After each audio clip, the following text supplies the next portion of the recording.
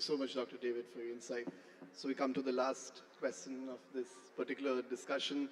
It's to Dr. Chinmay Shah, Chairman of our Research Committee.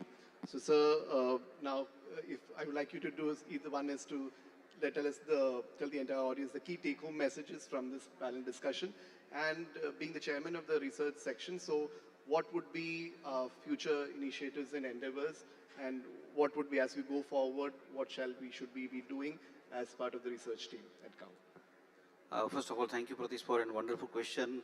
And I must thank all the panelists for their insights. So I think we have started with the keynote address by Dr. Greenfield, and he very well mentioned regarding impactful research and 6 to pillar action of any research. So I think it is very important thing that whenever our clinical people are doing any research, it has a not 1, 2, 3 per total 6 effect, which has been mentioned by Greenfield very nicely. And then we have discussed regarding the journal, and the chief editor, Dr. Satish, very well mentioned regarding the hand-holding and support from the CAHO. So we invite all the people who are doing some research, who are doing a case study, who are doing a case report, that CAHO is here to support you, to handhold you. So please be there. We also need a pool of reviewers who are committed for the review. So we also encourage all the stakeholders, all the stalwarts who are sitting in the audience to be a part of our reviewer pool. Then sir has also mentioned regarding the research masterclass which we conducted to encourage the research and how to publish the article. Next we want to Dr. Rahul, and it is an excellent example of how any research can impact the policy. So as mentioned by Dr. Rahul, the PREM studies has been published by the CAHO, and it is really making an impact in the patient safety. And further, once we start using it, it is not far that it become a part of a policy. If we talk regarding single-use plastics, Shyam Kumar sir has very well mentioned that even a simple thing which you do is having a long-lasting impact. And sir is also again correlated with the citation of the articles. So similarly, as there is a use of citation, similarly there is a use of single-use instruments. So if we do it properly, it is going to have a long-term impact. Lastly, Dr. Ketan has mentioned regarding impactful research and KAP studies, and he has also given stress on industry-academia collaboration. So let's come together. There are many faculties here who are from the industry and many are from the academics. So let's come together. And lastly, it was ended by Dr. Greenfield, and he has very well summarized bench to bedside and importance of such conference where we can share our views. As a chairman of research committee, I would like to have some thing to share with you under the guidance of Dr. Vinay sir, Dr. Lalu ma'am, and our Dr. Parag, that let's have CAHO research impact. And for that, CAHO is committed to handhold you, not only for writing, but also framing the research, for publication, for presentations. And we would like to have a different research masterclass throughout the year. We may have offline research masterclass as well as online research masterclass. So be there, be proactive, and please publish whatever you do. Thank you very much. So thank you all for the panelists for your time, and thank you for this wonderful discussion. Thank you.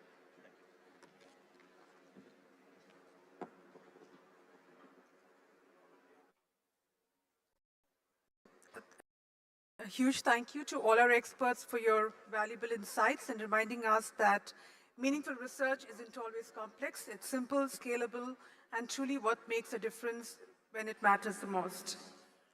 While I request the photograph to be on, and while that happens, I would like to invite Ms. Saujanya Narala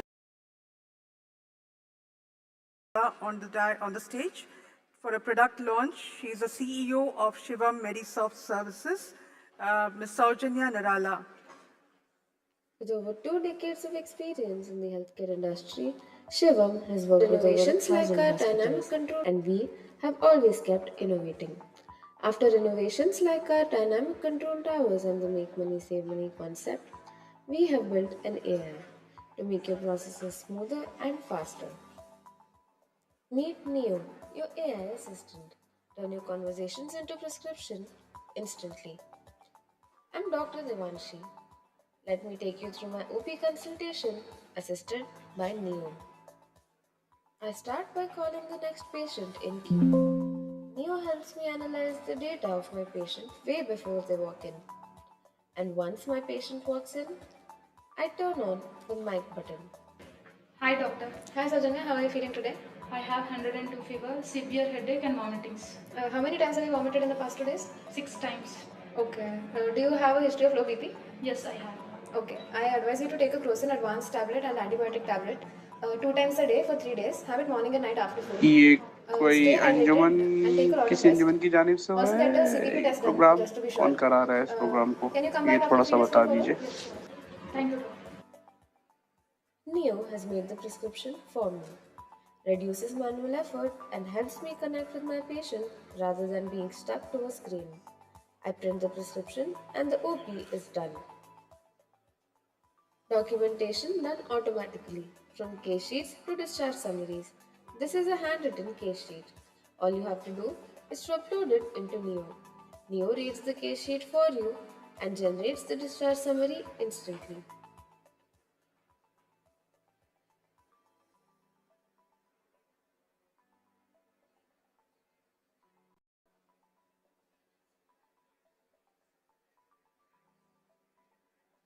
Help your staff reduce manual errors and save a lot of time by letting Neo make the JRN for them. All you have to do is to click a picture of your vendor's invoice and Neo makes the JRN for you. All values such as item name, HSN code, current quantity, rate per pack, MRP, batch number, expiry date, and even financial details are filled automatically. Turn your prescriptions into OPD and pharmacy bills instantly. Just take a picture of your prescription and Neo makes the bill for you.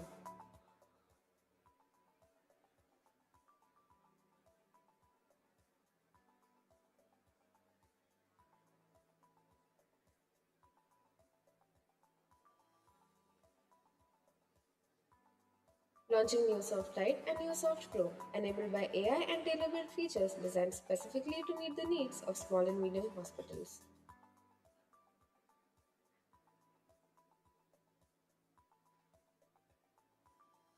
Visitors at stall A20 and A21 for Cahocon exclusive discounts.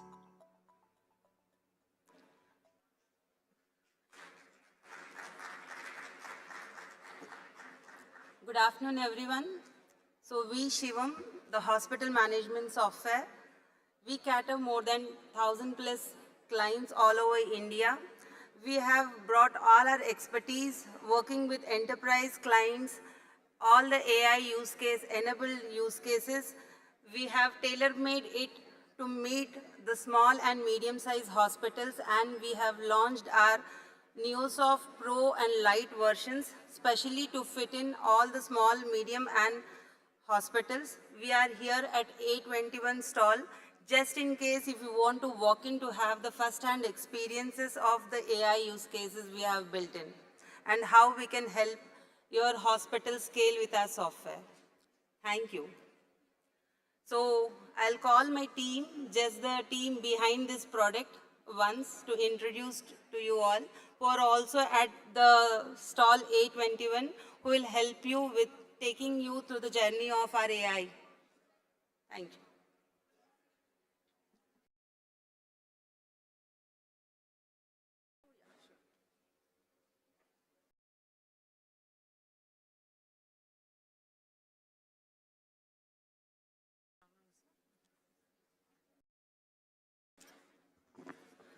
Good afternoon, ladies and gentlemen. Welcome to the session 14, Health Tech and Innovation, a session that sits right at the intersection of care, technology, and future of humanity. To guide us through this powerful conversation, we have two distinguished chairpersons, Mr. Rupak Barua, Managing Director and CEO of Woodlands Hospital, Kolkata. Sir, we request you to come to the dais. And joining him is Mr. Arvind Ganeshan, Chief Technology Officer at Cauvery Hospital, who brings deep expertise in leveraging technology to transfer healthcare delivery. We'd now also like to invite an exciting lineup of speakers who are shaping the future of healthcare through innovation, policy, and cutting-edge technology. Please welcome Dr. Shyama Nagarajan, serial entrepreneur with over 32 years of experience across public health and corporate healthcare and multilateral agencies in South Asia. She is currently the Executive Director of Make in India Healthcare Private Limited, a novel, innovative initiative of AMTZ. May I invite Dr. Shyama Nagarajan onto the stage, please. Joining her, she'll be speaking on innovations from India, tech, touch, and trust. Joining her is Dr. Rajendra Pratap Gupta, founder and chairman of Health Parliament and chair emeritus of the Center for Health Innovation, Policy and Digital Health, Indian Institute of Management, Raipur. He will be addressing impact on healthcare, functional AI pyramid. We also have Mr. Manish Goel, Chief Operating Officer at Mayo Clinic Platform, a leader at the forefront of integrating AI into one of the world's most trusted healthcare institutions. He will be sharing his insights on Mayo's clinic experience on AI transformation in healthcare. I request all the speakers and moderators to kindly take on the session ahead. Thank you.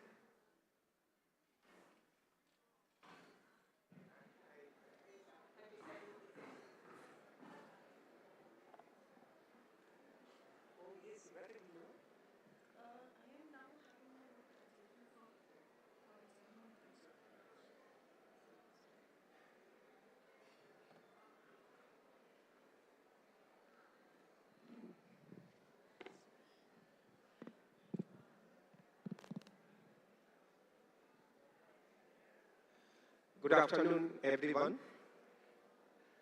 Thank you so much for joining this session. Today we are discussing one subject that health tech and innovation, which is already we had spoken a lot. Particularly, more we discuss this subject during this year, during and the more on post-COVID situation. By that time, we could understand what technology, health technology and the innovation, and how we could navigate the situation during this very, very drastic situation. Now, each and every forum we talk about this health tech and innovation, but here in this panel of speakers, you will find something new, some future trend the team is going to discuss with us.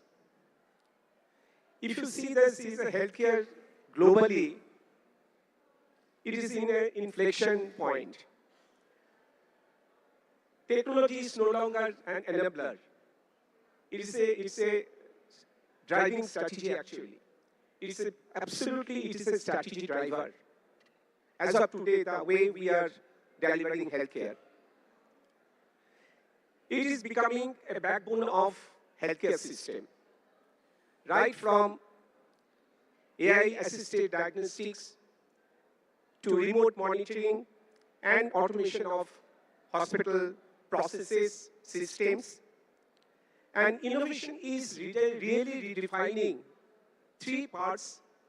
That's efficiency, quality, and of course, what is the outcome? It's a patient experience. But here today, all the healthcare leaders present here in this discussion or in this forum, the major issue is that whether this technology will transform the healthcare, it is not the discussion. The discussion is how fast we can adapt it, but more precisely, meaningfully, and responsibly. So this is the discussion today. We'll go through. We have very renowned speakers with us.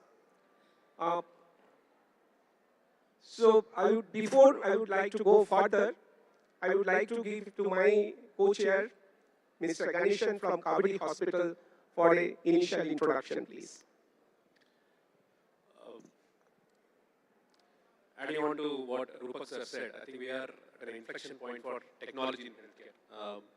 Lot of push from the government, technology disruption, namely AI, and a new workforce which has an appetite for technology. I think we have a convergence that is happening, and that is probably a holy grail moment for technology to really catch up in healthcare. I mean, I've been in this business for about 4 years, and I see this whole landscape transforming in terms of the appetite and adoption of technology.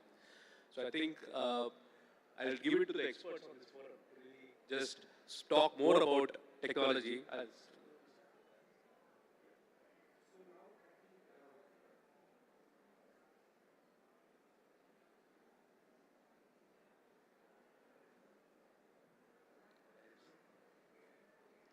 We'll start with Rajendra sir. Rajendra sir, I think there's no better person to set the context or history of adoption of healthcare, technology in healthcare in India than you. You've seen it all growing, and you've probably seen all the failures and all the successes that have come through.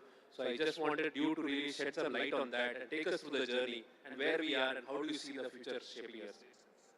You want the presentation or you want a conversation? Presentation? Okay, good.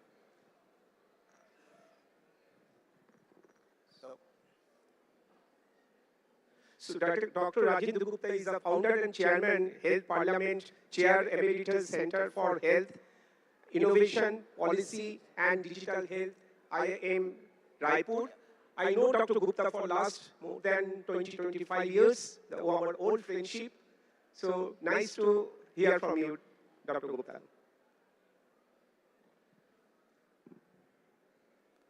Can you start with the first slide?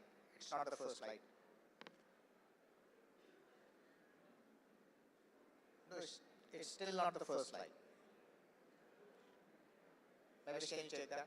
So before I start, let me ask you while they're setting up the context.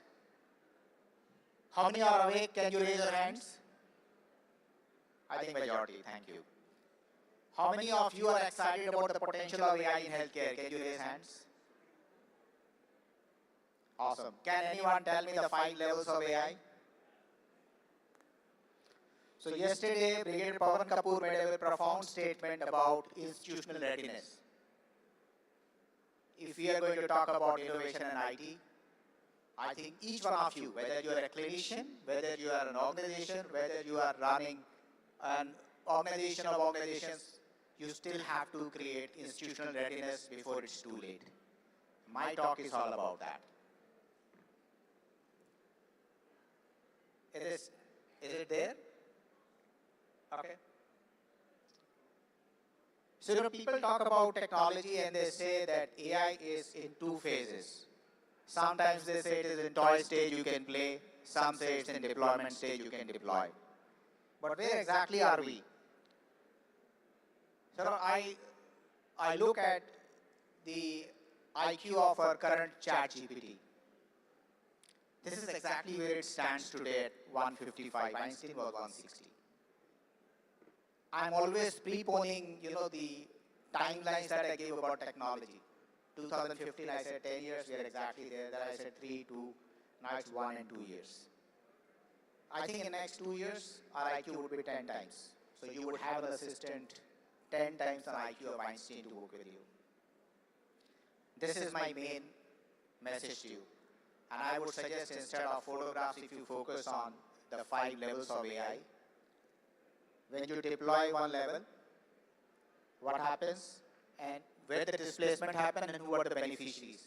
If you understand this, in your hospital you will know exactly what you will do at the 5th level. So the first is conversational AI, where you implement AI. I give it the name of talkers. Anyone who sits and talks will get replaced. I'm not cutting or mincing any words. I'm saying anyone who sits and talks will get replaced. So effectively, 24/7 helplines, your assistants, your receptionists, but there will be beneficiaries, communication and cost. So an organization, a clinician who is deploying the first level of AI will benefit on the communication and cost. The second is reasoning AI, where it can think and reason and do things. I gave the name of thinkers. So some of the medical decision making, some of the allied health professionals, your jobs will be drastically impacted. We have matured at this stage because we have been deploying solutions. I don't talk from a theoretical aspect. accuracy, diagnostics and clinical outcomes will be the beneficiaries if you are in a hospital. I don't think you have a choice of whether you will or you will not. You have to make your institution ready for this. Third level is autonomous AI, where it can do things for you. We built this last year and deployed it. You will not get to know whether it was a clinician talking or your boss talking. It can talk on your behalf, get updates, take appointments, do the follow-ups. This was developed last year, deployed, 100% efficient. As an institution, some touch points will get replaced, some procedures, primary care physicians, second opinion referrals. See, I am not diplomatic, I intend to upset you. And I want to make sure that you know that if I don't upset you, you are anyway going to get upset because technology is coming your way.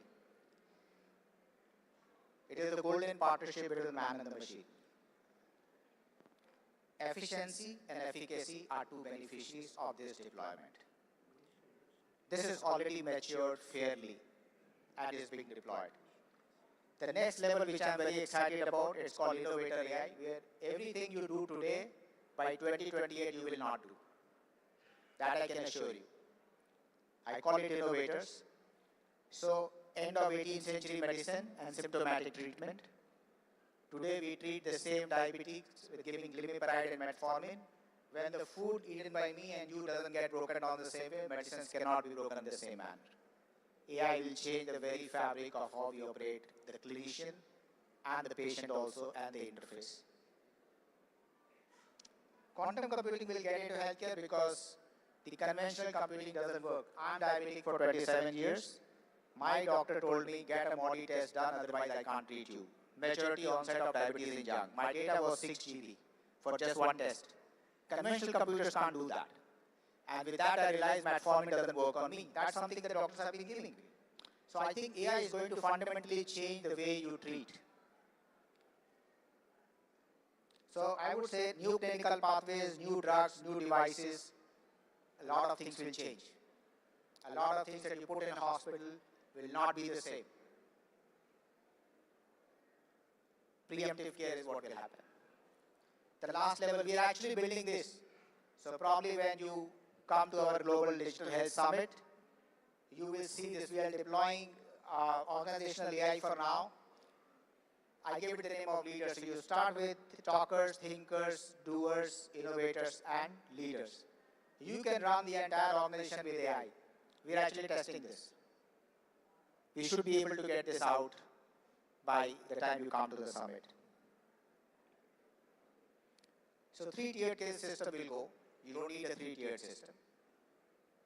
Partly and fully replace healthcare providers. But also, I must say one thing, more diseases are going to come. That we have the tech neck, because of using technology, more diseases will come. I'm not worried about that. So not only precision personalized, but predictive precision and personalized medicine. It's called the golden era of medicine. I still believe there's nothing to fear. As clinicians, as patients, as hospitals, it is the golden era of medicine. That's coming. And that's the great reset. Each one of you have to be doing that. Most of the things will move from hospital to hospital, from healthcare to health, and it will become health and human-centric. For those of you who don't understand the technology shift, it is more power shifts that you should understand. Over 2,000 years of human history, if you look at, the world has changed from being agriculturally strong to be strong as a country, to being strong in military to be strong as a country. That's how the world has been moving. And then it is straight. That's why you see the talks happening now to say we should control the resources. It's about trade. But the future is about technology. And this is where I say it is not technology change, it is a civilizational, societal, a cultural change. If any one of you is not becoming technology savvy, you are out of sync with time. And that's where I believe this is institutional readiness as an individual first before your institution get ready. I'll bring you closer to the disruptive shifts in humanity. Physical labor was replaced in the Industrial Revolution in the 19th century. You can go back and look, it's very recent history. And we are all mental laborers here, we don't do physical work. And what is happening is mental labor is getting replaced now. Yeah. Sorry, I think the tech guys have a wrong system out here.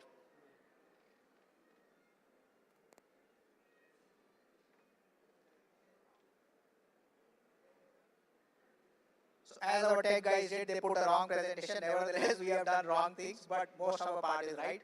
I will just get to that and cover that up. Sorry, Dr. Vijay. I said it was not the right presentation, but he said this is still the first slide. I said, fair enough. No, go back to the first slide. Yeah, I just take to cover the missing slides, but rest all is same.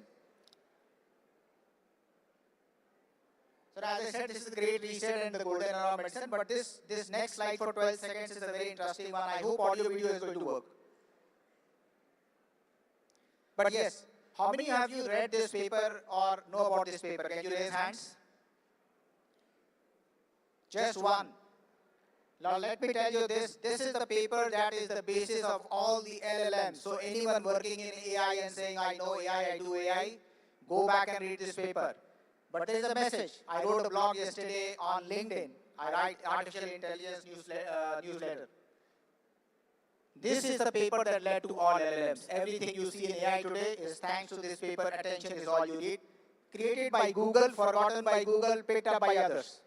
So Google lost the race and now they are trying to catch up. Go look up this paper. It's there on the blog I wrote yesterday, Artificial Intelligence Notes. This is a 12-second video and my favorite one since 2019 when it came.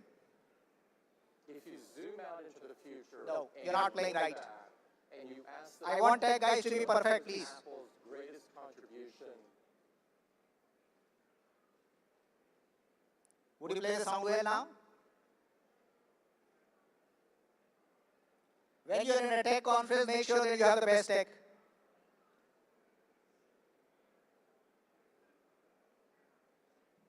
Anyways, sorry about that, but can I move the slides, please?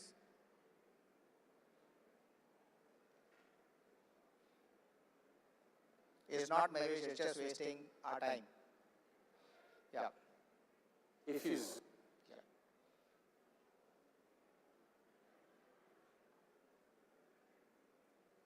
If you zoom out into the future and you look back and you ask the question, what was Apple's greatest contribution to mankind?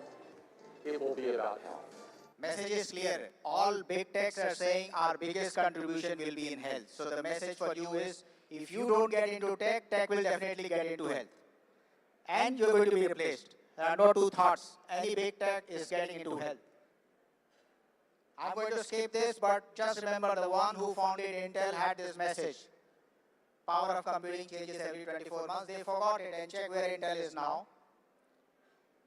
This is something I would still want you to look, the last one. Knowledge is not doubling less than few hours every day. It was 500 years in 16th century and 15th century. The speed at which world is changing is few hours. It's a buckbuster for us knowledge doubling curve. It's a 40-year-old thing. Unfortunately, it is never taught to us, either in management or in schools, should be a basic thing to be taught. I'm going to skip these things because they made it the first slide. It was not. Luckily, it's covered, so it's done. I'm going to move quickly.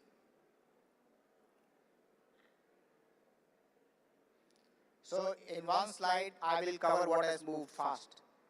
Passive agents to active agents. Technology has moved from deterministic to probabilistic. Generative AI to multimodal AI. Large language models to large multimodal models to large action models. Natural language processing to natural language programming. You don't need to learn coding to do programming anymore. So that's why I say that you got to get ready with it. I am not known to mince words. So I am sure that if you don't use technology, technology will not need you. This I have covered. I'm going to skip this straightforward. I'm going to skip this too. So those who think that if I don't learn technology, my medical practice has been around for 30 years, my hospital has been greatest for 40 years, sorry. Intel used to be on every computer's logo, Intel inside. This was the most powerful, most intelligent company in the world. Last year when I had to make presentation, they had a $1.6 billion loss, later $16.6 billion loss, and their outgoing CEO said, we are not going to be back in competition anytime soon. But this young chap appears. I said that Google forgot the paper, this guy picked it up. This is worth a lot more. So the message is also clear. The old, the big, the mighty doesn't matter. If you're fast enough with technology, you will leave everyone behind. So as a hospital, if you are implementing technology fast, if you are institutionally ready, no matter how new hospital you are, you're going to leave everyone behind. This is a very interesting example of how our 102-year-old company was acquired by a 27-year-old company. Netflix is fully digital, Warner Bros. Is not. So 102-year-old legendary company got acquired, and the best part, what valuation did they get acquired? They got acquired at 15% of the valuation of Netflix. Doesn't matter how old you are, how big a brand you are. Today, technological superiority matters most. When my colleague Manish Goyal delivers his note, you will understand what will drive their technology. So I keep saying in digital age, pride and pride, ignorance and arrogance has the same rewards, same results. Like Intel, you will go obsolete. The best part in this age, making money and becoming obsolete are almost at the same speed. Depends on what you're doing. If you're using technology, you will make money. If you're not, you will become obsolete. So I think we'll create phenomenal jobs. So don't worry about it. Just start using technology.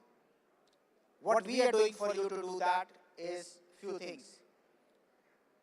For hospital founders and CEOs, we run courses for C-suite leaders to get them to be technology savvy, to implement. As in the morning, Dr. Vijay hosted a very interesting meeting where he said, management is the problem, technology is not. Senior leadership doesn't know about technology, so it doesn't get percolated down. That's what we're doing here. Second thing we're doing, when you come to the summit, and Cahocon is our partner, you will see the hospital of the future. It's 21st November, when you come to Delhi, you will see hospital of the future, clinician of the future, and pharma of the future. You will see a live example of what hospital of the future is going to be. And those of you who want to pick up on newsletter, artificialintelligencenews.org gives you everything free. If people want free, this is the newsletter to subscribe to. It's a wait list, but you will get. And also, there is something disruptive we are going to bring to you before you come to the summit. You can show your interest by logging to digital.health.pulse. This is only for hospitals. People talk about LLMs, people talk about SLMs. This is going to be something that you can leverage in your. So we are not just talking, we are actually developing and giving to you to be ahead and be the world's best. I think I'm going to stop here. Remember, this is the age of creators, not competitors. Don't compete, go on creating. Thank you so much for your time. I appreciate it.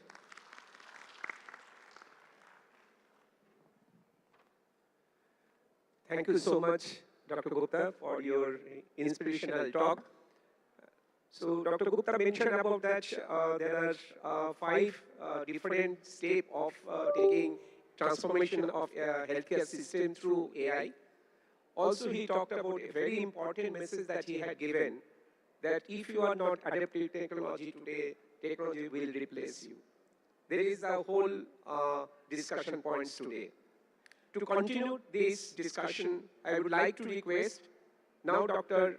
Manish Goyal. He is the Chief Operating Officer of Mayo Clinic platform. Mr. Goyal, please. Great. Can you hear me? So I'm going to be brief. I'm going to give you the ChatGPT version of my presentation. So first, just for context, Mayo Clinic has been recognized as the #1 hospital system in the world by care quality for 9 years running. And we have been changing Mayo Clinic to be data-centric, leverage AI. Today we have 350 plus algorithms that are operating in all of our clinical areas, whether we get reimbursed for them or not. We believe this is the future and we're using it every day. And it's all powered by data. 6 years ago, we digitized and brought all of our data into the cloud. Today, it's 36 petabytes of data on 8 million patients. You can see it really is all of the data. And I would say, if I leave you with 3 messages, one is organize your data, have it be clean, have it be curated, and have it be understood by clinicians. Second, we de-identified this data and we made it available to our partners across the globe. And the end results were really powerful. And I'm going to give you a couple of examples, and I just want you to walk away with these examples because it's healthcare. Technology is not here for technology's sake. It is actually to help patients. The first example is looking at a clinical area. So this is heart failure patients. At Mayo Clinic, we have, in those 8 million patients, we have 240,000 patients that have been identified as heart failure patients. I don't need a data scientist to do this. I can do this myself as a business person. But you can see what kind of data we have. We have almost 20 years of patient history and 13 years of pre-diagnosis history. That's necessary if you're going to get an earlier intervention. And then we have almost 9 years of patient history post-diagnosis. That's necessary if you're going to understand what pathways worked well and what didn't. And you can see all the multimodal data. So what came out of it is we developed an algorithm looking at ECGs, looking at all the data, but looking at ECGs specifically. And we're able to asymptomatically, meaning no symptoms that are observed or measured by a clinician, diagnose patients with atrial fibrillation. And I don't have time to go deep into this, but if you actually reconstruct that patient's history and go back in time and look at their ECG, you can actually see we could have diagnosed this patient with this particular condition 5 years before they walked into the office at Mayo Clinic. That means we could have done an earlier intervention. Second example is something a little more complex, looking at glioblastoma, so brain cancer patients. At Mayo Clinic, the survival rate after 5 years is 18%. So it's a very horrible condition that many of you clinicians deal with.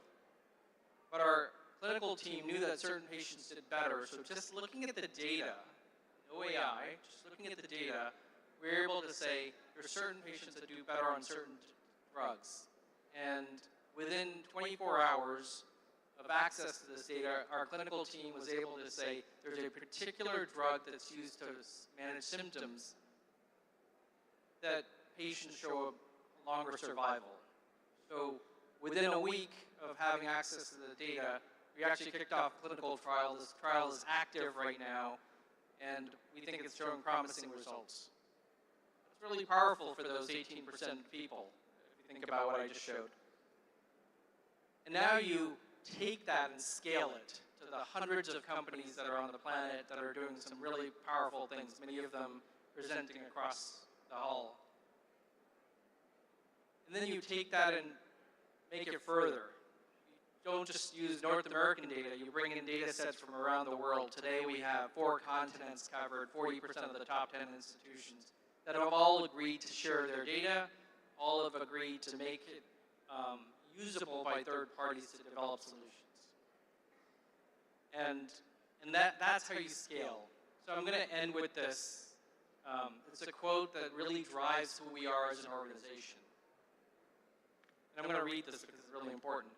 The best interest of patients is the only interest to be considered. And in order that the sick may have the benefit of an advanced knowledge, that's why we're here today, a union of forces is necessary. So if anything I said is interesting to you, gladly, please reach out to me. But our approach is data, organization, clinical use cases, patient centricity, and partnership. Thank you.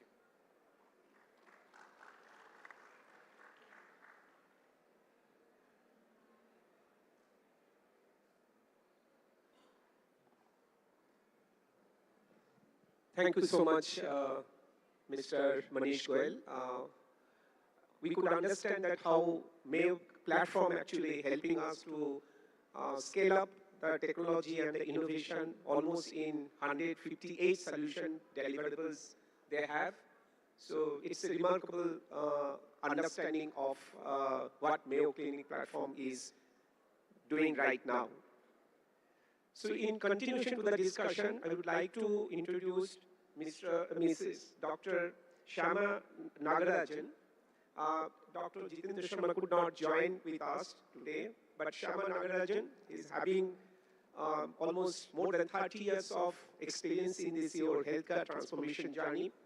She has worked with UI, ICRA, in many of the organizations. Even I had an opportunity to work with her almost 20 years back in an hospital transformative journey.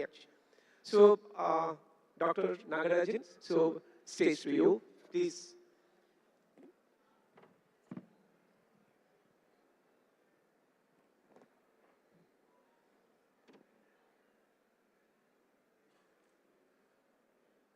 So, thank you very much.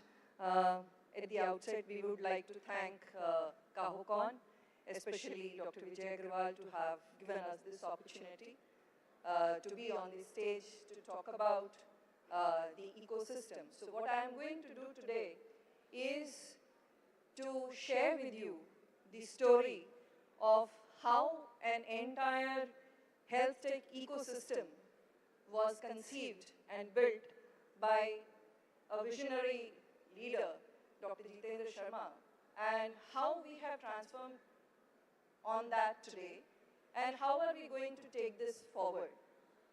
So the story actually starts from finding solutions in a sector that is still not at the level of other mature sector like auto sector or oil and gas. So the health sector was evolving. At that time, what was essential was to understand that how do we make the healthcare ecosystem so vibrant that we are known globally. I will ask you one question here. How many of you have seen Make in India brand in any hospital? We have seen NABH accredited hospital, NQAS accredited hospital. Have we ever seen Make in India branding anywhere? The answer to this is no. Now, if you see a mic, even this particular mic, or a railway bogie today has Make in India branding. But in healthcare, that is still not there. Now, why is that so? Have we thought about it?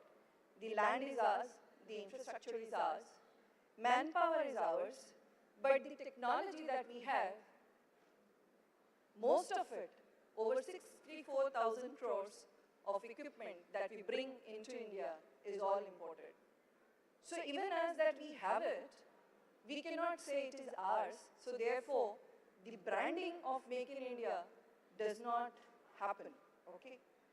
Now, we as a country, although have proven ourselves to be a nation which is the home for the largest technical and skilled manpower, whether it is nursing or medical manpower or clinical manpower, we have also made ourselves the home for the largest affordable drug provider, pharmaceutical provider for the world. However, in case of technology, we are yet to transcend that journey and be a global player as far as technology is concerned. Now, this journey was actually started in one way to create an ecosystem. Way back in 2018, when Dr. Sharma seeded this idea of creating a tech zone in a 300-acre campus that was pledged by the erstwhile visionary CM. You need visionaries like that, right? You had a visionary CM like the Honorable Chandrababu Naidu Garu, who was there, who talked about having a tech park created and a complete ecosystem to be developed in that. And you had a person like Dr. Sharma to take this entire initiative forward. What has emerged out of it in last 8 years is one of the largest medtech zone in the world, catering to about production of over 15,000 crores of medical devices in a single campus with over 175 manufacturing units and research and development center. At AMTZ, today we produce anything and everything, starting from a glucometer, hemoglobinometer, nitrile gloves, to LINAC, open MRI, and everything that you talk about. Now, and in order to take care of these equipment, we have created a university which produces the first of its kind biomedical engineers who will be looking at the maintenance of these equipment that is produced. Now, you may turn around and ask me that what is in it for me as a hospital owner or a service provider? How am I going to get benefited by this information that you're sharing with me? That is where the next level of the story unravels. What is that? There are three key elements in a hospital if you see. The first thing is infrastructure, the second is equipment, and third is manpower. All these three are equally important as far as hospital service provision is concerned. When we talk about infrastructure, usually, let's go to the simpler one. When we talk about manpower, most of our clinical teams, that is our clinicians in tier 2, tier 3, everywhere, are able to garner local resources to be able to provide the services that is locally required. However, when it comes to infrastructure, the capital becomes a concern if I want to upgrade or expand my services. Similarly, if I look at equipment again comes into two different categories. One is that which is low volume, high cost, and the other is high volume, low cost. So the low volume, high cost is the one like MRI machine or CT scanner or things like that, right? For this, you need a capital, you need a financing option, you need some flexible options so that you can have these equipment in place to ensure affordability and accessibility to care. When you talk about high volume and low cost things like glucometer or a hemoglobinometer or a BP apparatus, the challenge in this segment is basically the procurement, supply chain, logistic management solution. So we offer you both these solutions together within the same ecosystem. Now, how do we do it? We have ecosystem partners like Medica Bazaar who can help us to do the entire procurement, supply chain management for all your procurement of all these low-cost items, starting from gloves to nitrile gloves to masks and everything. You don't have to any longer look at multiple GST, multiple negotiations, entire database management. 89 warehouses across the country have been developed so that you don't need to hold inventory within your organization for more than 10 or 15 days, which is a big boon as far as service delivery is concerned. Now, what that helps, it is something similar to the Tamil Nadu Medical Services Corporation that the government of Tamil Nadu has, okay? Now, if you look at the second option, that is high volume, low cost, the AMTZ environment has created partners who will be able to deliver you all these equipment at a flexible financing option without any collaterals. So we have got Medartha Capital, which will be able to do this for you. Now, to put it all together, recently what has been conceived is Make in India Healthcare Private Limited, which is going to help you comprehensively take the risk with you. To put in simple terms, if you have a land, you want to expand, you don't know how to do it, we will put the infrastructure, the equipment, hand it over to you to operate. If you have an infrastructure, we will equip it, help you and hand it over to you and expect you to operate. Now, it sounds very simple, very easy. Now, how do we do that?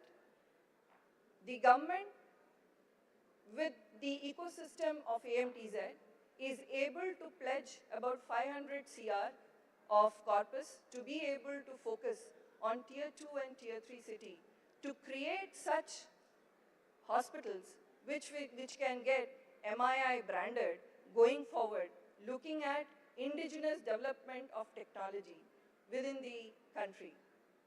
So now what we end up doing is entire system will be able to have a complete ecosystem of service delivery at tier 2, tier 3 city.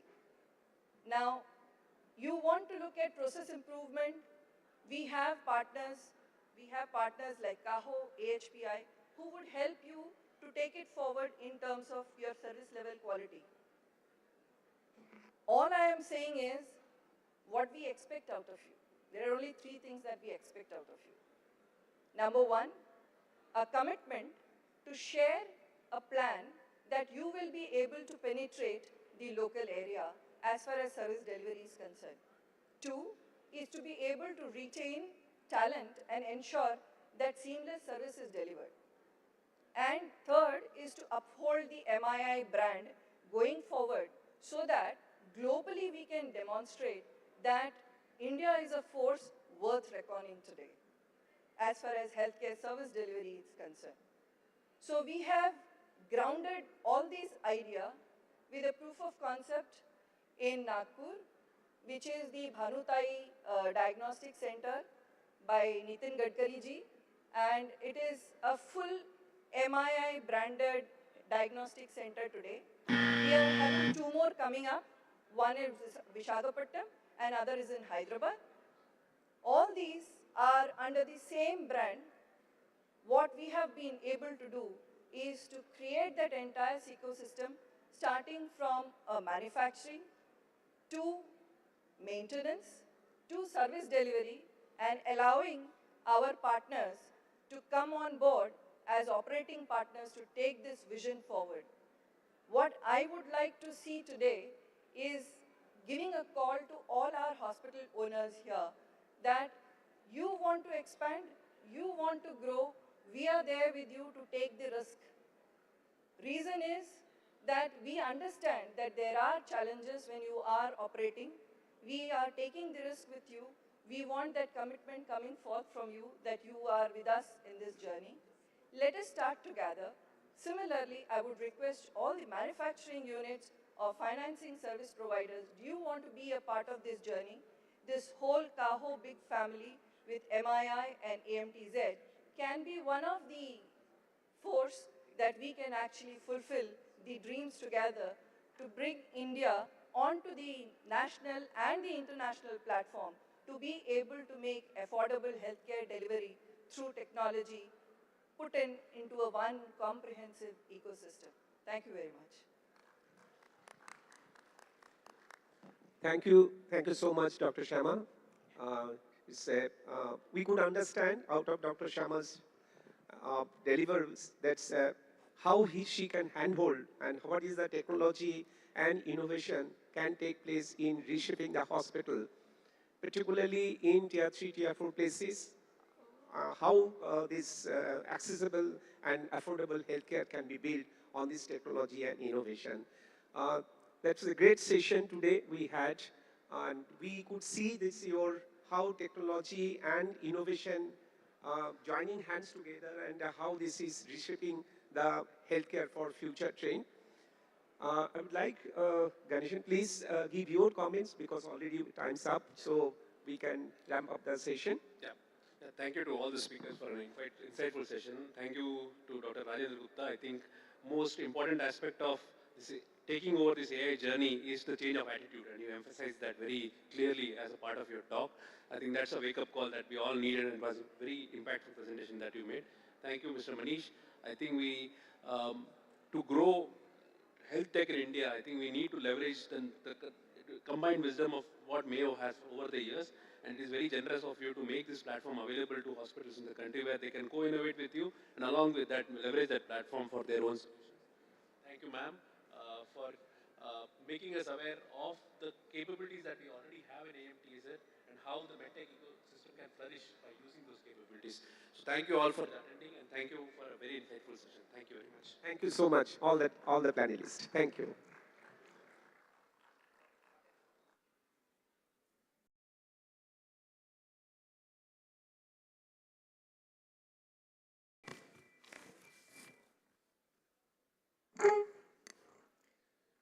A heartfelt thank you to our esteemed chairpersons, speakers, and all of you, the audience, for being the part of this engaging session. I request the dignitaries to be there on the stage. Please be on the stage, sir. Ma'am, please be on the stage for 2 more minutes. We move on to an important segment, Andhra Pradesh MedTech Zone, AMTZ certification. And I request Mr. Kilari Udayabhaskar, Certification Manager, KIHT Certification Council, to come up to the stage. I request Dr. Lalu Joseph to the stage.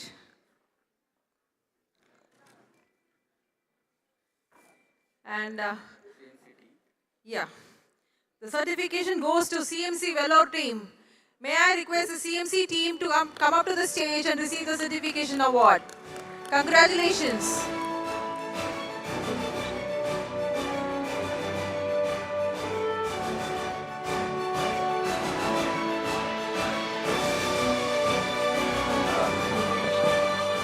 This biomedical equipment maintenance certification scheme is for the performance of medical equipment maintenance after installation, and the efficacy of medical equipment is going to be evaluated during this scheme. This scheme is based upon ISO IEC standard ISO 17065. This is first of its kind certification scheme made by MTG for the effective maintenance of medical equipment.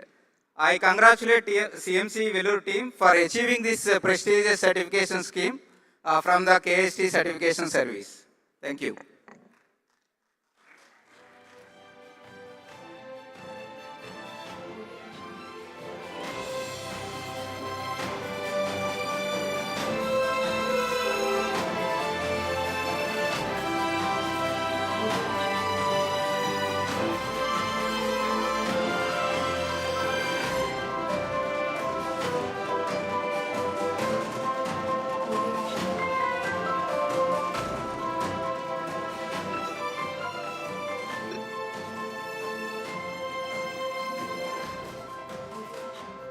Thank you, sir. Thank you, ma'am.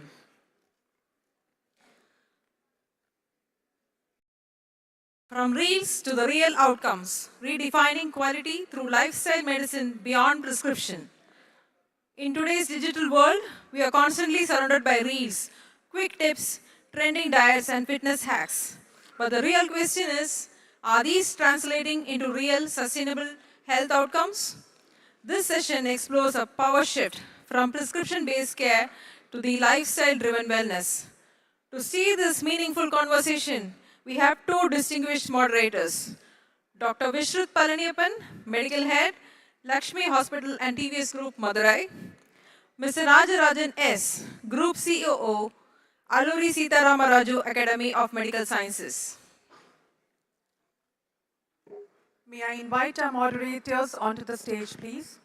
And now coming to our speaker, the much awaited, a specialist who brings global expertise in both gastroenterology and lifestyle medicine, and a powerful social media influencer with a huge fan following, one standing right next to me.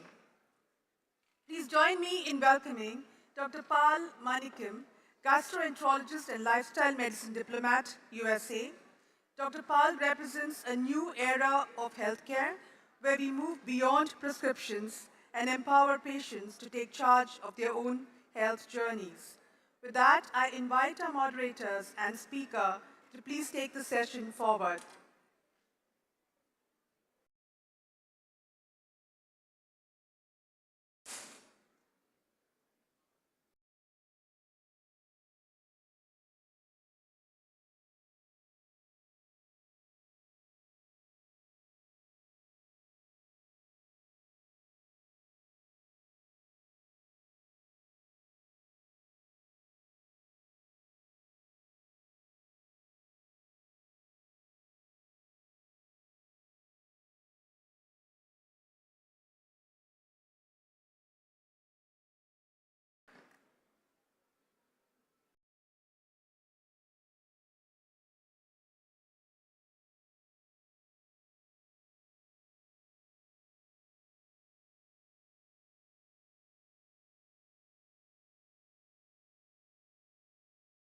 Request the audience to please put your hands together for a huge round of applause for our moderators and our speaker, Dr. Pal Manikam.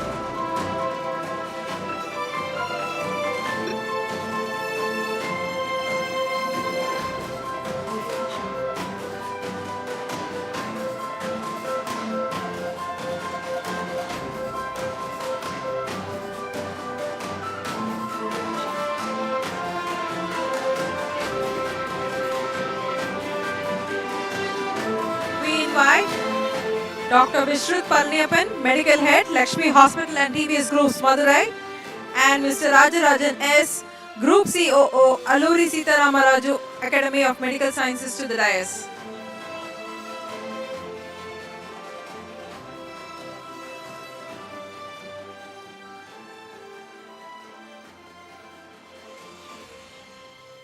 And now I once again invite our speaker, a specialist who brings global expertise in both gastroenterology and lifestyle medicine, and a powerful social media influencer with a huge fan following. Please join me in welcoming Dr. Pal Manikam, gastroenterologist and lifestyle medicine diplomat from USA. Dr. Pal represents a new era of healthcare where we move beyond prescriptions and empower patients to take charge of their own health journeys. Invite you on stage, sir. Please have a huge round of applause for him.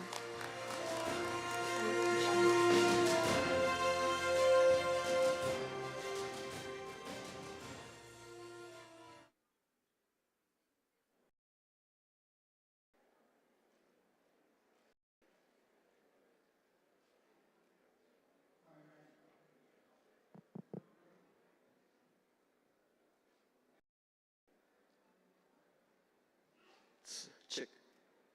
Such a honor being here with the legendary Dr. Pal Manikam, the witty gut man, as he is referred to.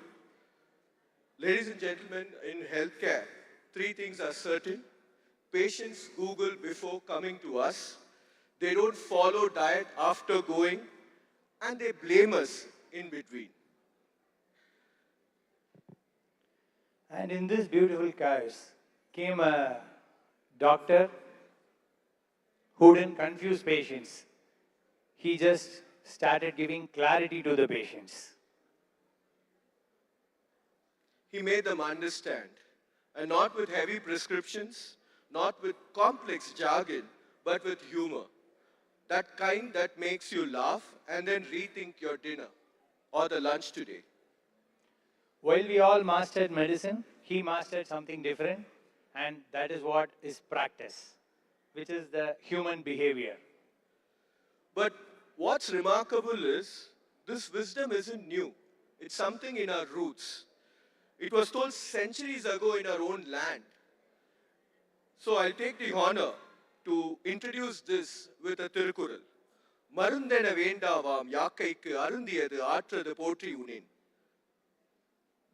If we eat right, we need no medicines. Unave marundu. That's the same thing what even Tirumular in his Tirumandiram had said this.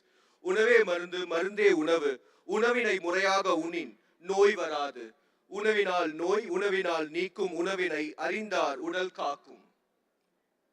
And today we have somebody who has brought in millions and millions of people into this healthy lifestyle practices. Now let's take a quick look at this journey of his. May I have the video, please?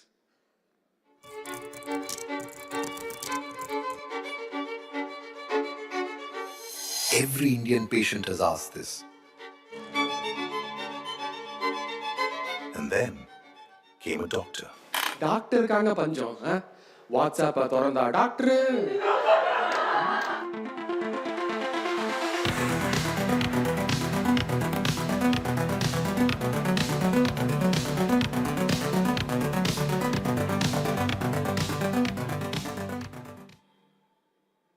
He didn't just educate us, he made us laugh. But behind the jokes was a turning point. A doctor who faced his own health crisis and chose change. He didn't just inform, he connected. From breaking jokes to fixing journeys. Dr. Pal, where medicine meets meaning.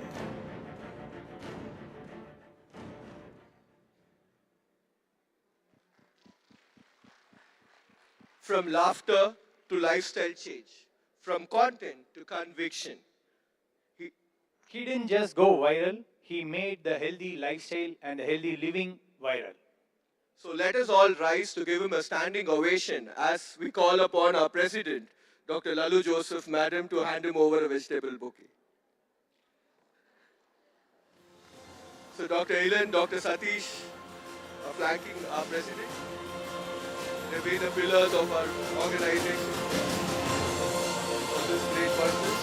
So this is a very special basket. You know, it has all the spinach, it has lemongrass, it has amaranthus, it has also the rainbow vegetables, the radish, the carrot, the colors, the balance, all that what Dr. Pal stands for and has been talking. And it's such a pleasure that we put together in a nice earthen pot and handing it over to him. Thank you very much, sir. Thanks for accepting this from us. And continue your good work on this.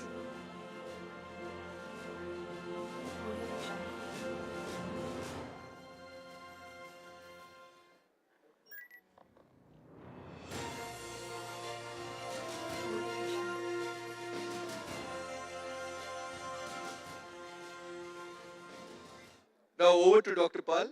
You can use the mic, or you want to use the podium, or? No, this is good.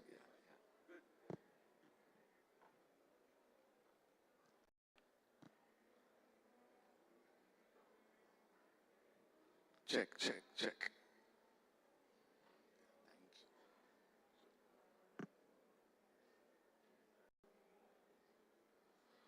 Hello, good afternoon. Let's give a big round of applause to Cahocon, please. Wow, what a conference. Oh my God. To be honest, I didn't know much about Cahocon before, but the more and more I heard about it, I read about it, wow, what a start, what an inspiration, and this is exactly what a patient needs. And when they reached out to me, I thought they wanted me to talk about, advanced gastroenterological procedures that I do with hepatobiliary cancers with ERCP and EUS. And what they asked me to do was, how did he become popular in social media?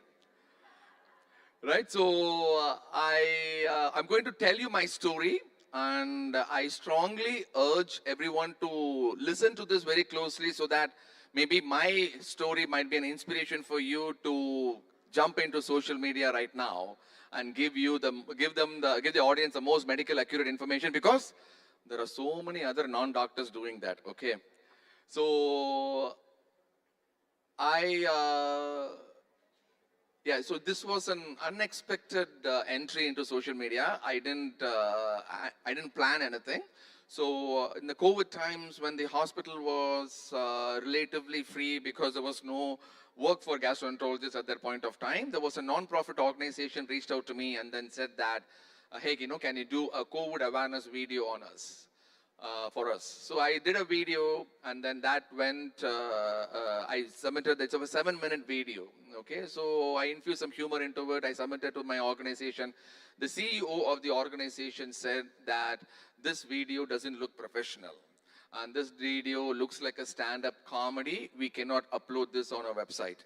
And I still thank him for that decision that he made, because if he did not, I would not have put this on YouTube, and I would not have gathered all this support that I had so far. So there was a completely unexpected video. I put that video on WhatsApp, on YouTube, and that's the first time I know that anybody with a Gmail account can have a free YouTube. And once I put that video on, the next day I got so many forwards to a point that my own uncle is sending the same video to me itself and then saying, "Or doctor eppadi pesirukkan parran." Right? So, and then that's why I realized that social media could be a public health tool. So I use social media just with the pure intention that what I was seeing in the US, in California, we used to get the first-hand information about COVID vaccination.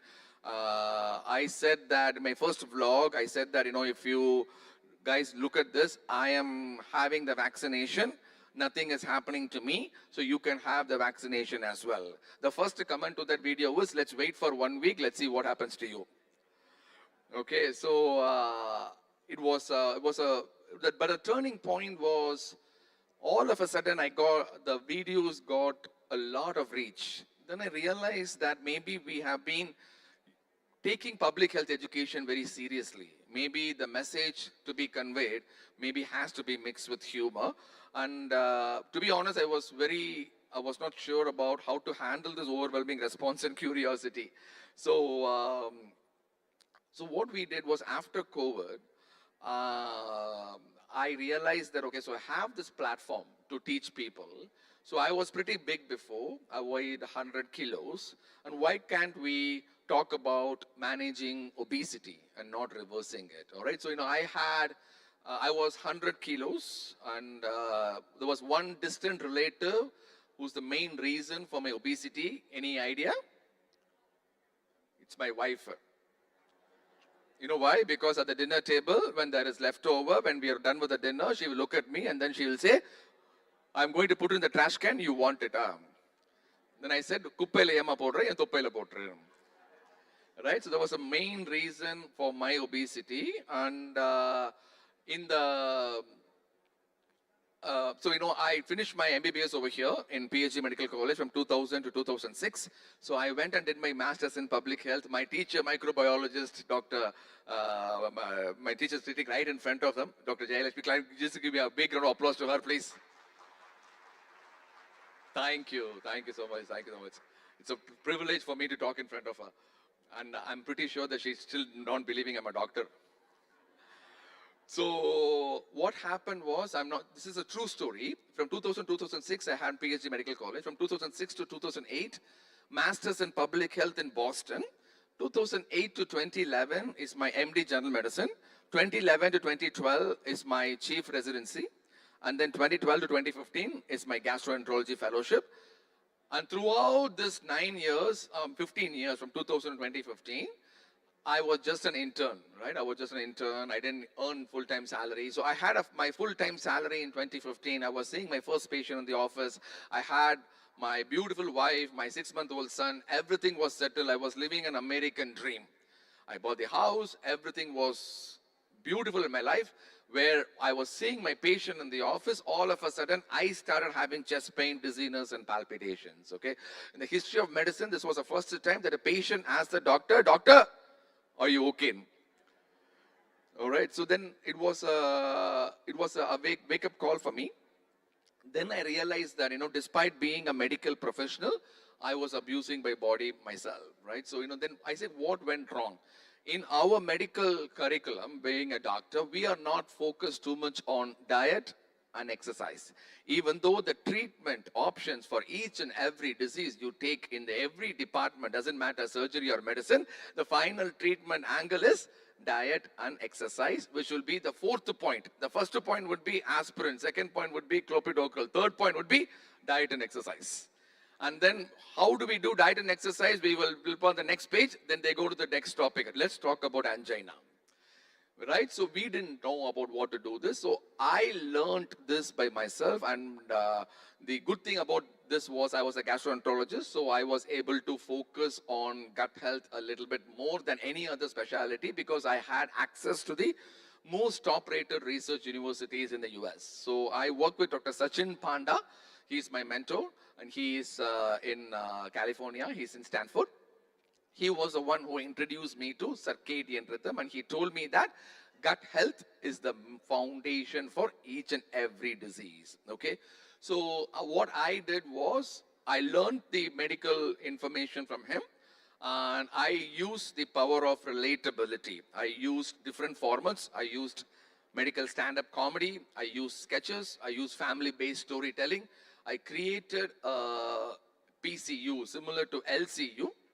We had a PCU with a PAL cinematic universe where we created imaginary characters. The point that I really liked was, more than the humor, they were able to understand the medical concept. For example, I went to a biryani shop and then I said that this is where you need to split the biryani, look at the calories, how much it is. The first comment to that video was, for this, we don't even have to live at all, Ran, to split. And then the reply to that comment is like, it's okay, da, no problem. You know, if you want to live, the quality of life is the most important thing. So then I understand that people were able to relate to it on both sides. Okay, so there was a significant amount of controversy surrounding this as well. So all of a sudden, my followers scaled up to around 6 million followers. Combining all social media platforms, I have close to 7 million followers right now. 7 million followers. More than 95% of them are my patients, man. Before going into the operating table, I clip the surgical knife at the belly button and then say, sir, please hit the bell button. Right? So, at that point of time, I realized that, you know, I was a full-time gastroenterologist in California. And I absolutely love this public health education because when I visited India, when a person hugged me from the airport and then said that because of you, I lost 10 kilos. That made a significant impact in me and said that, okay, so whatever I'm doing in California is working here in Chennai. So then I realized that I got more interested in lifestyle medicine. I realized that, to be honest, all the corporate hospitals sitting over here, it's the truth. It may not go well along with you, but the truth is our healthcare system is rigged. Okay, not only in India, in the US as well. The healthcare model is focused mainly on treatment and not on prevention. Okay, so for example, how I see treatment right now is that we are all a car mechanic. A patient is coming with his car and the car is getting damaged and you know that the engine is not working well, but we are fixing the flat tires and then we are sending the patient back and you know that the car is going to come right back to you. Okay, the oath that we took and as a Hippocrates oath is we say, please do no harm. The second thing is we need to make sure that we address the disease at the root cause level and make sure the patient does not come back to the hospital. Right? So that is where the real treatment is. That is where the satisfaction of being a physician comes across. For that, the most important thing is not only medications. Along with medications, you have to prescribe lifestyle medicine. And the most important change I hope that you guys adapt after this conference is that on your prescription, before writing any medications, the first prescription should be lifestyle change. Sleep, stress management, physical activity, diet should be the first treatment. Second, you can go with medications. Yes, allopathy is very important. Medications play a major role, but that is not the only way to treat patients. Right now, we are in this big conference. We are talking about patient quality, and the patient quality should start from the doctor treatment prescription pad. Okay, so what I did was, this is what I love to do. So I created a clinic in my hospital. It's called Preventive Gastroenterology. It's called New Me Clinic. It's a virtual clinic. What we did was, we trained all the people working under us, you know, physician assistants, medical assistants. We trained like clinical health coaches. We hired psychologists, we hired psychiatrists, we hired nutritionists, fitness sleep specialists, mindfulness experts, and we put together a 90-day structured transformation program in California. Okay, so what this is, for example, a patient goes to an endocrinologist for a diabetes checkup. They prescribe metformin, but in addition to metformin, they will refer that patient to us for the New Me method of structured clinic. Okay, so what immediately happened was that patients were taught that there is no quick fix. There is no shortcuts. You will have to put your effort, but with a good team and with a good guidance, we will be able to decrease the effort by 50%. That is what we exactly did. There was significant amount of improvement in the metabolic markers, mental health. Only at that point of time, I realized that lifestyle medicine plays a major role right from your PCOS, hypothyroid, fatty liver, diabetes, hypertension, cholesterol, every non-communicable diseases, lifestyle medicine is the way to go. So then we realized that, so this is working. Okay, we started with 25 patients in California. And then we opened up the clinic to virtually to 100 patients. So now we have 1,000 patients all over the world, and the results are absolutely phenomenal, and we are publishing like right and left in all these lifestyle medicine journals. And you will not believe the weight that is being lost may not be that much, but the mindset change in that particular patient is made sure that they will never ever gain the weight back. That is exactly what a hospital should do. That is exactly what a patient should do. And that is exactly what the prescription should be from the doctor, right? So I'm very amazed by the lifestyle transformation that I give to my patients. So what we are deciding is to create this virtual program as a physical space in Chennai as well. And I have cut down my practice in California to part-time. And then I have coming here, we have moved to Chennai. My kids are going to school in Chennai. My wife is here in Chennai. And this is my way of giving back to the community. I strongly believe that if this is way, it's two worlds, one mission, bridging systems of care. I do clinical gastroenterology in the US. I am an advanced gastroenterologist. Again, I deal with hepatobiliary cancers. Okay, I do advanced endoscopic procedures, and I'm here to tell you that the satisfaction that I get by treating lifestyle medicine for my own Indian patients will never even match a patient that I saved from a advanced hepatobiliary cancer. That is my opinion. Dual approach, singular goal, better patient outcomes. So what is the purpose of this call? I think this is the right time to rethink quality in healthcare. Are we truly delivering quality care? There are so many amount of booths that has been disposed throughout this conference, right? Every time what they come in, what they say, oh, we have come up with a new stent. We have come up with a new robotic device. We have come up with a new operating bed, right? Has anyone has a booth which says that we have come up with a new, beautiful, healthy food at a much affordable price that we can give it to the patient? Or we can have a patient structure program to change the lifestyle. That is where the focus should be on. So I'm going to tell you about this story, and I'm going to close my talk. This is a real story. A 28-year-old, newly married, 1-year-old baby. He was working in Tesla in California.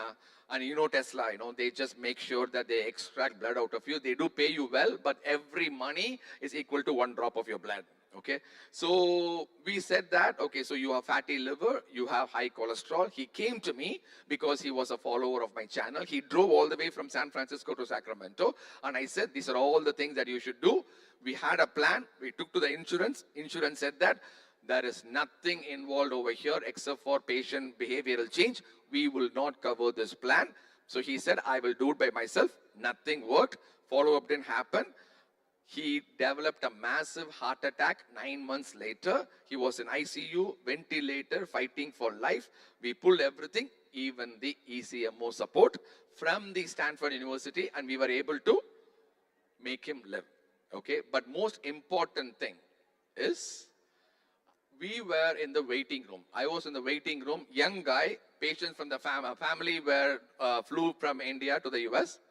And in the waiting room, everybody is so emotional. They're hugging me. They're saying that thank you for saving my son, saving my husband. And to celebrate the recovery, they are giving Kaju Katli box to me. At that point of time, I realized that the mindset is not changed. And if we don't address the root cause level, then this will never change. We will keep on creating new stents. We'll keep on creating like quickest door to window time. But we will not address the root cause level of preventing the heart attack to start with. Okay. So what I am proposing here is future of prescriptions is lifestyle medicine first, medication is next. Drug is important, but advice is very important. Okay, so every prescription must begin with lifestyle. So call to action is please integrate lifestyle medicine into your system, which whatever system you have. Build preventive care departments, create structured programs, integrate a team of health coaches who are trained by doctors. This is a very, very naive field that is being abused right now. Everybody is a health coach now. So you will have to make sure that the health coaches that you're adopting in your system are good, because they are the deliverers of your message. They are your clones of your system. So you will have to measure outcomes beyond prescriptions. So I'll be giving an open invitation to all the people over here. Let's build this together. This is my passion. This is exactly what gives me happiness. At least one person change. I know that we are changing the family. Looking at that family, and another family will change. Looking at that family, multiple other families will change. We can make this world a better place to live in. So I am letting you know that this is a movement. Please join me. And we would love to tell you what we do in our US-based health system. Please scan this QR code, and this is my website as well. And if you need any help to put this system together in your hospital, we would love to share our experiences. I am here to tell you that nobody in this world is treating Indian patients at this level with 1,000 patients a month with a high quality structured program. You will never ever get it. I think the model needs to be replicated in all the systems throughout the world. Let's start with Chennai now. Thank you so much for your time. Thank you.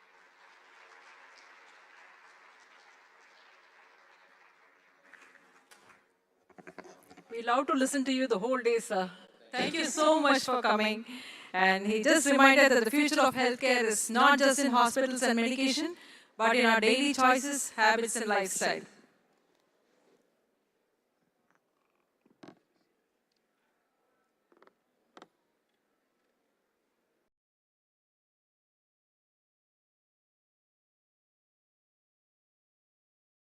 Wow, half of the crowd is so inspired. We are able to see that. And when sir was putting up that QR code, people were eagerly taking a picture of it. So nice to see that. But I know that at least few people are waiting and reconsidering for the lunchtime as well. Anyways. Oh, that was absolutely fantastic, Doc. And it was not just a talk, it's lifestyle that you spoke about. And that revelation that you're going to have something given back to the community is something which we all appreciate. And that is also the underlying thing which we as Caho do. We give it back to the community. This is a completely volunteer movement. All these people over here have come for that patient safety, that change in healthcare, that which we all dream of. And yes, it was also a full audit of what we're going to eat and what we're not going to eat henceforth. And for me today, just salad. Chef was right there. Only salad, please. So when we are walking towards the lunch, I think two voices will be hearing inside us. One is our old habits and our old usual eating habits. Another is Dr. Pal, who's been teaching the healthy eating practice and the reverse banana leaf practices as well. Yeah, so just before we take that decision, I should also share something in Hindi, because we've always been talking Tirukural and Tirumandiram and stuff. So Jaisa An Vaisa Man, Jaisa Man Vaisa Tan, Shudh An Se Shudh Vichar, or Jeevan Bane Mahan. So meaning, as is the food, so is the mind. As is the mind, so is the body. Pure food creates pure thoughts and a meaningful life. Exactly what you have been reverberating all through your videos. So and that's what we all experienced today. Not just information alone, it was about transformation. Yeah, and so as you head for lunch, ensure that your plate is having more, sir, you want to say more? Fiber. More fiber, more colors also? Rainbow. Rainbow colors and slightly less regrets maybe? Yeah, for life, yeah. And thank you so much, sir, for coming all the way from California to Cahocon till Chennai. So it means a lot to us. I think we all enjoyed the session. And to remind us, eat healthy, live happy, And ladies and gentlemen, let's once again rise and put our hands together for this great man, the witty gut man as he is called. Thank you very much, sir. Thank you, thank you. So much, sir. May I ask the leadership team to come for a pic on the Cahocon? Tamil Nadu leadership team and the Caho leadership team.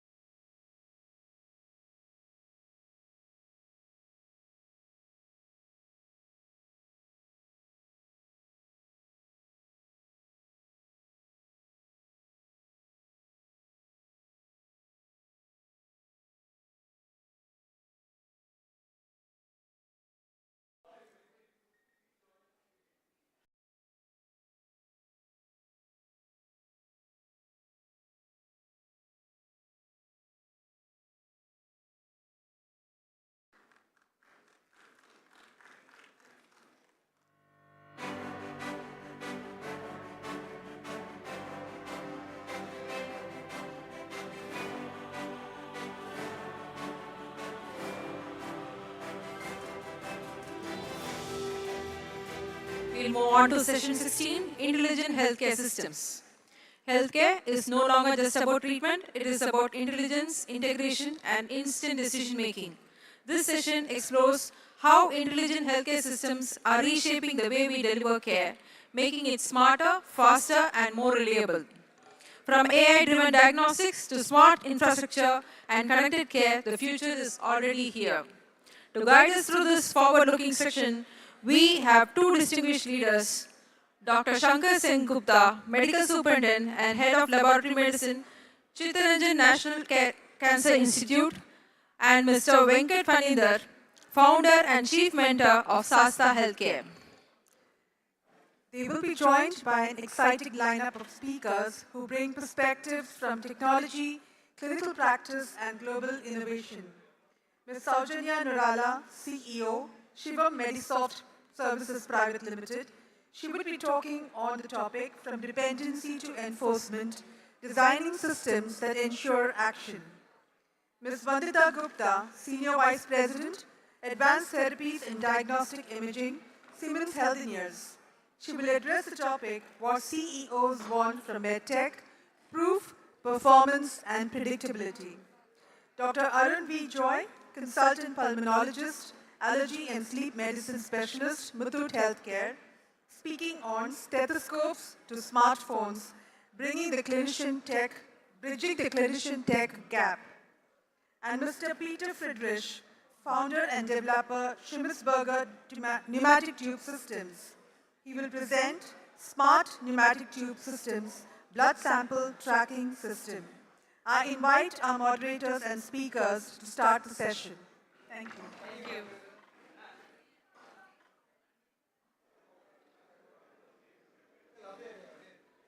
Can I? Yeah. Good afternoon. Just we are I think in between the lunch and of course after the lifestyle talk, maybe many of you will decide something else. And we are here to have a session on intelligent healthcare. I don't know what is intelligent healthcare now. After listening the talk from Dr. Paul, is it the preventive care or is it the tech? And the Cahocon this year have got both touch and tech. So if the preventive healthcare is the touch, the tech is also there to give you some kind of intelligent, innovative healthcare system. With me today, the co-moderator is nobody than Dr. Venkat Fanidar, one of the, you can say, a very famous entrepreneur. Venkat Fanidar is the founder and chief mentor of Sasta Healthcare. And I would like to give him the opportunity to greet all the speakers and then start the session. Venkat sir.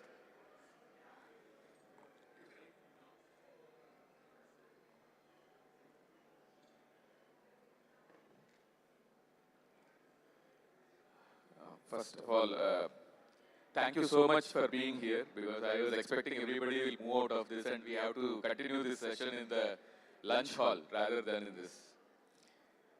So my dear friends, today we have this topic, intelligent healthcare systems, which sounds very futuristic, but occasionally a little intimidating as well.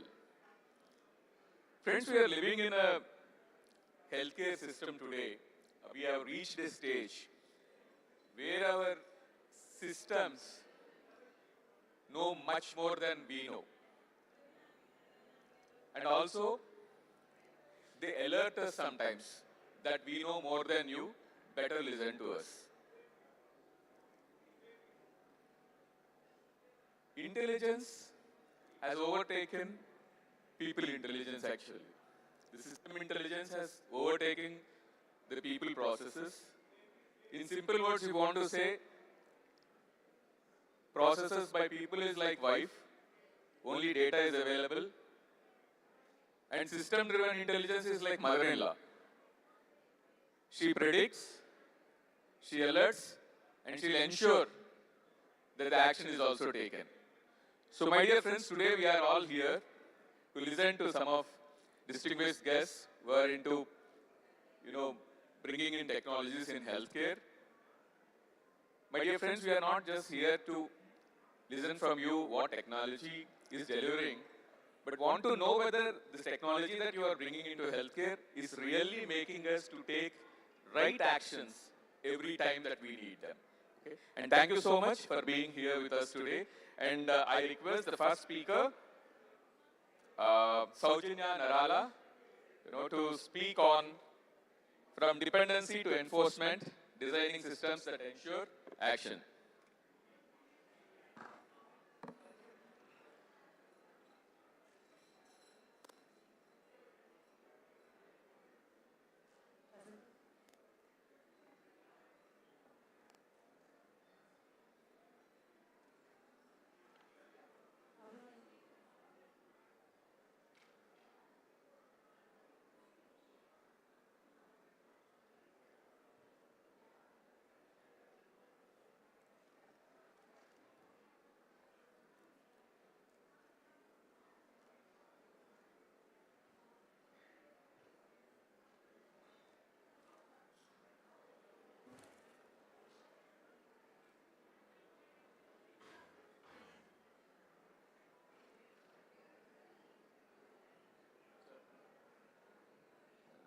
This is called limitations of technology.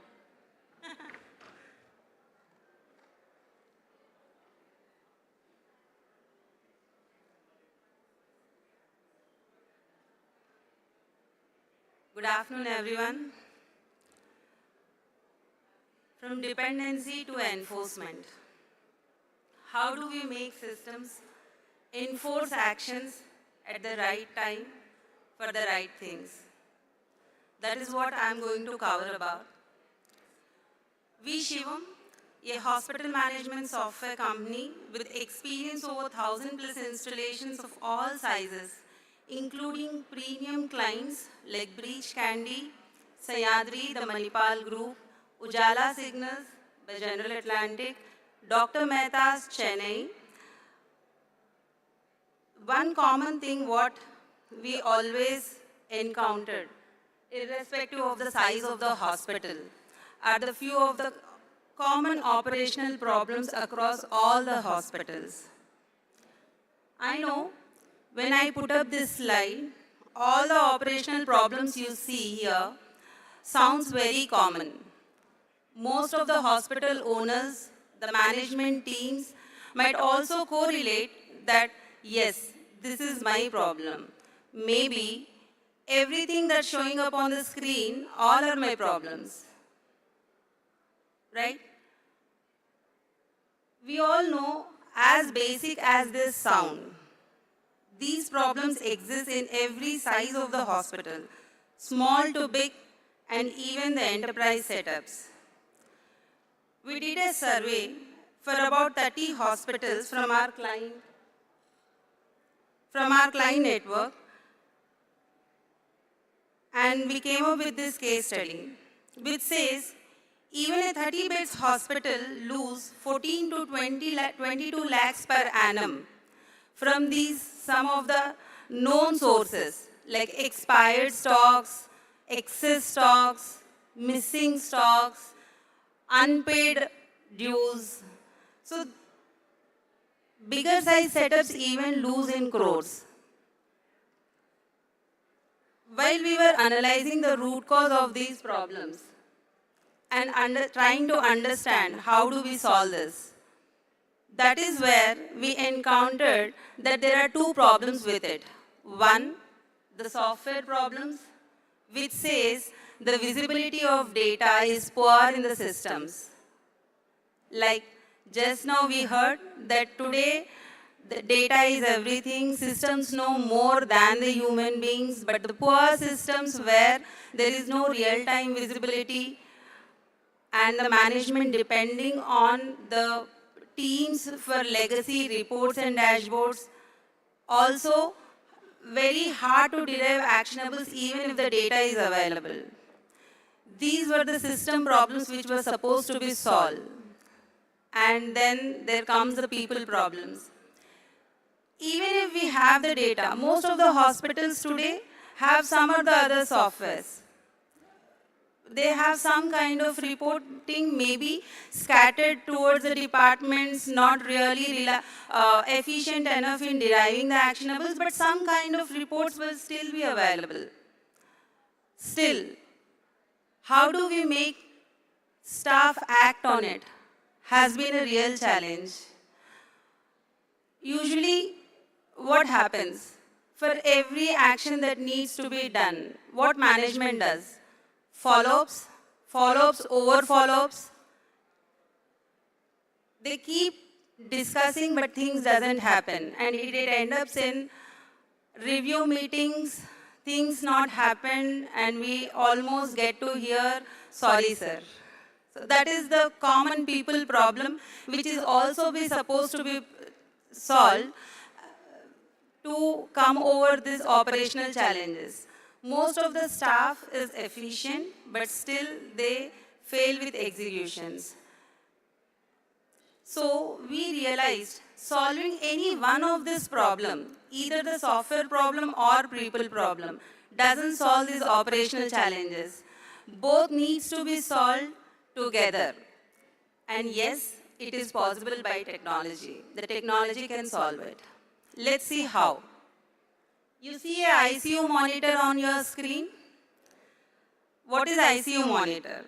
It basically puts a single screen showing all the key vitals of the patients with all alarms and beeps for critical value alerts, right?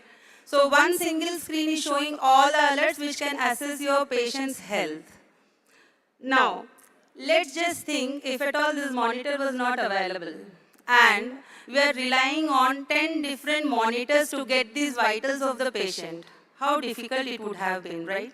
I think ICUs would never operate in that case. Same way, we thought and we applied this idea to create control tasks. What are control tasks? We introduced these control tasks, one single screen systems, which are mounted as TVs on the management rooms, which shows live streaming of hospital operations data with unlimited drill, clickable to the lower level data possible. We also designed the yellows and reds, which actually talks about the real actionables for the moment.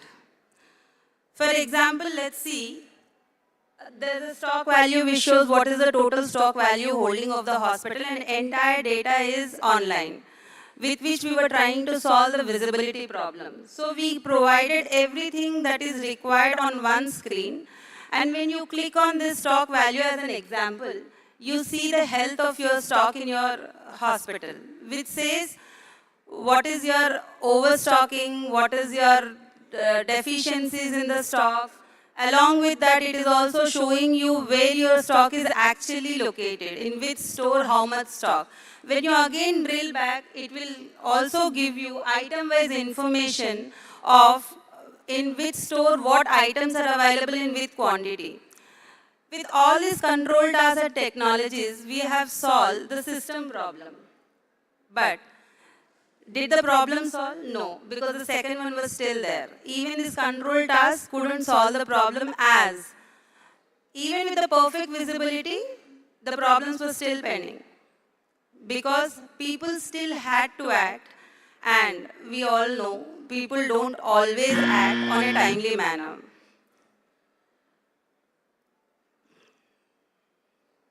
Then the actual problem we understood was data was visible, but the action was optional, which led to a breakthrough idea. We discussed among ourselves, came up with an idea, and we asked questions to ourselves. What if we design systems which itself enforces the action? And what if the process is not dependent on the people or human choice? And what if the software ensures compliance even before the damage happens? This thought led to our initiative, Make Money, Save Money. I'll just take 2 minutes to take you through a case study. That is the near expiry medicines of a pharmacy, which is a favorite topic of any of the hospitals, because that is where your actual losses creep in. So to avoid this, how to solve the near expiry problem, we came up with a control task, putting up the data on the screen, showing department-wise the bucketing of every item, how many stocks pending were expired, and also the near expiry buckets. Click, it is also showing you what items are supposed to be expired and which are supposed to be written. Here, even after data was available, the people action was optional. So that is where we came up to solve the people problem. We came up with a control which says, we redesigned the entire process basically, disrupting the back-end operations of the procurement. We took these actionable items from the control towers and plugged them back into the transactions as a controls. To disrupt the back-end of operations, user cannot make a GRN or a PO unless the expired stock is returned. That is, the system forces user to return the stock before proceeding with GRN or PO. Once the returns are done, automatically the PO and GRN process resumes. What happened next? With these controls in place, no follow-ups, no reminders, people started acting automatically. As system took over the control, this one control enabled, your stocks will never expire ever again. Throughout the process, one golden rule we followed, that we never disrupt the patient care. They only enforce the administrative compliance. Patient services always continue. This is something that has been taken care very carefully. So understanding that this concept works, we have created many controls in every department wherever we have seen the scope that operations can be controlled via compliances.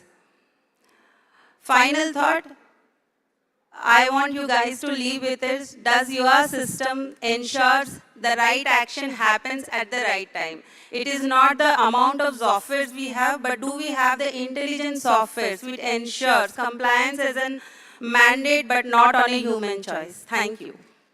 Thank you, ma'am, for your thoughtful talk. Actually, the technology has to come for inventory management more and more because more complicated inventory system is now being used by most of the hospital, not only in our country, across the world. With that, I think Mr. Fanidar sir will introduce the next speaker. That is very insightful, Saujanya, and we face as administrators in our, logistics support is very important and stocking processes, etc. Now I call upon Dr. Vandita Gupta, who is the Senior Vice President, Advanced Therapies and Diagnostics Imaging, Siemens Healthcare, Health Engineers, right? That's how you, okay. So, the topic is what CEOs want from MedTech, proof, performance and predictability. There is one more P also you are missing. If it is a CEO, definitely we will also look for profitability. Okay? So if you can add upon that, it would be great and we look forward for your presentation. There is a human error there. Hello. Yeah, that's a good challenge to start with, profitability. Good afternoon, everyone. We've lost some of you to lunch, but I think that's a valid reason. Thank you to the organizers to have us here, voice our thoughts. August audience, a great good afternoon to you. It's not every day that I'm in a room sharing with many healthcare leaders. Thank you. So it's not every day that I'm in the same room sharing space with healthcare leaders from the country, industry experts. Can you keep the mic a little closer? Am I now audible?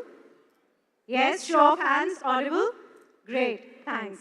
That means I have the audience with me. Okay, great. So, what I was saying is, since so many of you are in the room, let me begin with a thank you and let me begin with a compliment. Because there's so much work behind the scenes that many of you would have put in to see where we see Indian healthcare with a paradigm growth in the last 5 years. So that's a huge compliment to all the leaders sitting here, and I would say a big shout out to all of you. But while I say that, I'm also going to pose some uncomfortable questions. Yes, we've added access, we've added more beds, we've moved to telehealth about 38 times more than where we were about 6 years ago during the COVID times. But we do know that patients are still waiting. Care does not happen on time all the time. There are huge discrepancies on access still, even in the top 20 cities of the country. Yes, we've invested in technology as hospitals. We've got the best clinical teams, and that's a commitment data tells us from more than 60% hospitals in the country. But still, there are inefficiencies that we have. There are only about 5 or 8% hospitals in the country that today have institutionalized monitoring quality and monitoring outcomes. Yes, we've invested in digital, and we've been hearing that all of through 2 days in this meeting. But what we also know is that there are less than 5% hospitals today that are really ready to adopt technology and digital to the far end and really meet ends meet. And while all of this is happening, it's interesting to note that while we have the huge talent exodus that is happening outside India, the ones who are still here existing with us, are they ready to really move with the change on patient access, on operational performance, on efficiency, on digital innovation with the way the healthcare leaders are driving today? Probably not, right? And these are a few uncomfortable truths that happen between what we plan as strategy inside hospitals and how we execute it. So while we talk about all of this, I think one thing all of you sitting in the room will agree with me is that yes, there are investments that are happening on digital, on AI. We want the best of equipments and care models with us. But one thing that we're not able to solve for is, I'll ask a few questions. And please give me a show of hands. How many of you believe that while you would have the best clinician sitting in your hospital, when the patient would move outside the building, you would get the same standard of care outside? Show of hands. Probably not many. How many of you would think in a hospital you would have patient flow within the hospital, outside, up till survivorship, fully mapped out very clearly? While many of you here would be thinking that yes, it happens, but I would doubt if you would say that it happens consistently all the time. So what do we do?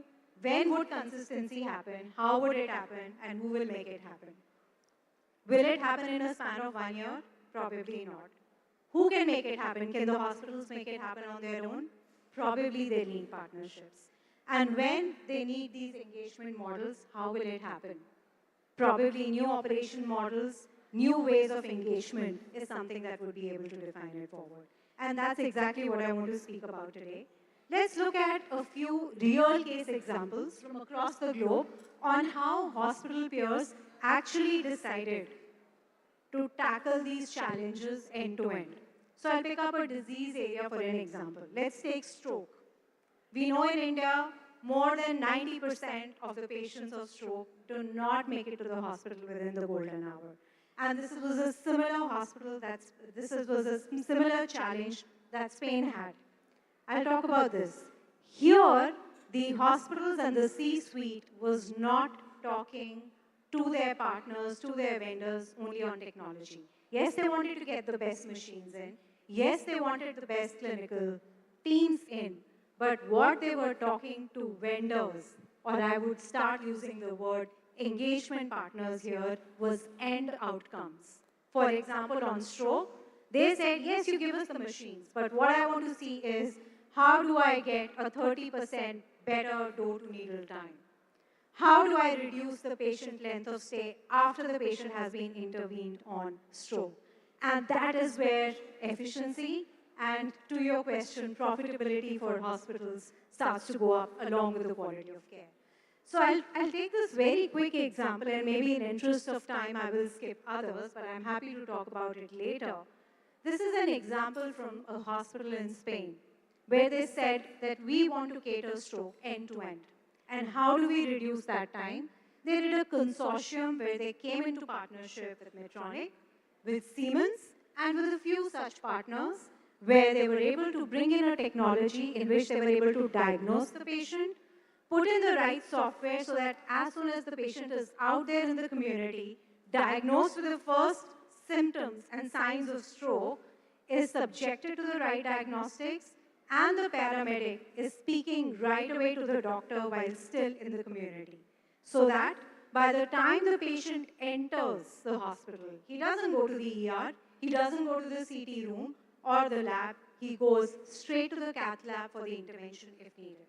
And then work around all the other mechanisms which could be around patient education, around staff trainings, around other workflows that would make this happen. What Siemens was able to achieve along with this hospital was put the skin in the game and said, we're going to charge you for the equipment and the partnership later. Let's get the outcomes in first.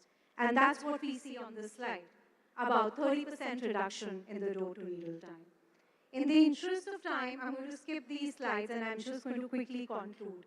We've got about 250 examples like this with who's who of healthcare systems who've engaged into partnerships with us, where we've worked with hospitals, not just on technology, but ensuring that we co-work with them on a long-term basis, having our skin in the game, and ensuring that we work on financial stability, improving access outcomes, operational performance, and much more for hospitals. So this is going to be my concluding remark, that we've evolved into healthcare systems which are not just about technology, which are not just about digital, which are not just about operational efficiency, but we're moving towards models which are designed to be holistic, They're designed to be relational.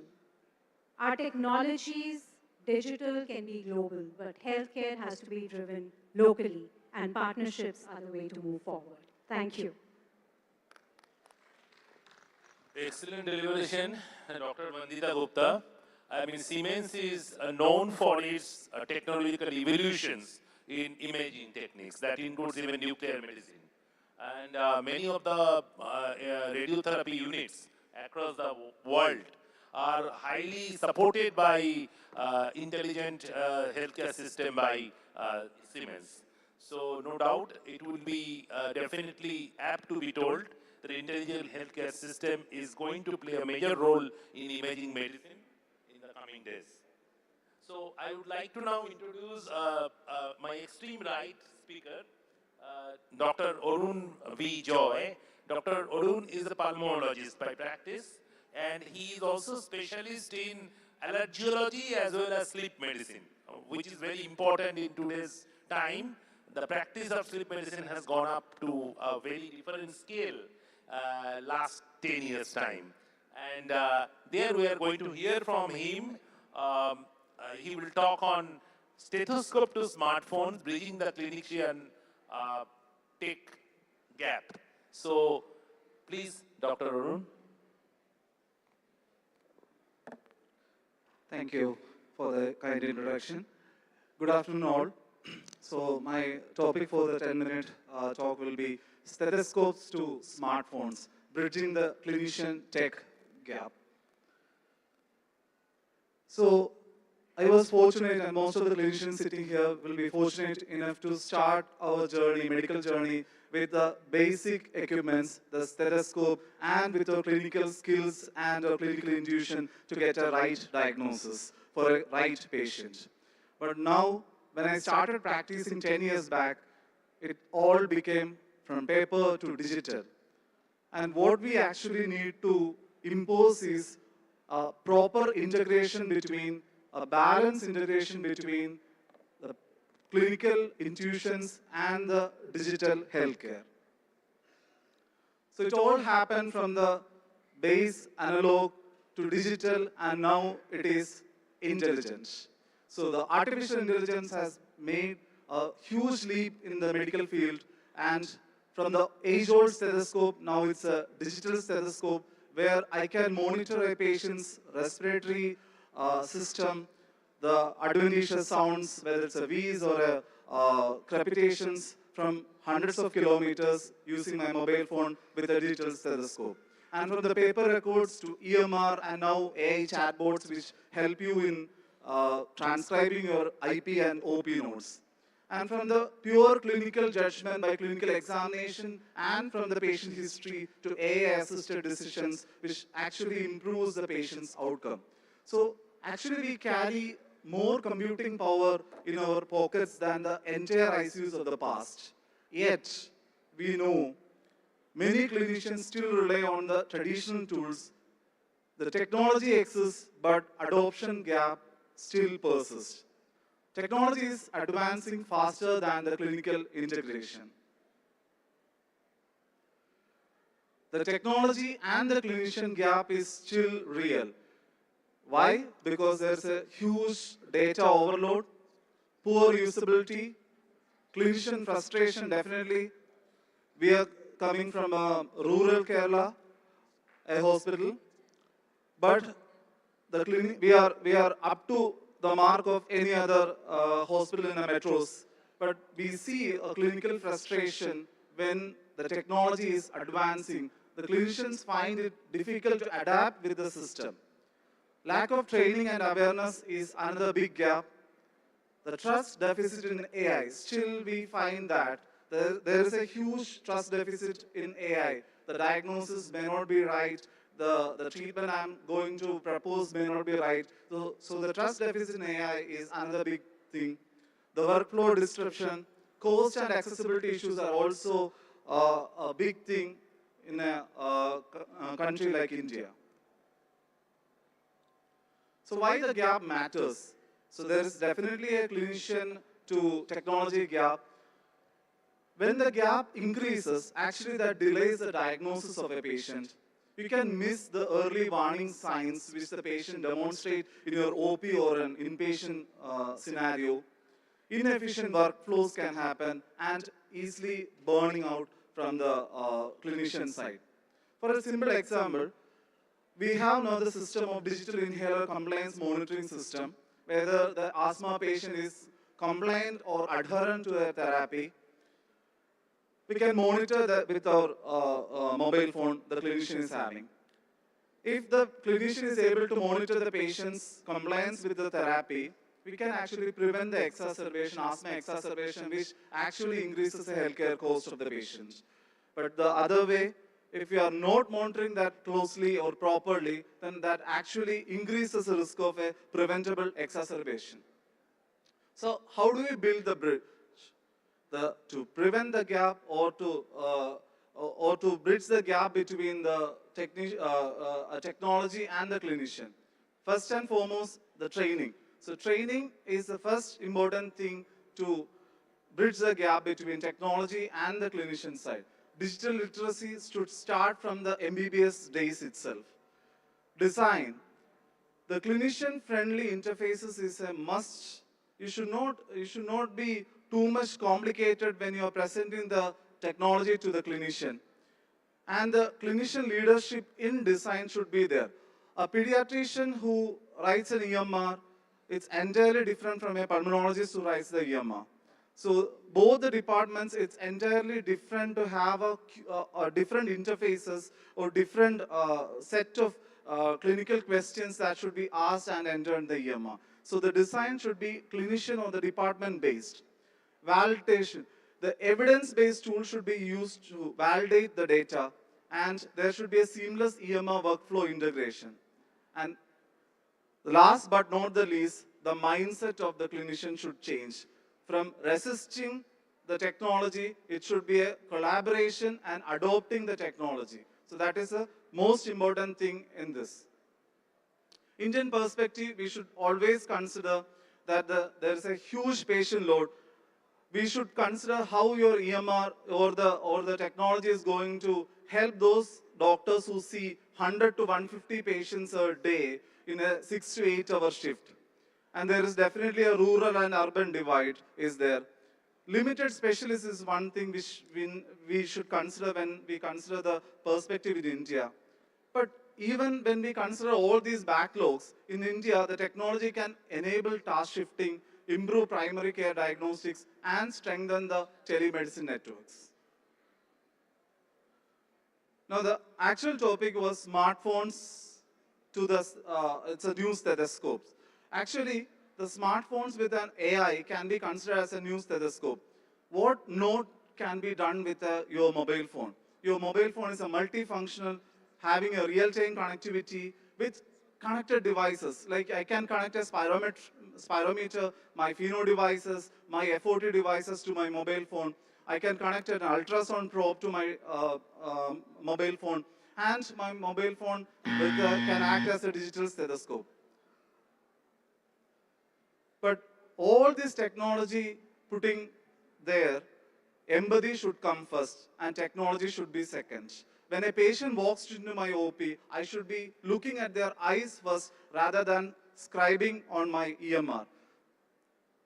And the technology should be invisible, care should be visible to the patient. Then only this technology and clinician gap will come down. I'll end my talk with the recent published article in JAMA, The Lost Aura of Physician in the Age of Artificial Intelligence, where it worries about the losing of the glorified aura of the physician, the godliness of the physician in diagnosing the thing, diagnosing the patient. But what my take is, technology will not replace doctors, but doctors who use technology will replace those who don't use technology. Thank you. Very well said, very well said. This is what is actually the mantra. Digital healthcare evolution has to come for smart medicine, precision medicine, but that doesn't nullify the empathy, that doesn't nullify the contribution of the doctors to the society, and the societal structure between the doctor and the patient should be above of any technological evolution in intelligent healthcare system. So thank you, Dr. Arun, for nice deliberation. I just would like to now introduce the esteemed left of my Dr. Mr. Peter Frederick. Peter Frederick is the founder and developer of Sumit Barger pneumatic tube system. I just would like to give a small introduction, sir. It is one of my favorite topic because long back when my city, Kolkata, was just seeing the, you can say, automation in the laboratory care, and that point of time, we took a step from the ICU to the laboratory. We wanted to have time periods less by introducing the pneumatic system. I'm talking of CK Birla Group of Hospital. We did it in BM Birla and CMRI. And we had a very successful activity because for that reason, the entire treatment part for the patient came down to less than 4 hours. Because initially it was 8 hours time, all the samples used to go by the GDA, the people, peon type people used to carry the sample from different parts of the hospital to the lab at night time particularly. So this really solved our problem. Later on we tried with the blood bag also to send the blood bag, but that didn't come out that so easily. I don't know, I'd like to hear from sir today whether also the blood bag can be successfully transported from one place to another place, particularly to the blood bank with the requisition. That would like to hear from you, sir. Please.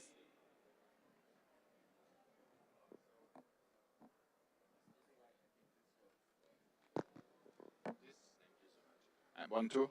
So thank you so much for this perfect introduction of the system.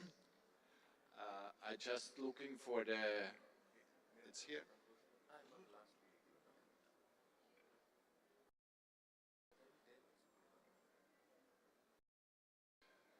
Yes, so yes, smart pre-analytic workflow, that means blood sample one touch at the point of care and delivery directly to the lab, and the result is sent back to the nurses immediately. As you already introduced, time is very critical in hospitals, and these kind of systems are helping a lot to reduce the turn time of the workflow.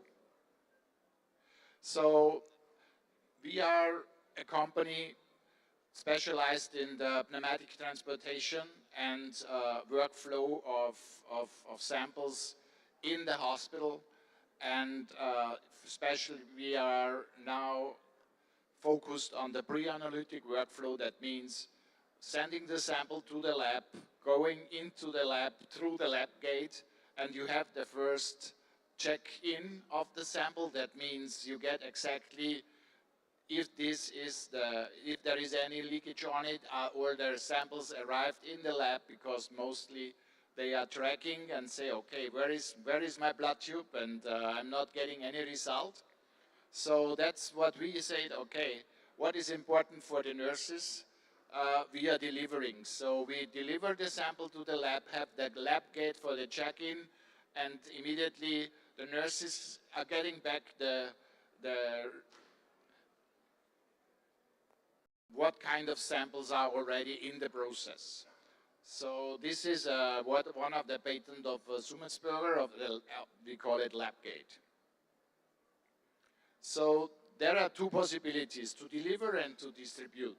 So we can solve both problems, that especially also to the Siemens Healthineers, we also deliver the samples, we check them in, we deliver the samples directly in your automation, and Siemens Healthineers are delivering the results to the nurses. So that's shake hands in between, and saving a lot of turnaround time in the hospital. So this is what intelligent sample dispatching system. That means we are already controlling the samples from the point of care. We are scanning the samples.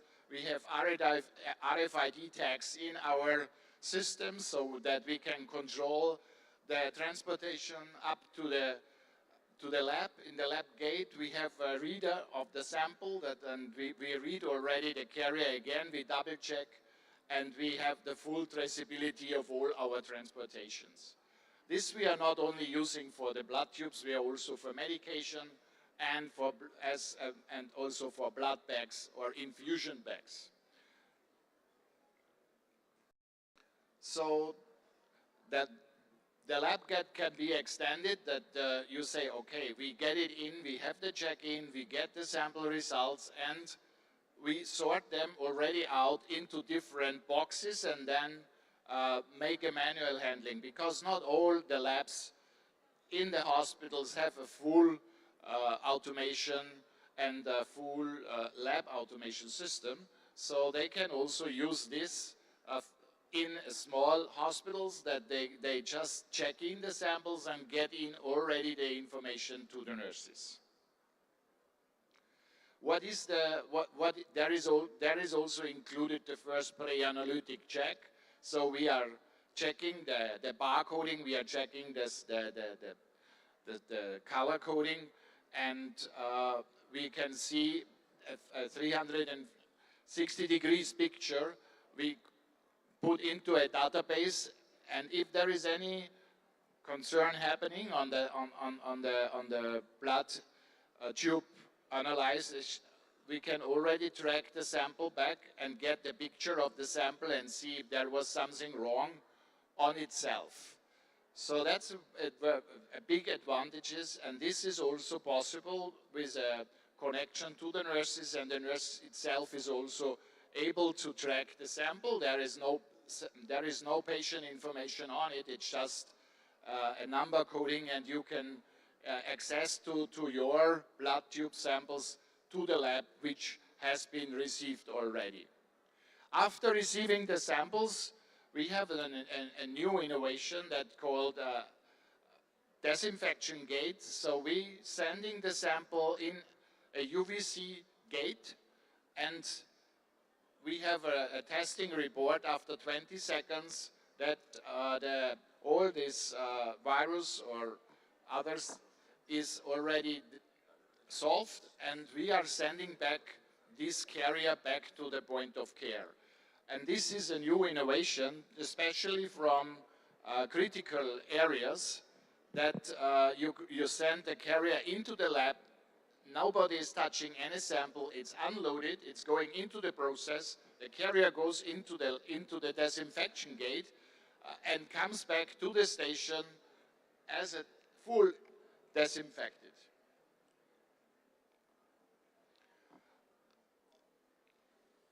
So for sure you can add to these pre-analytic sorters and smart distribution systems. And yeah, there are some samples where you can see our installations. We can connect to all the major blood sample companies and bring the blood tubes directly into the process. So I have to start the video now.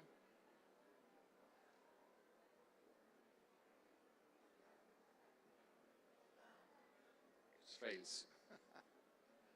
Okay, so there would be a short video on it, how it works and how it's soft transportation, because it's not only the process itself, also our high sophisticated modern PTS system is also able to control the transport speed and have a soft landing function inside.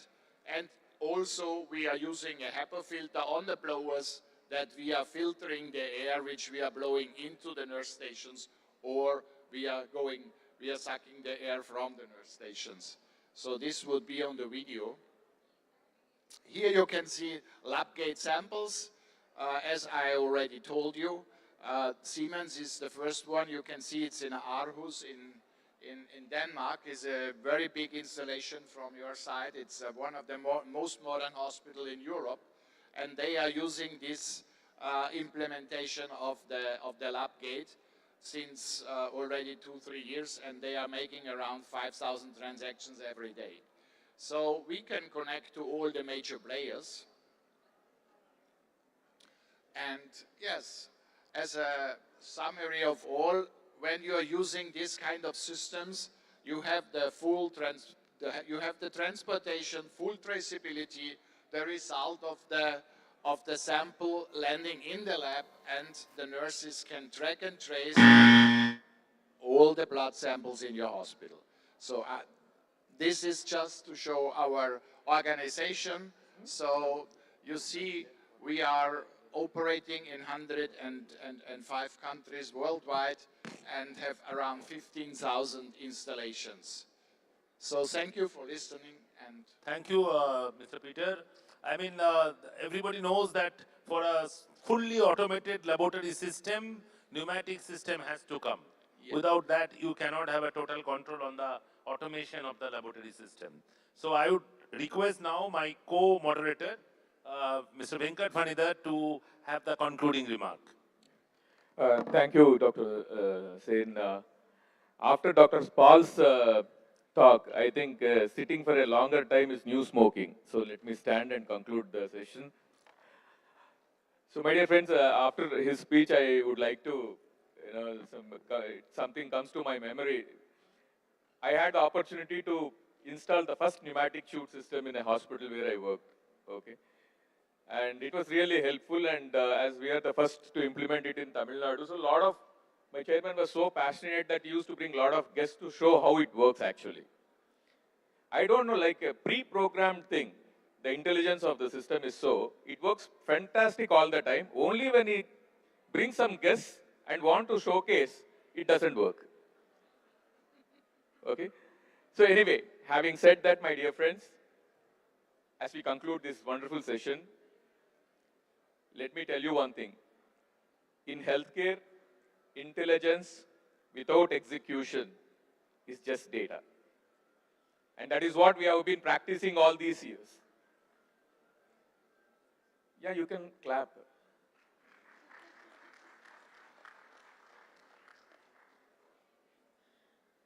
And let me also say that having said that, human judgment and compassionate care are irreplaceable in healthcare, whatever be the level of technology that we are going to adopt and bring into the healthcare systems.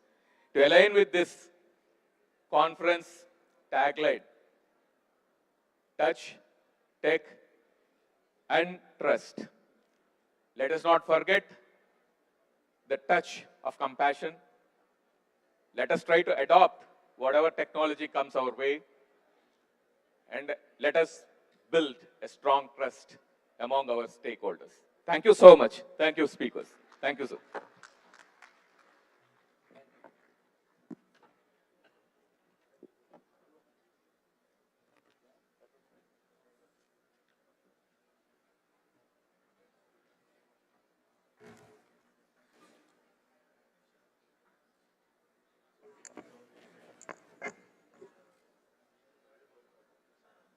Thank you so much. We request all our speakers to please come together for the photograph now.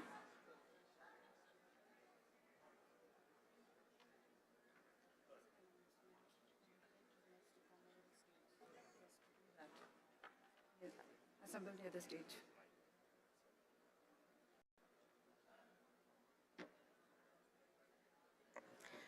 Good afternoon, everyone. I hope you have all had a sumptuous lunch. It is now time for a very special segment of Cahocon, one that celebrates not just progress, but partnerships, purpose, and people. Before we begin our session, we request all the Olympiad winners to please assemble on the side of the stage. This session brings together recognition, collaboration, and forward-looking initiatives because in healthcare, meaningful change rarely happens alone. It is our privilege to welcome our distinguished chief guests, whose leadership continues to shape global healthcare quality and safety. We request you to please take the stage.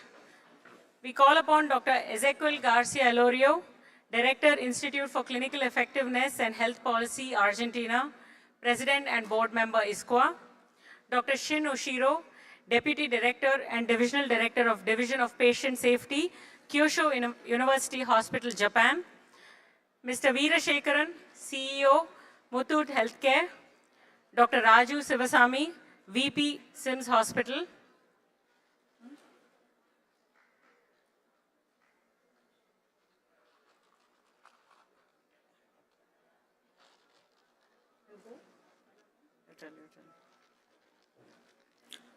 We would also like to welcome the leadership of CAHO, Dr. Vijay Agarwal, President Emeritus CAHO, Dr. Lalu Joseph, President CAHO. And Dr. Parag Randani, Secretary General CAHO. We request you all to please take the stage. Chairs.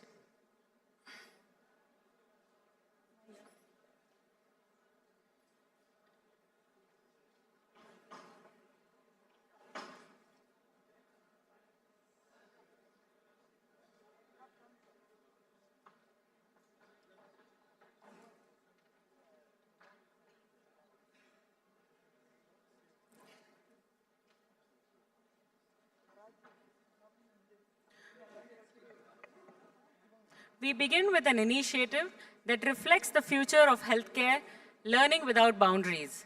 The CAHO Aster DM Healthcare International Student Exchange Program is a step towards nurturing global perspectives in quality and clinical excellence. We invite Dr. Malati Arshana Pale, Group Chief Medical Officer and Group Chief Quality Officer, Aston DM Healthcare, to share insights on this important collaboration.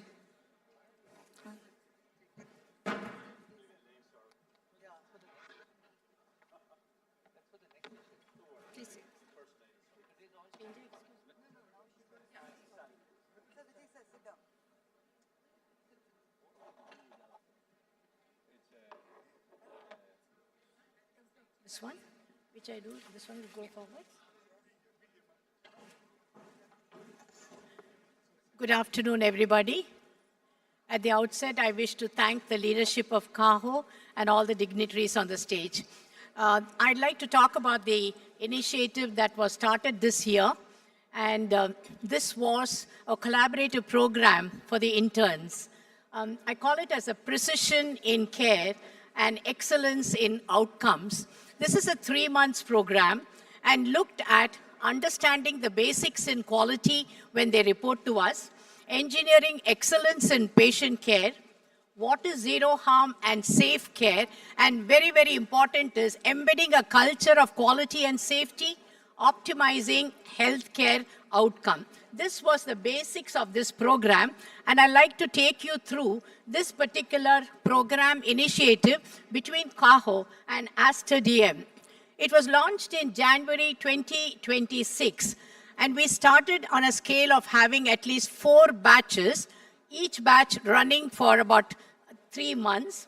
3 eligible candidates. I'll go into the next slide of how it was done.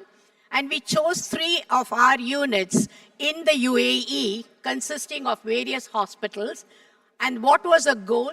Providing adequate lead time for screening, assessments, and orientation. It was a very, very interesting program which we defined with a mission, strengthening the next generation of healthcare quality. It was a very multi-dimensional approach, very, very well done in terms of selecting the interns. And it was a layer 1 where the candidates had to pass the CAHO Quality Champion examination. Then they had a layer 2, and this was about problem solving and a mandatory completion of the quality PRO course conducted by Kimpro. Third stage went on because we had lots of students who applied for this international capacity building, and that was academic affiliation, where there was collaborative selection of the students, both between CAHO and Aster DM Healthcare. They had a scoring system, and the candidates were selected. What I call this program, along with Aster and CAHO, it's a total experiential learning. Presently, we have these 3 students going through the hospitals, and they had to learn various aspects of quality, including checklists, safety culture, risk management. And we say this is empowering CAHO-trained students through experiential learning, culminating in knowledge to practice in quality and patient safety. So this is a program which is presently running with the 3 students, very enthusiastic students. We had a very, very robust induction program for them, and now they are at the 3 hospitals. They get to learn from the high-end institution, which is the Medcare. We also have Aster, which caters to the middle income as well as the mid group of the segment. And very important, we have a third sector, which is primary care Aster clinics. So the students are presently in there going to complete their first month. And this was all about building competence with practical skills. They have been assigned a mentor, a supervisor, and they have a very robust system of reporting what they learn. It's coming to the end of 1 month, and it is all about practical skills. We looked at critical thinking, and future would be when they become the leaders in quality. And this is a 3-month program, and as you can see, we divided it into month 1, 2, and 3. What is the role of the intern in the first month? The intern is an observer and tries to understand the processes. So we call it as an observer learner when it comes for the role of the intern. We also have a primary methodology, and what do they do here? Baseline data collection, literature review is what they study. They then try to identify a QIP sitting with a quality team in the respective hospital and come to a consensus. This is the project we would like to complete, because we need to be practical. It's a 3-month course. And finally, there is a unit quality lead constantly supervising and trying to facilitate the process. Month 2, we call them as analysts and auditors, wherein they do the RCA, the CAPA, the audits, they create summaries, they validate the KPIs and give a monthly update. Whereas in month 3, we call them as implementer and presenter, and through this, they do the failure mode effective analysis, they learn about risk management, and finally, they will be presenting a quality improvement project, and that is a very structured presentation, and then is a final evaluation with the corporate team that comes to us. And this quality project will also result in enhanced patient safety, clinical governance. They tend to learn operational efficiency, and that's how the project is designed. At the end of it is a scoring we have, which scores out of 50. We have divided into 20 for strategic delivery, and 30 will go for execution. And then they go through the final presentation, and at the end of it, they will get marks of each one of them so that they get to learn how the program is done. We are very, very proud, and I really sincerely thank Caho for helping us in initiating this international program. Thank you.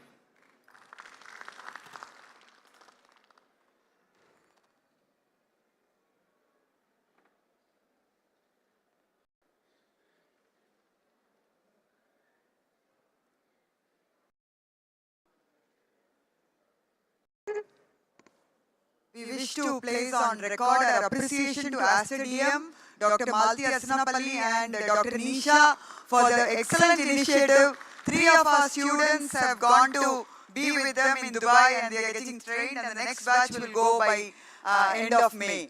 So please encourage your students to apply for the student exchange program at Aster DM. Thank you. We now move to an initiative that lies at the heart of healthcare, patient safety. The Caho Coalips IIPHG Fellowship Program is a powerful step towards building capability and leadership in safety across systems. We invite Dr. Amita Marla, Director, Medical Administration, AJ Hospital and Research Center, to share more about this program.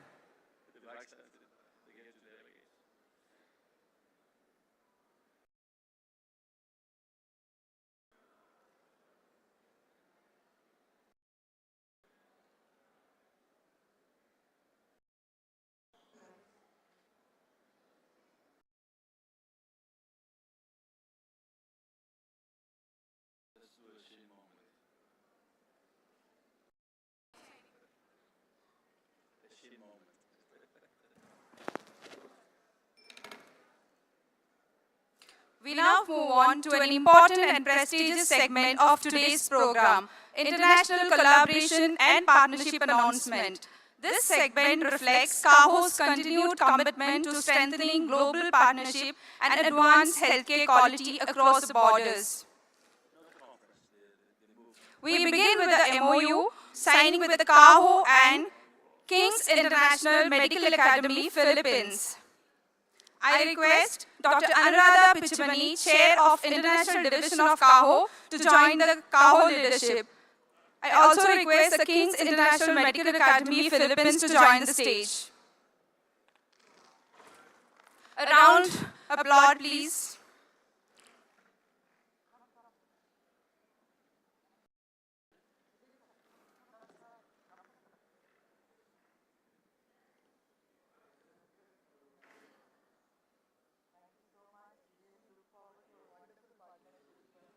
Let us witness this significant moment as the MOU is formally signed.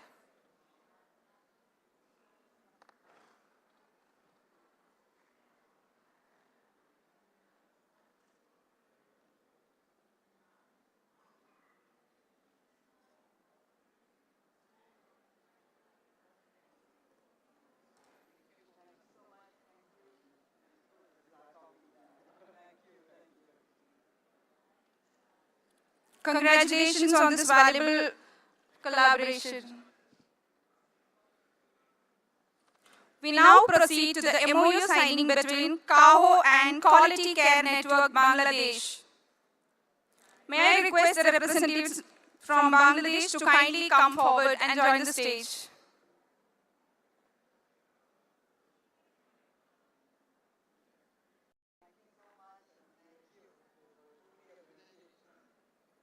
Let us witness another milestone as this partnership is formalized.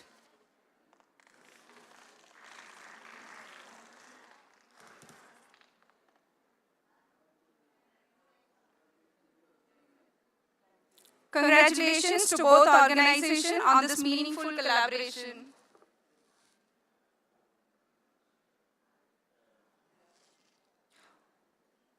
We now move on to the next segment, felicitation to CAHO by the Malaysian team from Prince Court Medical Center.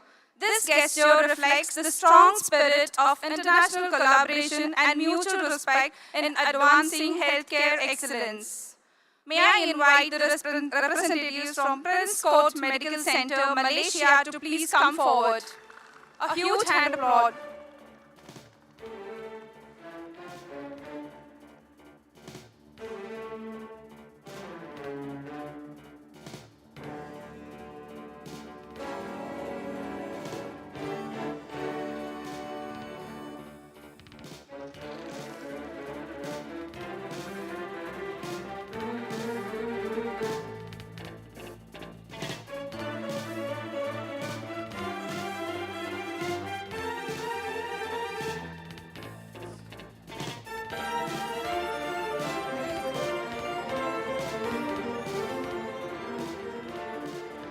Thank you for this meaningful international collaboration.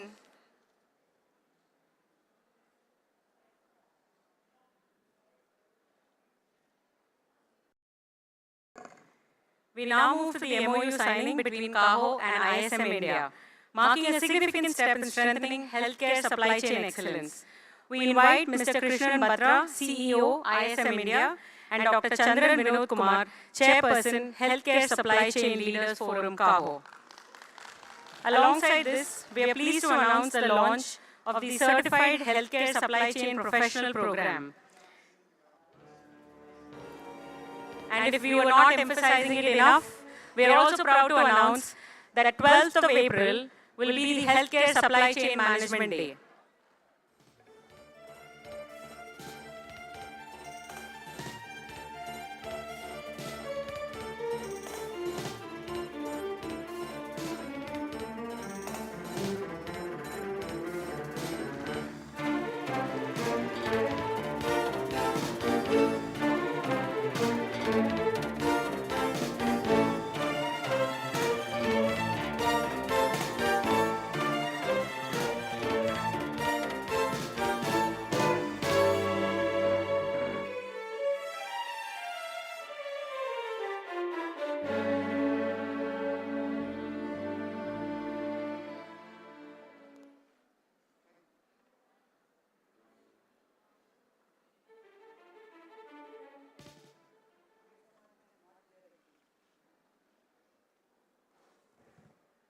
Hi friends, good afternoon. Firstly, I want to thank again Dr. Lalu Joseph, Dr. Vinod, and all the dignitaries on the stage, and all of you as well. I think it is a great opportunity for me to come here from Delhi to attend this and sign this MOU. I don't know whether how many of you have heard about the word SCM, Supply Chain Management. Can there raise a hand around? How many have heard? Okay, great. Because any hospital when you think around, or even the patient you think around, supply chain counts a lot. If the drugs are given at the right time, right quality, right price, ultimately who does it? The whole chain is covered through supply chain. Now I come from the organization called Institute for Supply Management, which headquarters is based in USA, in Arizona. It is the oldest and the largest organization in the world, I can say. And it was set up 115 years back in the field of, it was used to be called procurement, but now it has moved into the word called supply chain management. We are already there in 73 countries. You talk of ISM Japan, ISM Korea, ISM Hong Kong, ISM China. We work with them. And ISM also has partnership with United Nations in Geneva office on supply chain management. ISM also has a partnership with the World Bank on specializing and professionalizing the public procurement worldwide. As you know, the World Bank spends around $100 billion every year. So to professionalize, we work very closely with them. We also work with the government electronic marketplace. Many of you might have dealt with government electronic marketplace. So we also work with them. And my colleague is also here who looks after the Chennai regions. He is Mr. Ram, and he looks after that activities around. Now, supply chain, the way I look around in one line, if I have to summarize, it covers the whole chain, starting from the planning, procuring, logistics, storages, transportation, and finally giving to that round. And I deem it my honor and privilege to be given this opportunity to sign the agreement with your Caho, and I think we'll try to our best to keep it up. Thanks again, everyone. Take care. Enjoy the day.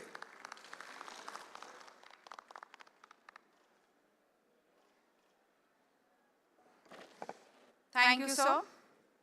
We'll now move on to another important partnership, the MOU signing between Caho and Sodexo.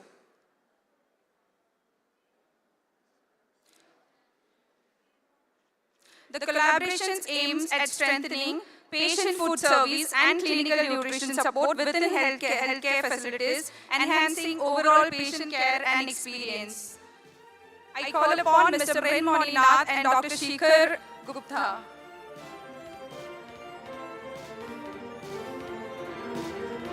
Let's witness this important moment as the MOU is formally signed.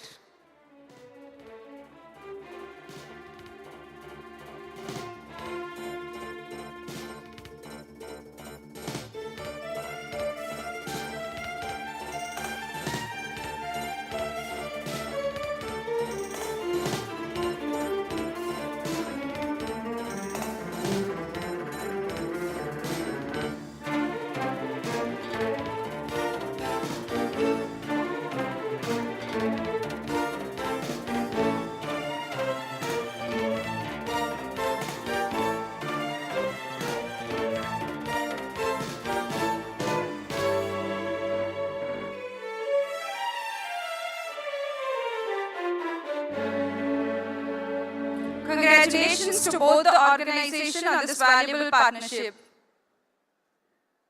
We now move to the Quality certification segment. I request Dr. Veera and Mr. Veera and Dr. Raju to please come forward and hand over these awards. We begin with the Quality IIPHG Fellowship, the National Quality Olympiad Award. I request Dr. Hemashri Shettiar to please come on stage.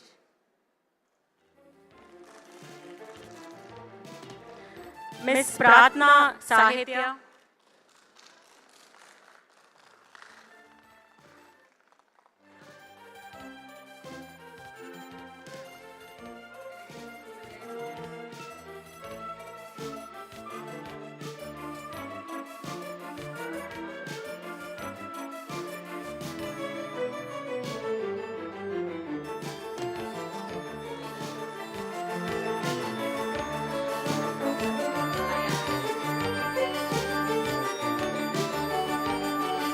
call upon the following winners. Miss Varshini, who is the national topper. Miss Somarani, Haryana state topper. Miss Pratna Sahitya. Miss Jeba Sujin.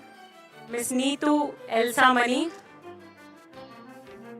Dr. M.D. Sarjun.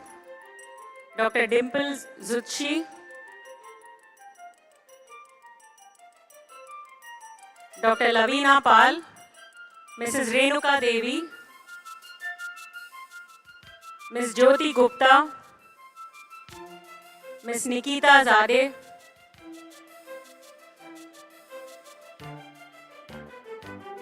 Dr. Symphonia Anguraj, Ms. Shailaja, Ms. Krishna Priya, Ms. Vrishali Vikas, Ms. Kantaraj, Mr. Kantaraj, Dr. Ramesh, Ms. Abhirami Swaminathan.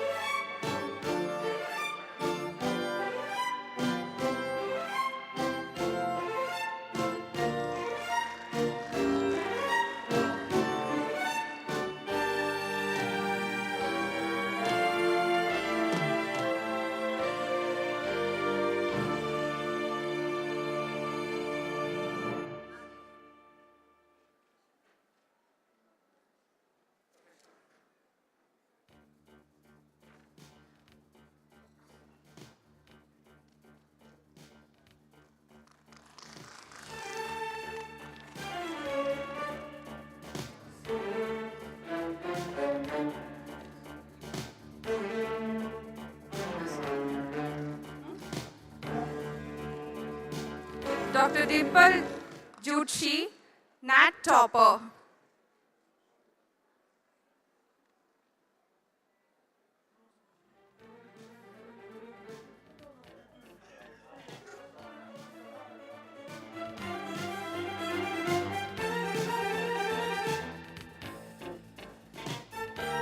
Dr. Lavina Paul, Mrs. Renuka Devi,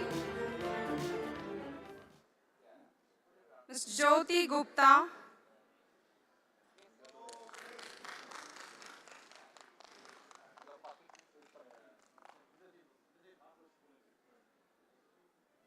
Ms. Nikita Jade,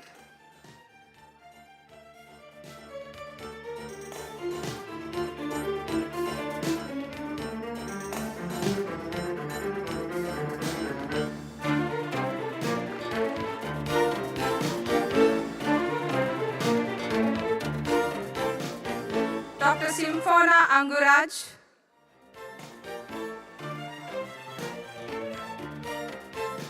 Ms. Shailaja, Ms. Krishna Priya,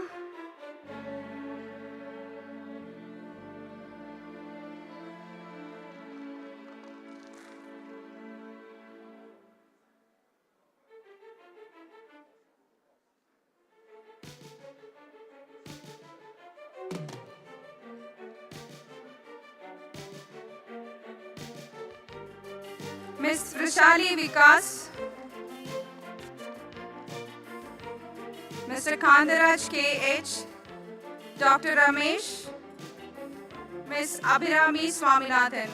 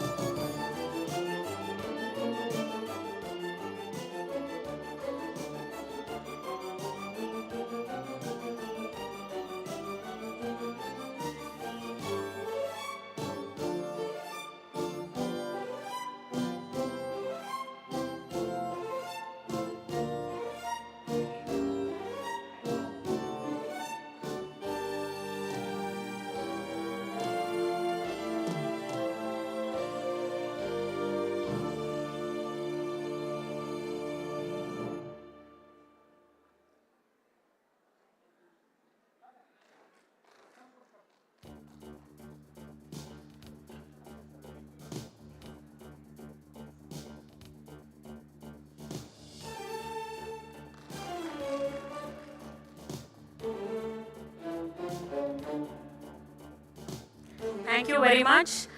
We will now hear a few words from Dr. Amita Marla about the Caho QLIPS IIPHE Fellowship Program.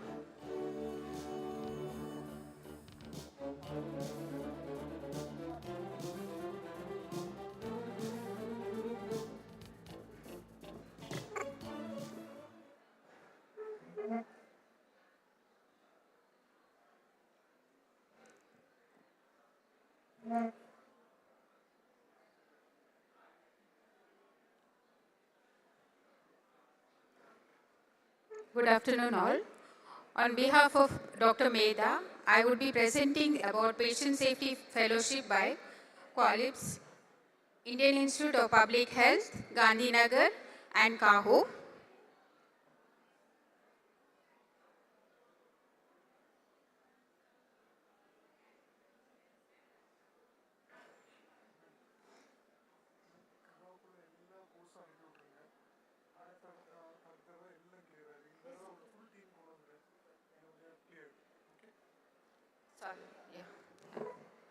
So about the fellowship program, the program is 33 weeks long, induction training program in different topics of patient safety with weekly monitoring of sessions.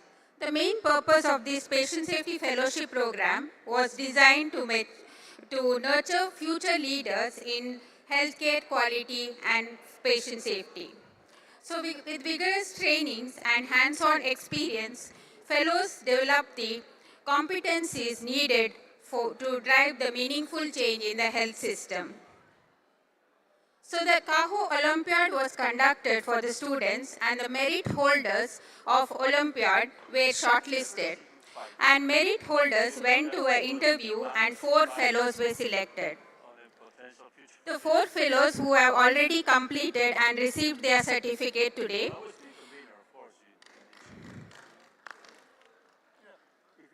are Miss Riddhi Divesha,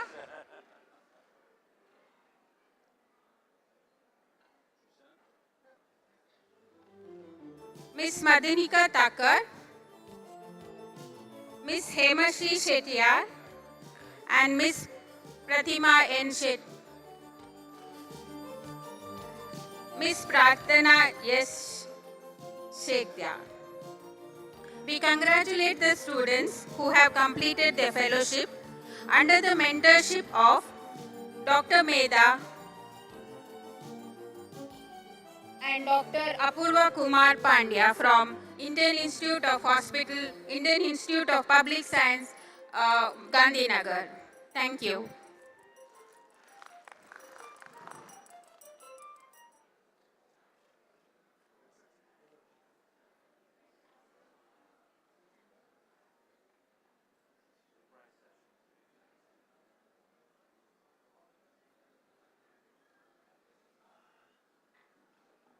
We are now going to announce the Caho credit hours.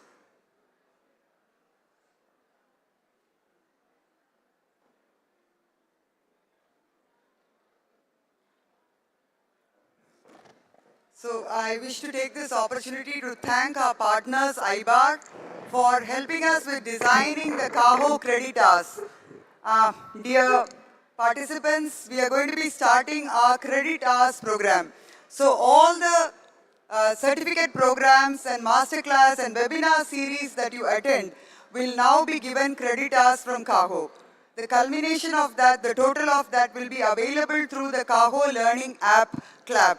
So when you log into the Caho Learning app with your email ID and your password, you will be able to download the certificate of all the set programs that you've attended with the credit hours. So eventually this will help us come together for a fellowship program in patient safety. That's the idea. So I request the team from IBAR to join us on stage to launch the Credit Hours program of Caho. This has been our dream and today it's come to fruition, and I wish to thank our Caho governing committee members who took very active role in putting this together. Dr. Malati and team, and with us Mr. Bernard and his team from IBAR. Big round of applause, lot of work at the background to put this together.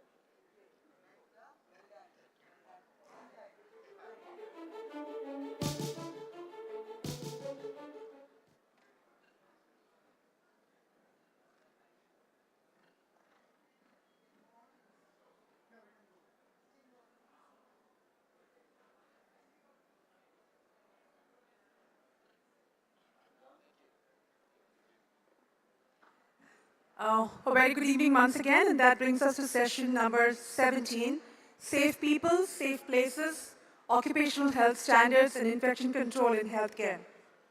We now move, at its core, healthcare is built on a simple promise, to do no harm. The session brings into focus the critical role of occupational health and infection prevention in creating truly safe environments. We are honored to have our chairpersons for the session, Dr. Raju Shivaswamy, VP, Medical and Senior Consultant, SRM Institute of Medical Sciences, Chennai, and Dr. Sheikh Mohyuddin, Chief Quality Officer, Al Dafra Hospitals, UAE. Thank you for guiding this important discussion. We now welcome our speakers, Dr. Manodeep Sen, Professor, Department of Microbiology, Dr. RML Institute of Medical Sciences, Lucknow, who will be speaking on applicability of vaporized hydrogen peroxide for environmental disinfection at healthcare settings, a topic that brings attention to the science behind safer environments and infection control practices. Next, we invite Mr. Anshul Gupta, founder and CEO, Quick Clean Private Limited, who will take us through hospital-acquired infections and their growing impact on patient safety. A conversion that reminds us how infection control is not just a protocol, but a patient safety imperative. I invite our speakers to take the session forward.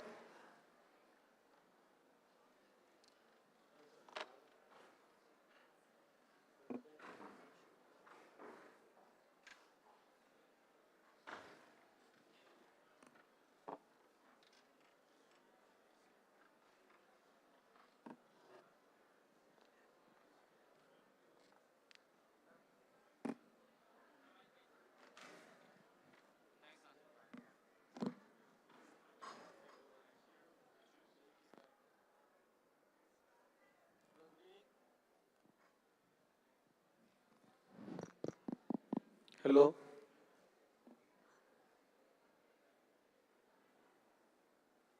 Hello, good evening, everybody. One more person is missing. Dr. Du Yeom Park.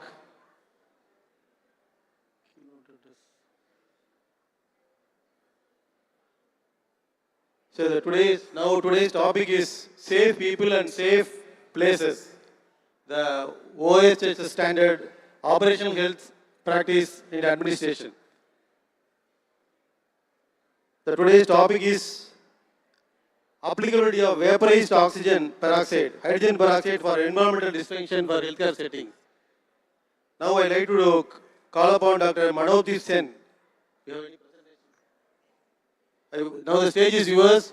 All these years we have been vaporizing with formalin, then surface solutions, and hydrogen peroxide has been used in the surface wounds.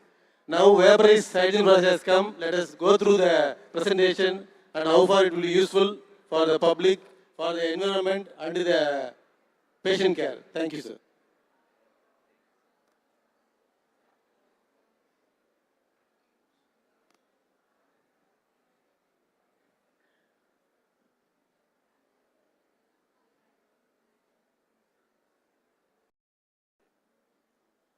So, thank you, respected chairperson, for the kind introduction.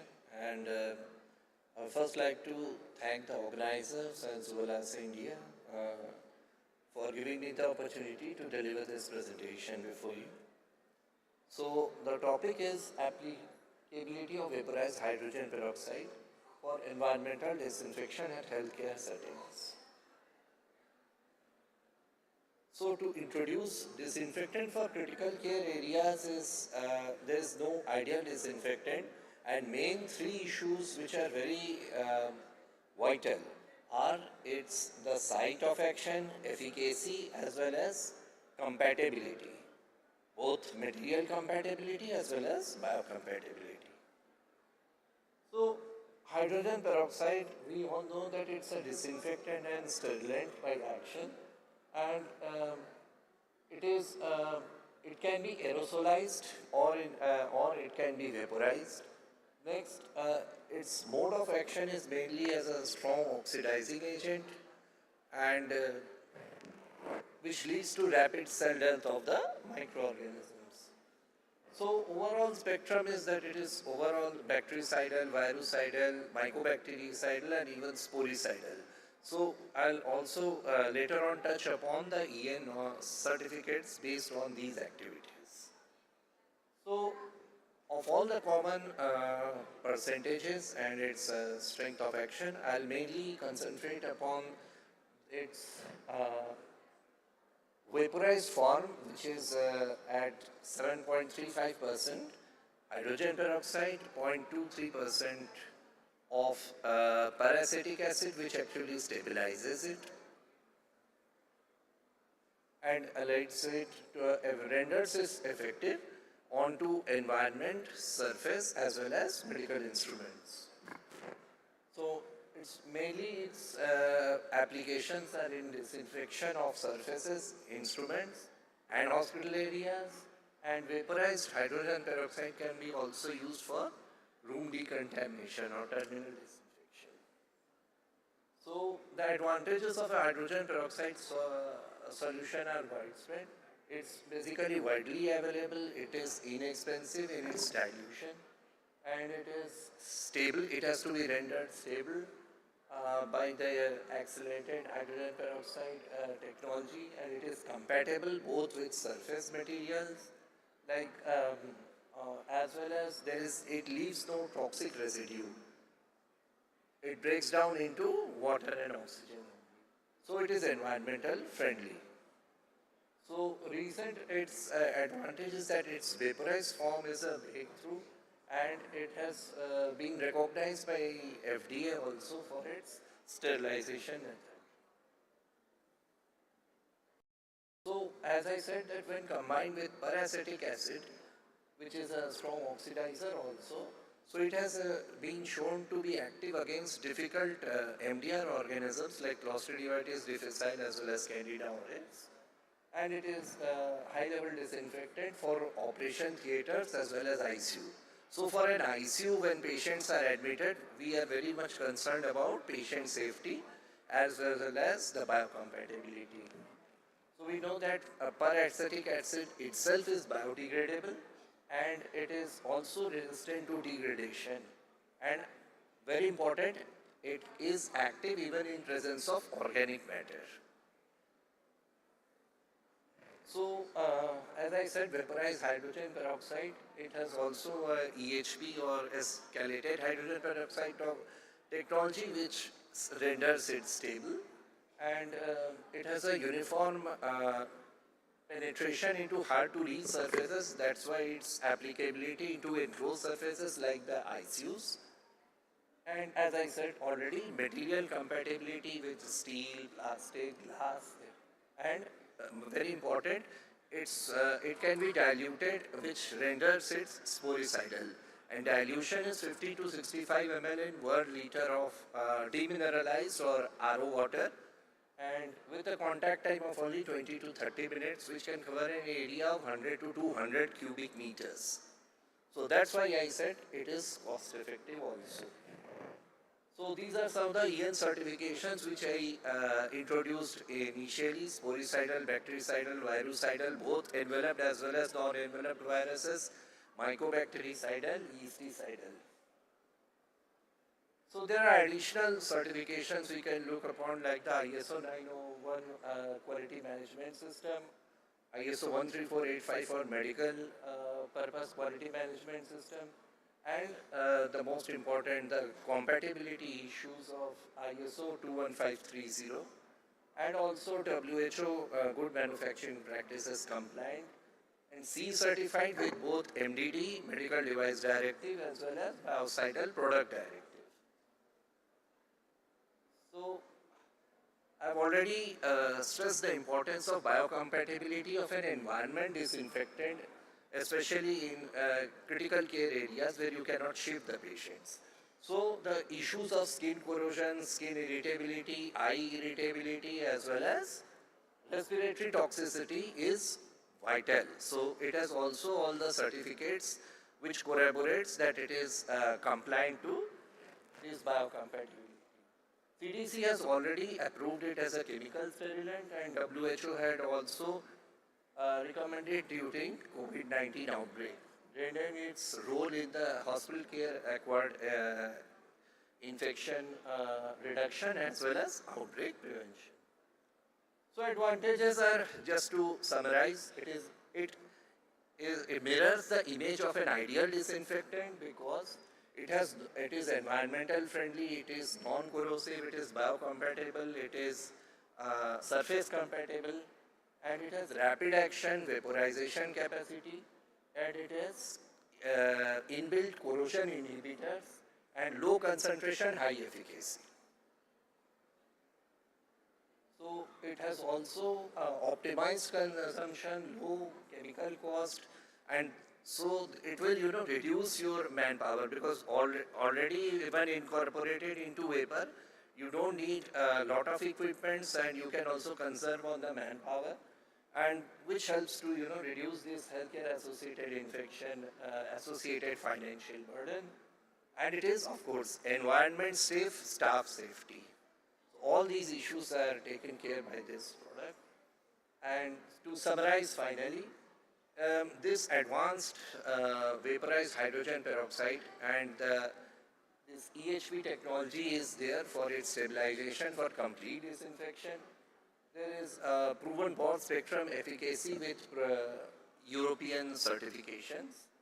Then, of course, there are biocompatibility, non-toxic, non-irritant, excellent material compatibility as per ISO 21530 certification, and it has ideal for high-value equipment for a modular OT because I said that they reach the hard-to-reach surfaces. It is environmental friendly as well as cost-effective because of its dilution, 50 to 65 ml in a 1 liter in RO water, which can cover, when once vaporized, which can cover entire 100 to 200 cubic meters of surface. So it is not confined to flat surfaces only. So, and it is globally compliant and it is a chemical sterilant, which I already have shown. So this is in essence the summary of this vaporized hydrogen peroxide technology. I would just end by saying that the theme of this conference being tech, touch and trust. So it's a technology which has evolved. It has safe to touch, that is, it is biocompatibility issues are there. I mean, it is safe and it is biocompatible, and it has earned this trust and built its trust upon these issues. Thank you so much. Thank you, sir. Thank you, Dr. Manoj Singh. I have a few questions, sir. I have a few questions. So what is the action time duration which has to be kept in the operation room or the ICU? I could hear. The action time for the hydrogen peroxide. Any ideas? Yes, I'll come on.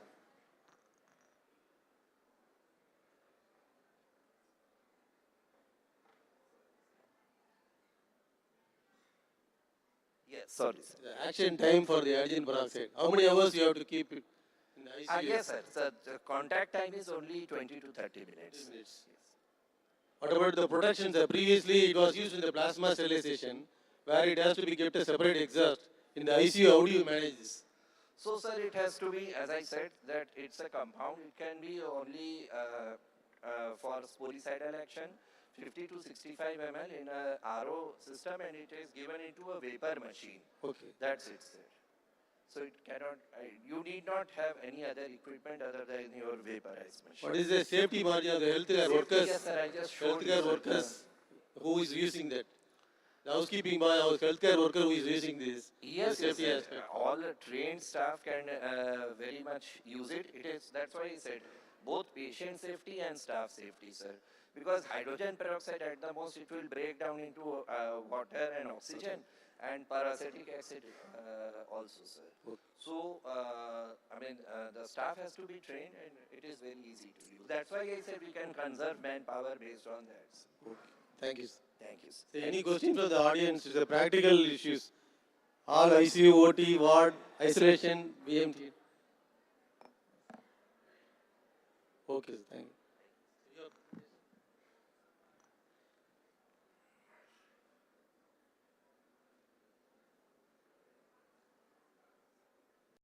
Now, Doctor, I request Mr. Anshul Gupta, founder and CEO of the Quick Clean Private Limited. Now, stage is open for. His topic is hospital-acquired infection and their growing impact on patient safety. Good afternoon, everyone. Each one of you work every day tirelessly to save lives. I think we all need to give a round of applause to all the healthcare professionals here. Guys, come on, it is for you guys only.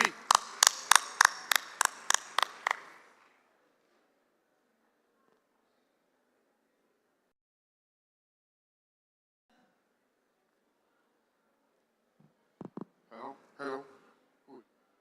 Okay. So guys, what if I tell you that some of the patients who visited your hospital didn't came with illness, but they left with one? Globally, hospital-acquired infections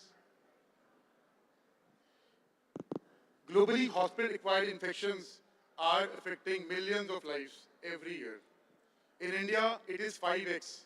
1 out of every 4 patients who visit hospitals get affected by hospital-acquired infections. But the real question is, how much of that is preventable, and are we looking at the right pace? We all understand, we've been talking last 3 days about vectors of infection, areas to look at, WHO focus on hand hygiene. But we focus on what? Contact as a vector of infection, airborne disease, insects, food, water, dietary services, invasive. Are we missing anything? Come on guys, anything? What about linen? Do we ever consider linen as a vector of infection? Great, ma'am. But based upon my interaction with a lot of hospitals, most of the administrators may not be aware about how their linen is being handled.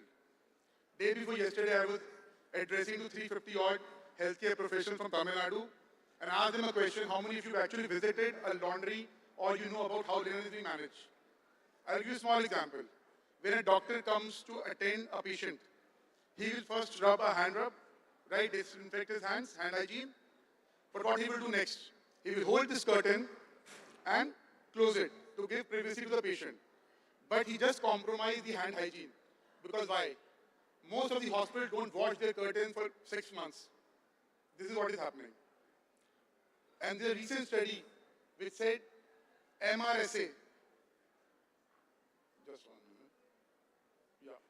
So as per Journal of Clinical Microbiology, MRSA, which I cannot pronounce, it's a tongue twister for me, right, can survive 90 days on linen. And every patient wears patient kurta pajama, doctor's coat, while we pass everything through CSSG, only what goes in OT. But what about every other linen? Patients wearing their, nurses wearing their uniforms, traveling through public transport, going home, exposing their family, all the people they interact with.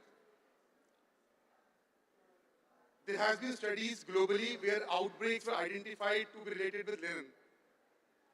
But see, we all look at sensory hygiene. Day before yesterday, again, there was a session which talked about laundry practices, and they were talking about dirty linen and soiled linen. As per them, which is visibly dirty, with blood stains, excretion and everything, should be treated as infected linen.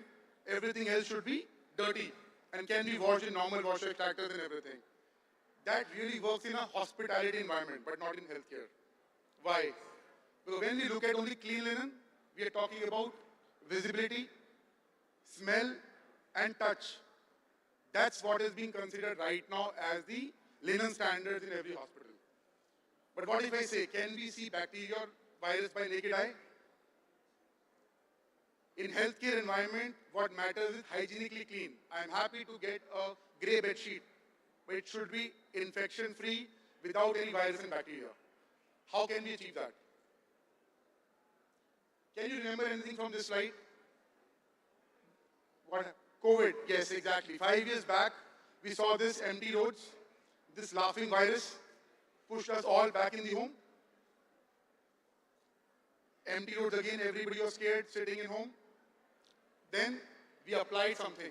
We all started wearing masks. What was that? Trying to create a physical barrier so the aerosols infection cannot spread through air. What we did with our family members who got infected, we confined them in closed doors, again creating a physical barrier.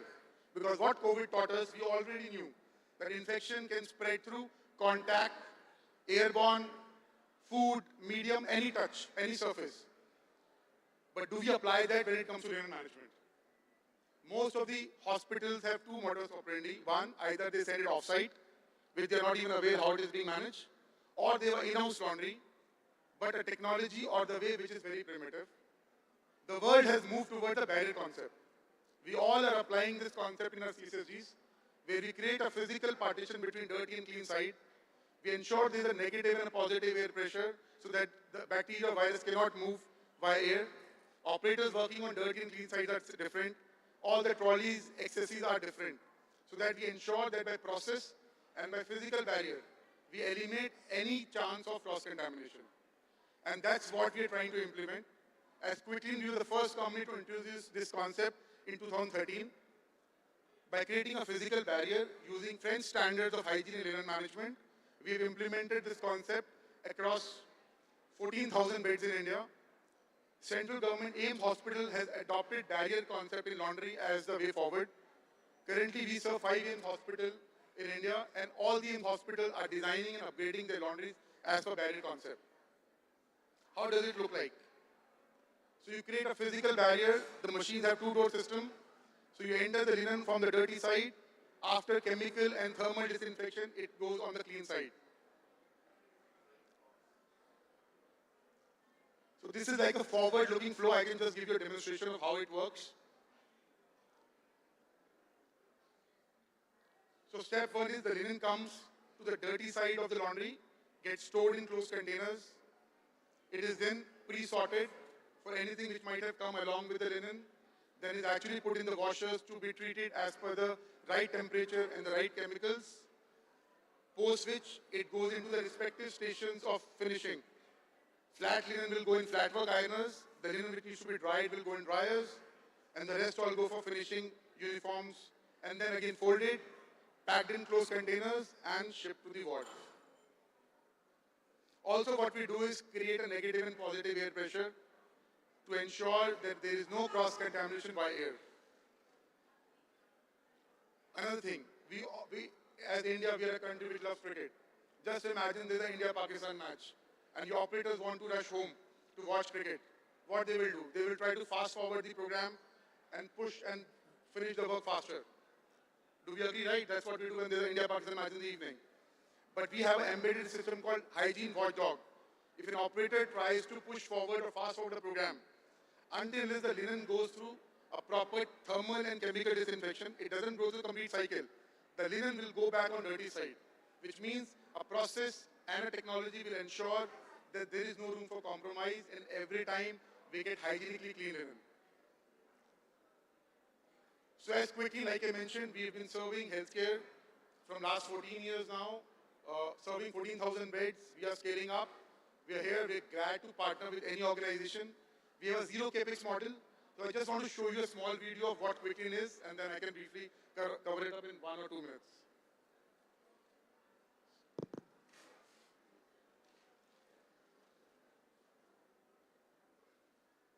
Excuse me, can you play the video, please?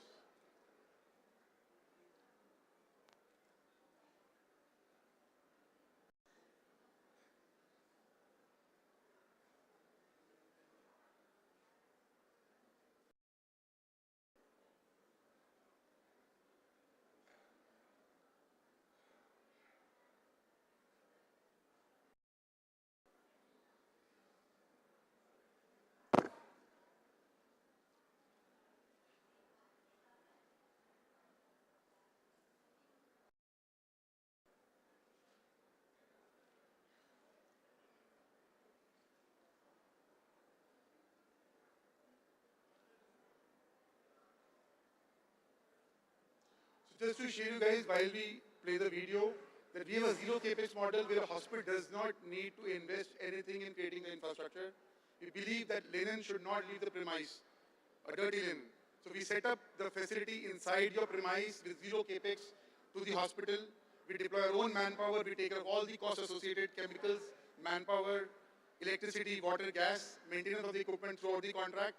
And also we provide 3-par linen if you want.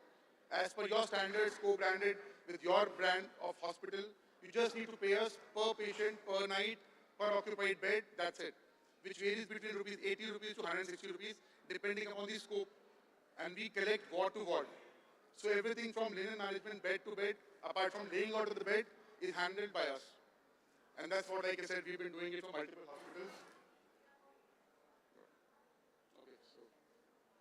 Imagine a world where your laundry worries are a thing of the past. Welcome. Imagine a world where your laundry...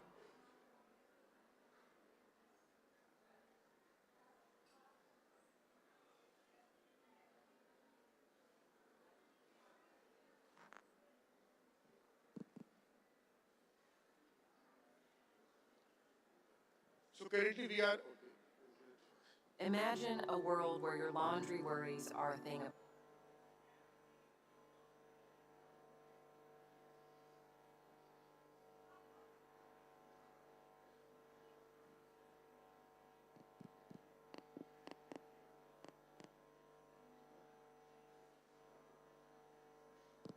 So guys, currently we work in 38 cities. Like I said, we work with AIIMS Hospital, Leelavati, Mumbai, Bombay Hospital.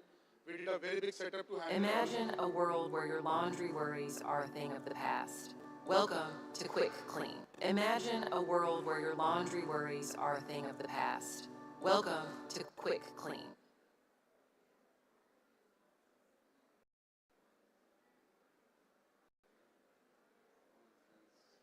I can see on the monitor. Imagine a world where your laundry worries are a thing of the past. Welcome to Quick Clean. your ultimate partner in commercial laundry solutions. Now more than ever, achieving a sustainable future is a matter of choices. At Quick Clean Laundry Systems, we firmly believe that the decisions we make today can help create a better tomorrow. Quick Clean is more than just a supplier. We offer end-to-end solutions from startup incubation and facility design to construction, marketing, and delivery. Our expert team ensures that every client receives personalized support tailored to their unique needs. Our diverse offerings include build, own, and operate models, turnkey projects, linen rental services, valet laundry setup, and equipment on lease, ensuring we cover all aspects of your laundry requirements. We are committed to sustainability. Our products are designed to minimize water, energy, and detergent use, making us a responsible choice for the environment and your business. With over 5,000 customers across various segments, pharma, railways, healthcare, hospitality, and dry cleaners, Quick Clean is a market leader in sustainable laundry solutions. Our on-premises laundry solutions are present in 36 cities across India. Our footprint extends across multiple major hotel chains, spanning numerous locations and ensuring that high-quality, sustainable laundry solutions are always within reach, no matter where you are. We are proud to partner with industry leaders, delivering exceptional service and innovation that set the standard for excellence in commercial laundry. Quick Clean serves renowned hotels like Taj, ITC, and Marriott. We offer cost-effective and innovative solutions, including zero CapEx options, boilerless operations, and zero discharge wastewater setups. Our advanced technology reduces water usage to as low as 3 liters per kilogram, maximizing efficiency and sustainability. Join us on our journey to revolutionize the laundry industry. We are Quick Cleaners, and we are here to make your work life easier, more profitable, and truly sustainable.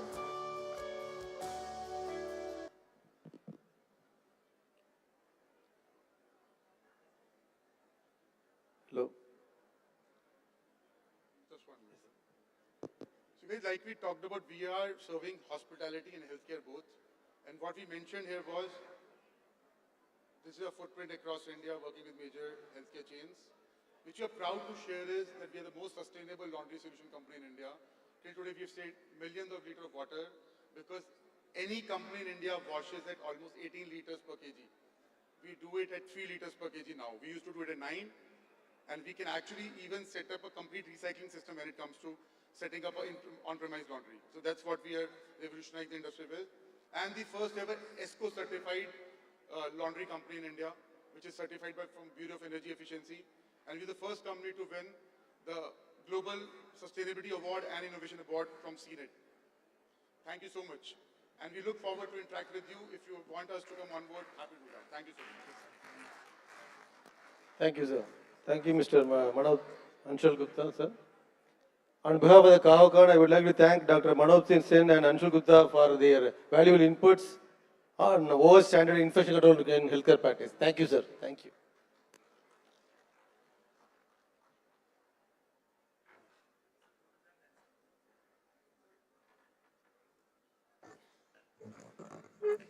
Good afternoon, everyone.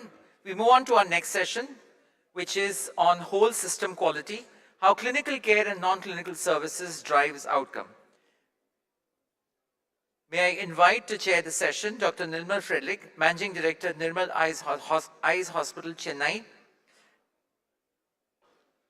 We also welcome our speaker, Mr. Rakesh Sharma, Founder and CEO, Quick Smartwash Private Limited, who will be speaking on non-clinical services as quality drivers in healthcare delivery, a perspective that will shift our attention to what happens behind the scene.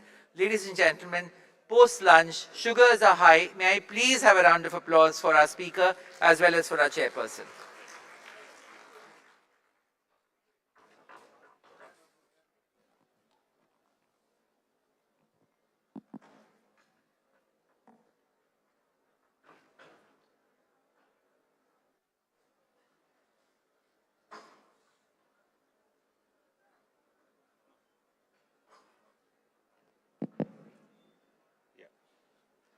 Thank you, Dr. Parag, and good afternoon, everyone.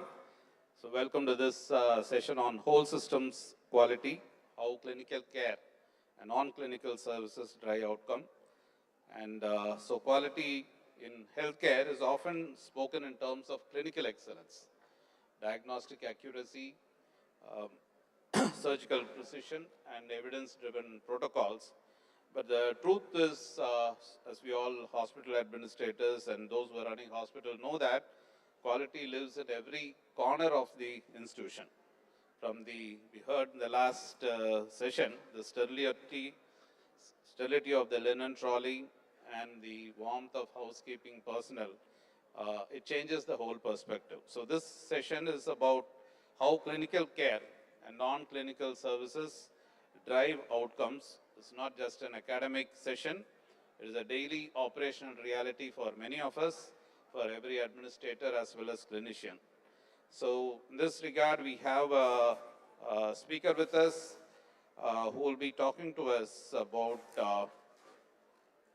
Mr. Rakesh Sharma, founder and CEO of Quick Smart Wash Private Limited.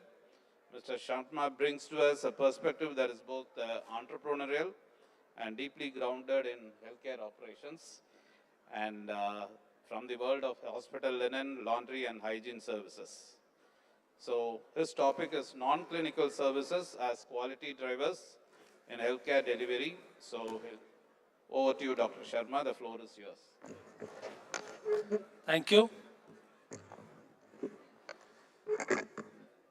Good afternoon, everyone. We are here as medical service provider beyond medical services. A lot has been discussed about the clinical outcomes indicators over the past 2 days.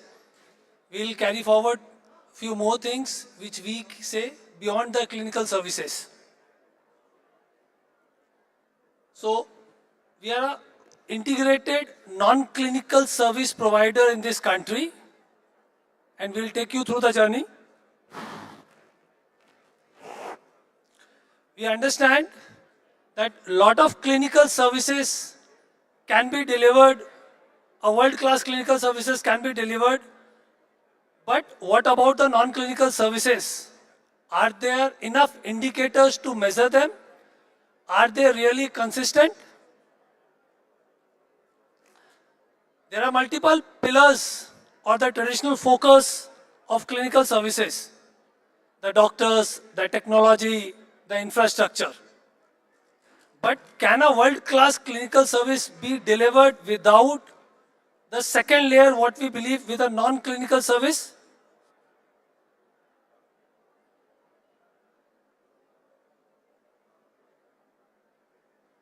So these are the primary layers on delivering a world-class clinical services. But on the basis of a secondary layer, we say, which are the non-clinical services like linen management, bio-waste, housekeeping, F&B, and how does they help us? Why these services play a very crucial role in the outcome of our clinical services. Definitely these services can help you control the infection. These services delivers what is the ultimate outcome is the patient experience. These services can enhance the staff efficiency, and these services helps in getting a better accreditation outcome or compliance, which are getting stringent day by day. So, our question to the audience is, are we having enough indicators or are we having enough focus on the non-clinical services? There are multiple ways we look forward today to the non-clinical services. They are typically considered as a cost centers. However, they are very high risk centers and they can lead to a strategic, should lead to a strategic realignment, how we look forward to these services.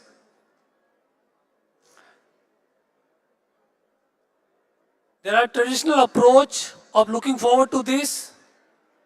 What we believe as an expert to the domain, we can help it in having a more measurable, accountable, outcome-driven process. There is a drastic shift towards patient or service experience of patient from a traditional way to a more developed way. So what if the non-clinical services were not designed as that same parameters as the clinical services?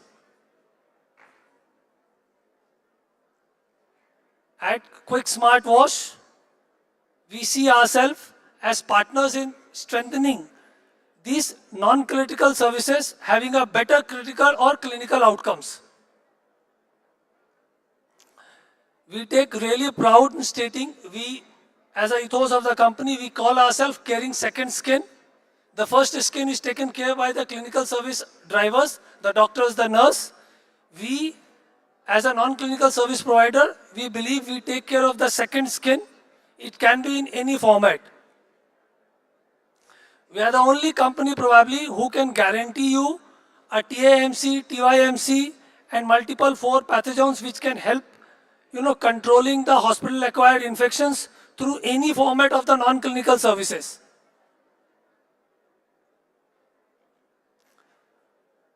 These are some FDA-approved lab reports for TYMC, TAMC, pathogens to the linen we have delivered.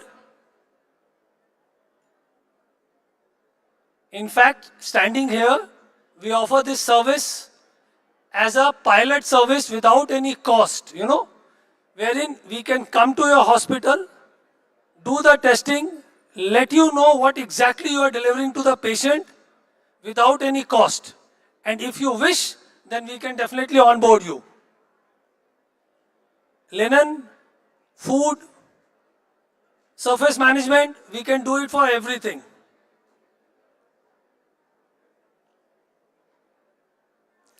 As we said, we are doing in facility management, 4,000 beds we are doing in food and beverages services, where we invest as a service partner to the non-clinical aspect of the hospital administration and take care of everything. So, we call it, we reimage the non-clinical system into an operational choice which delivers an outcome of patient safety decision. We have a partnership with the largest non-clinical service provider globally, Elan Corporation. They do almost 1 million beds per day across the eastern part of the globe. So that's all about us. Anything we would be happy to answer.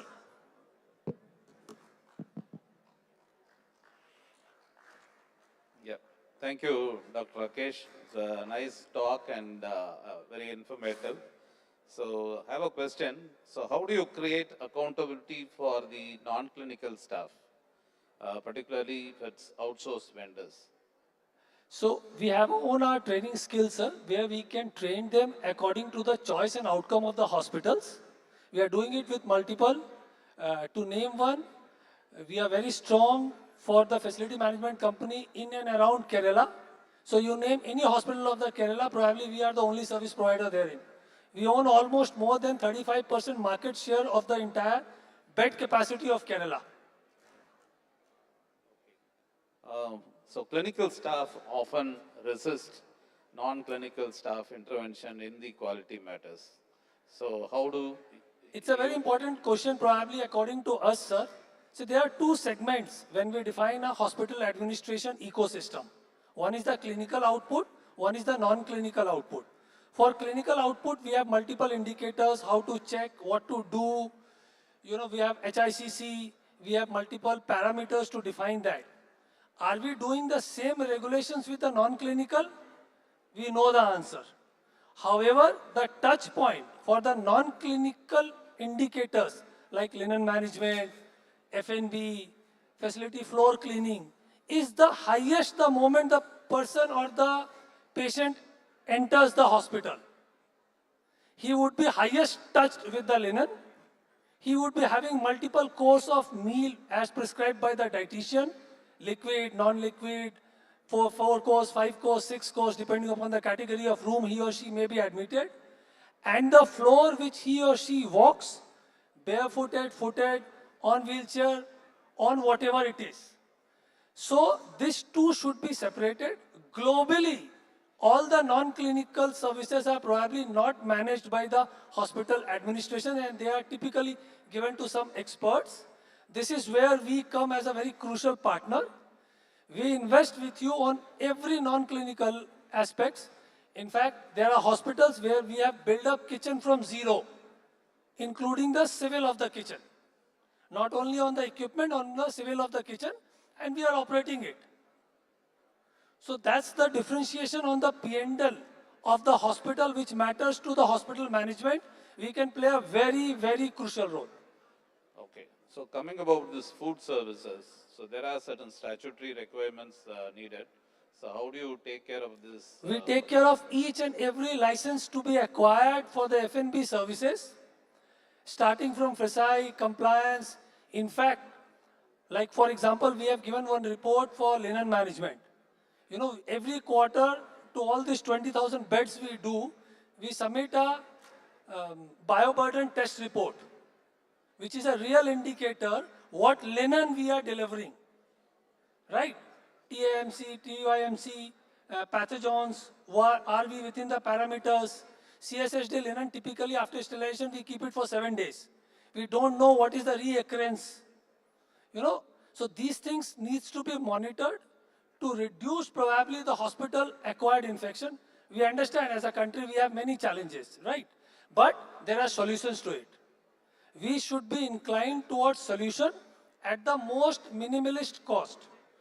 All together, the three major non-clinical service centers in any hospital administration, to the surprise of knowledge, is less than 4% of ARPOB. Imagine we are trying to save money, probably, with all due respect, at a cost center which is less than. In fact, if the ARPOB is above 40,000, the cost center comes below 3%. So we are trying to save money to what level? At a 3% cost center, if you outsource this to a world-class integrated service partner, the cost center itself is 3% zero capex. So it is the inclination we will have to look forward. Yeah, thank you. I will also like to open it for floor. Any questions from the audience? Okay.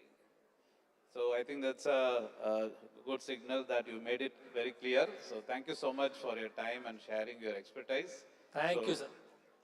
We will close this session and over to the next.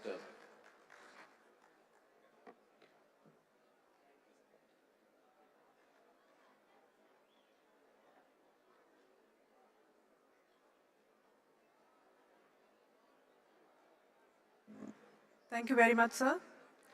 We now move into session 19, the penultimate session for our conference, Sustainability, 6 Key Updates in NABH 6th edition, a session that brings together what truly defines the future of healthcare. Not just what we deliver, but how responsibly we deliver it. Because sustainability today is not longer a parallel conversation. It sits right at the heart of quality, safety, and patient-centered care. To guide us through this important discussion, we have with us our moderator, Dr. P.M. Uttappa, Group Chief Medical Director at Narayana Health. Sir, thank you for joining us and leading this session. We also have an esteemed panel of speakers who will each bring a unique lens to sustainability in practice. Dr. Anup Warrior, speaking on sepsis bundle, Dr. Suviraj John on venous thromboembolism, Mrs. Gracie Matai on Patient and Family Advisory Committee, Dr. Sudhagar Singh on patient-reported outcome measures, and Mr. Saurav Sarkar presenting a quality improvement project on rethinking hospital meals to minimize food waste. A diverse set of perspectives all converging on one theme, how small, consistent shifts can create a lasting impact. With that, I invite our moderator, Dr. Uttappa, to take the session forward. Thank you.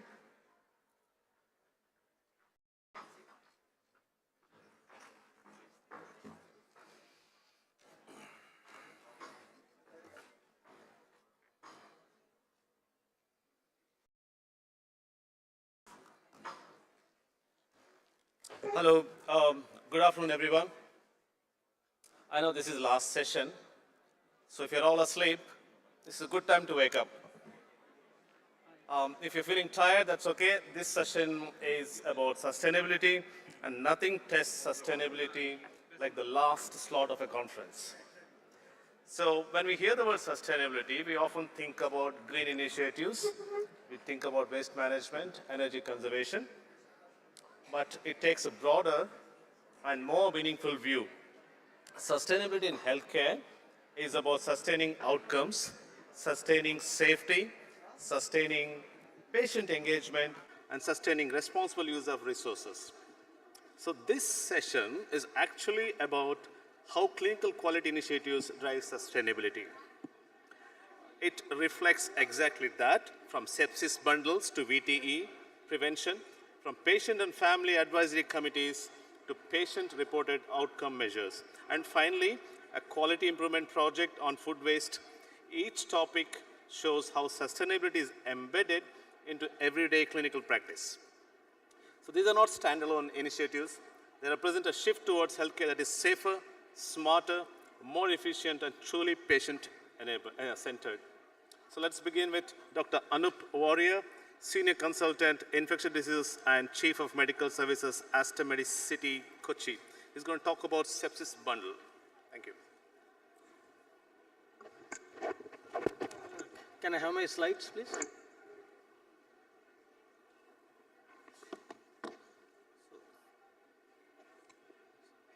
Good evening, all. So I'll give you a quick brief on the sepsis bundle and how it connects to the 6th edition NABH as a new clinical indicator. And it's connect to sustainability, already Dr. Uttapa has mentioned, and you can take home the message based on that. So first thing is that the sepsis bundle has evolved over the years, looking at multiple levels of evidence. Its various parameters have collected over the time. As you see, it started somewhere in 2016, and what we have today, the sepsis bundle as a part of 2026 surviving sepsis guideline, is what we will all follow going forward until the next edition comes. So there were certain changes which have been a part of this 2026 update, and my job in next couple of minutes is to highlight what are these parameters which encompass the new sepsis bundle 2026, the surviving sepsis guidelines, and how do you incorporate it into your NABH clinical indicator. So what is in star is what has been added, and what is otherwise was there always in the background. Screening has now moved into pre-hospital screening, so that is something new. So if they say that if the patient has been transported for more than an hour outside, in the ambulance itself there should be a pre-hospital sepsis screening to identify patients at risk, and the first dose of antibiotic can be provided in the ambulance if those screens are positive. What screening tool should be used? Now the most validated tool is NEWS2 compared to QSOFA and SOFA, especially QSOFA, which was used as a rapid screening tool earlier. So that has been pushed into the background based on its specificity and sensitivity. And the only tool which has the best pickup in terms of identification sepsis is now the NEWS2. The newer sepsis guideline also go on to suggest that if you would have a code sepsis or something called as a sepsis huddle, that means somebody meets the NEWS2 standards, you have a multidisciplinary team who comes at the bedside and together makes the call on the further steps to be taken and the resuscitation standards. Something which should be done at the time of diagnosis or suspected diagnosis is drawing the blood culture before the antibiotic is administered and doing a blood lactate level. Okay? A blood lactate level is supposed to identify hypoperfusion of the organs earlier than gross, obvious hypotension sets in place. So it's supposed to be an early marker of progressing sepsis. So therefore, drawing a blood culture before administering the antibiotic and sending a blood lactate is something which you're supposed to do first. followed by that, the next most evidence-backed recommendation is for your antibiotic timelines. So the antibiotic timelines are based upon whether the patient is in septic shock, actual shock, either be it lactate-wise hypoperfusion or with your physiological shock, or there is suspected sepsis but his physiology is maintained. 1 hour is for where the compensation has failed. That means either the patient is grossly hypoperfused and with lactate or has a low blood pressures. So here, what you require is 1 year, that 1 hour. The target of giving the antibiotic is 1 hour. And for others, it's 3 hours. Why this 3 hours? From the stewardship perspective, it gives us enough time to evaluate and decide whether the patient needs broad spectrum antibiotic or with further diagnostic like maybe an X-ray or an ultrasound, can I get a better provisional diagnosis and use narrow spectrum. So in a less severe patient, so this gives us an opportunity to use narrow spectrum antibiotic in sepsis. The third hour bundle is about the fluids. So by end of 3 hours, you are supposed to give a loading of 30 ml per kg of crystalloid. So there is no more ambiguity between crystalloids and colloids in the new guideline.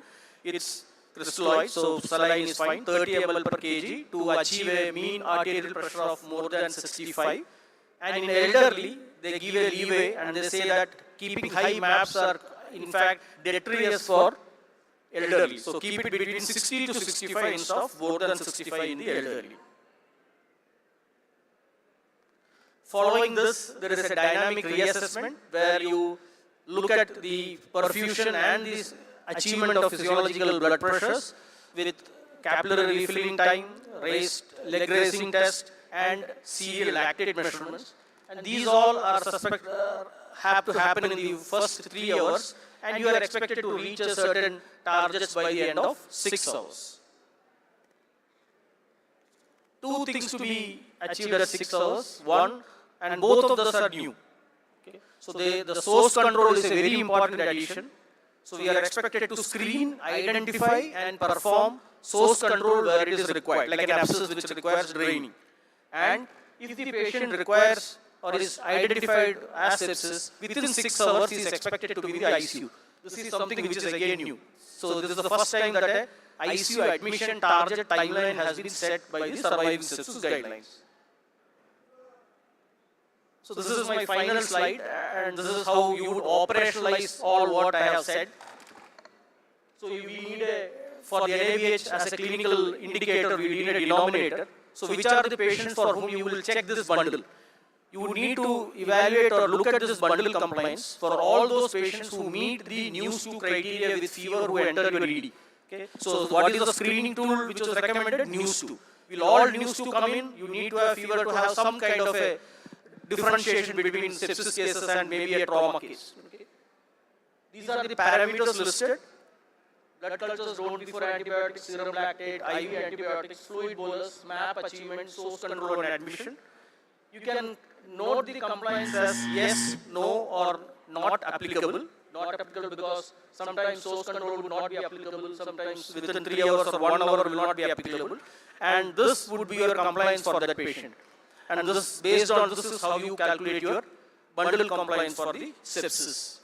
I also put up that small table there just to highlight what is included in NEWS 2. As you can see, these are all very common parameters that are captured at admission in the ED. Right? Respiratory rate, saturation, whether the patient is on supplemented oxygen, blood pressure, pulse, consciousness and temperature. So very easy screening tool, all captured at the both bedside by the time the patient gets admitted to the ED. So I will stop here now and I will hand over to the next speaker. Thank you. Thank you, Dr. Anupoya. That was great. That was great to remember that the timely clinical protocols do not just save lives, they also help sustain critical care resources and improve outcomes. The sepsis bundle actually showcases clinical sustainability. So early intervention reduces ICU stay, reduces antibiotic overuse, reduces mortality, and reduces cost. This improves sustainable utilization of critical care resources. Mind you, the topic is sustainability here, which is explicitly emphasized in NABH 6th edition under clinical protocols, antimicrobial stewardship, outcome-driven care.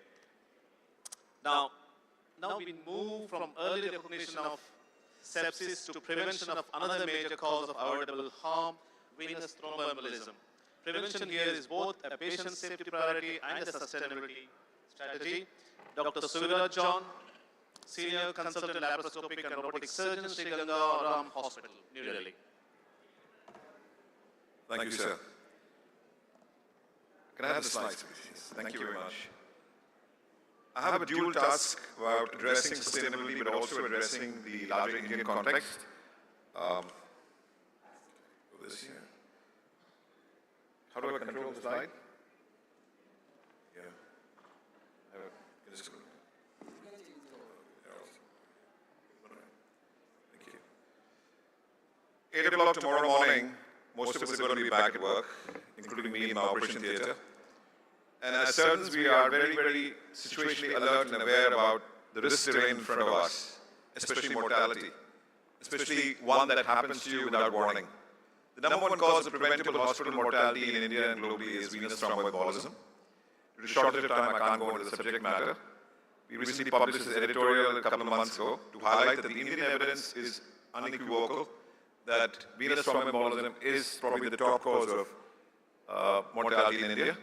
And for those of you who are a little curious, 2013 is the British Medical Journal publication mentioning that in low and medium income countries, VT is the number one cause for adverse events.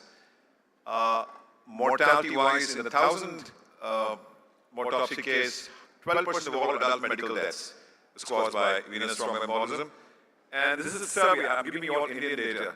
70% of clinicians attending one of our conferences said they'd experienced mortality with venous thromboembolism. And if you go into the finer details, every category and domain of medical and surgical intervention, venous thromboembolism in India resembles that of the West now. And so this is a summary slide with the evidence, because this is largely about physician and healthcare provider recruitment in their psyche. So VT in India is pretty much as bad as it's there in the West. So this is a take-home slide. I put it up front. Prevention of illness and healthcare-associated venous thromboembolism is now a clinical, legal, and accreditation mandate, with the Government of India advisory backing it, and thus also a top health patient safety initiative. So the evidence for that is at the bottom. You could take a photograph of that. So how do we go about controlling and preventing it? 60% of the burden of VT is hospital-related. Up to 70% is preventable. That's the bulk of disease. Sadly, globally, less than 50%. In India, less than 20% get any decent prophylaxis. We are now changing the metric. I think we are much better off since 2012.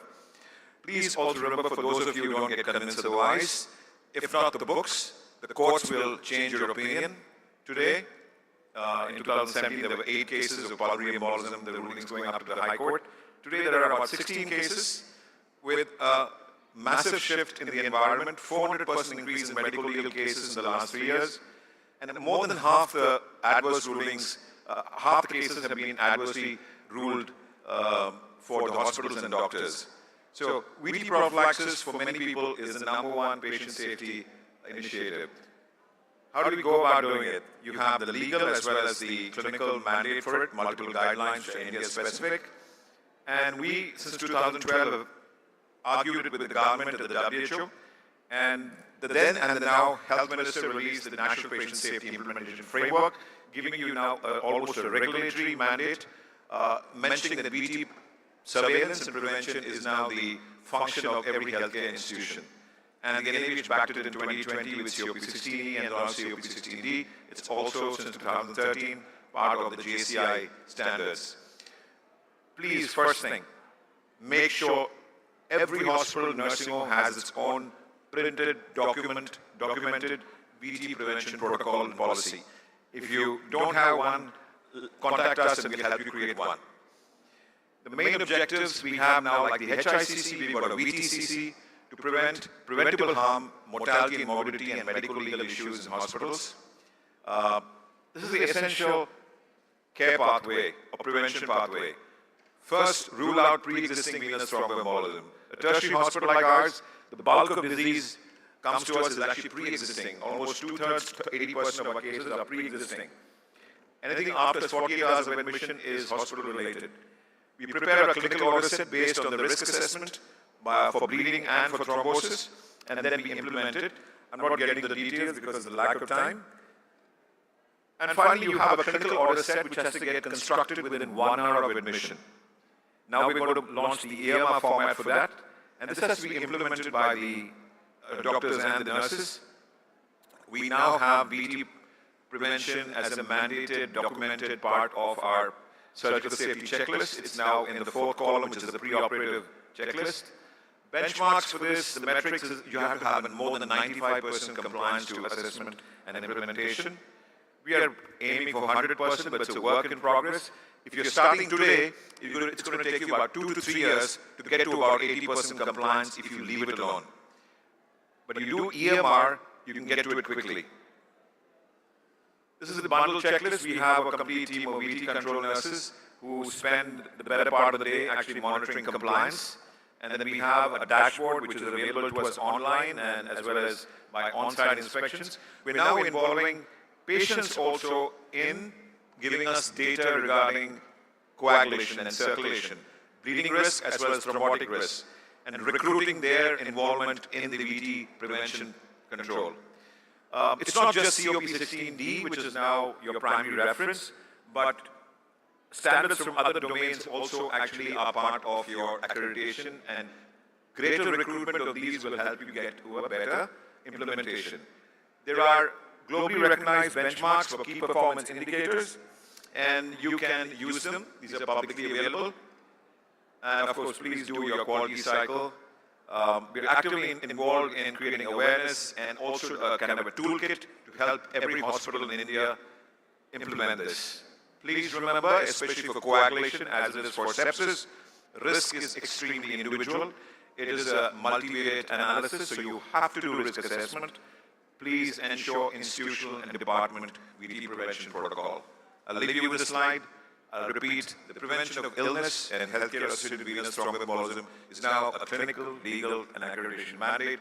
Please ensure your hospital has a policy document for it from tomorrow. Thank you very much. Thank you, Subra John. Fantastic, and you finished within time. Thank you for that.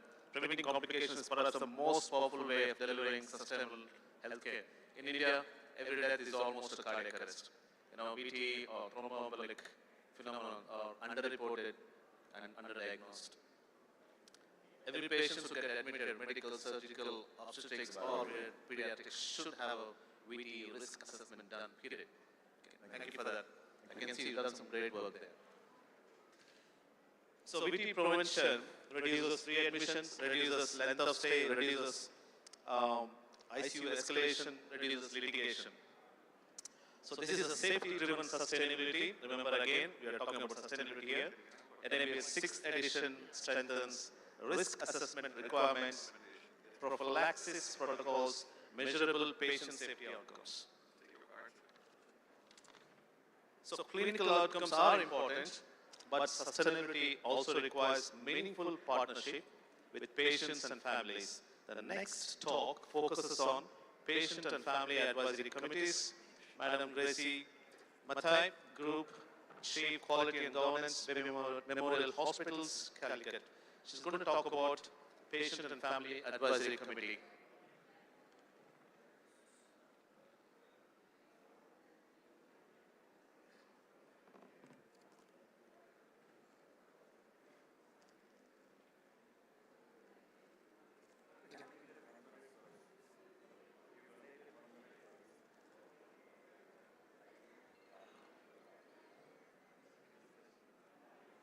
Warm good evening to each one of you.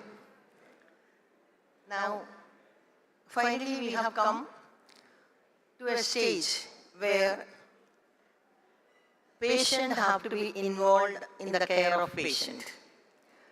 We, doctors, nurses, and other healthcare professionals, we think once the patient has come to us, it is our responsibility to take care of him from the admission till discharge, and we consider the patient as a bed number. Now that is being gone. We have to involve patient into patient care.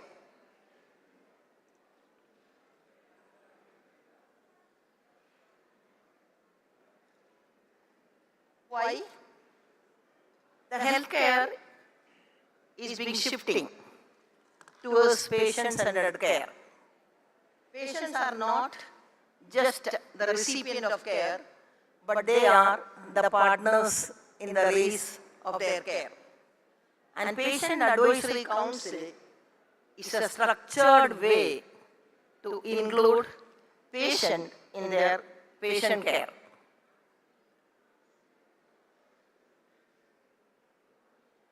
From where it begins. You will agree with me, in 2023, WHO has announced during the World Patient Safety Week, the theme is Patient for Patient Safety. Now, WHO has said in September 2023, NIPH also brought the Patient for Patient Safety aspect in the 6th edition, which is being released from 2025 onwards. How many of you are from the accredited hospital? Can you raise your hands? I think good number of those who are sitting over here are from the accredited hospital. How many of you have started this Patient Advisory Council? Can I have the raising hand? Very few. Only very few. Even though the WHO has very clearly said us to start from 2023, and the NABH also wanted all our accredited hospitals, since I found that all of you are from the accredited hospital, that to start Patient Advisory Council, but we are yet to start. But my dear people, now this is high time we have to start. Now we cannot go beyond, because now this is one of the accreditation requirement which mandatorily you have to do. Why this is very essential? There was a trust by the patient towards the hospital, towards the doctor, and towards the entire healthcare activities happening, because they were totally dependent on the hospital for their care. Gradually, by our own fault, I will not say anyone else's fault, our fault, from the top to the bottom of the organization, the trust is being going day by day.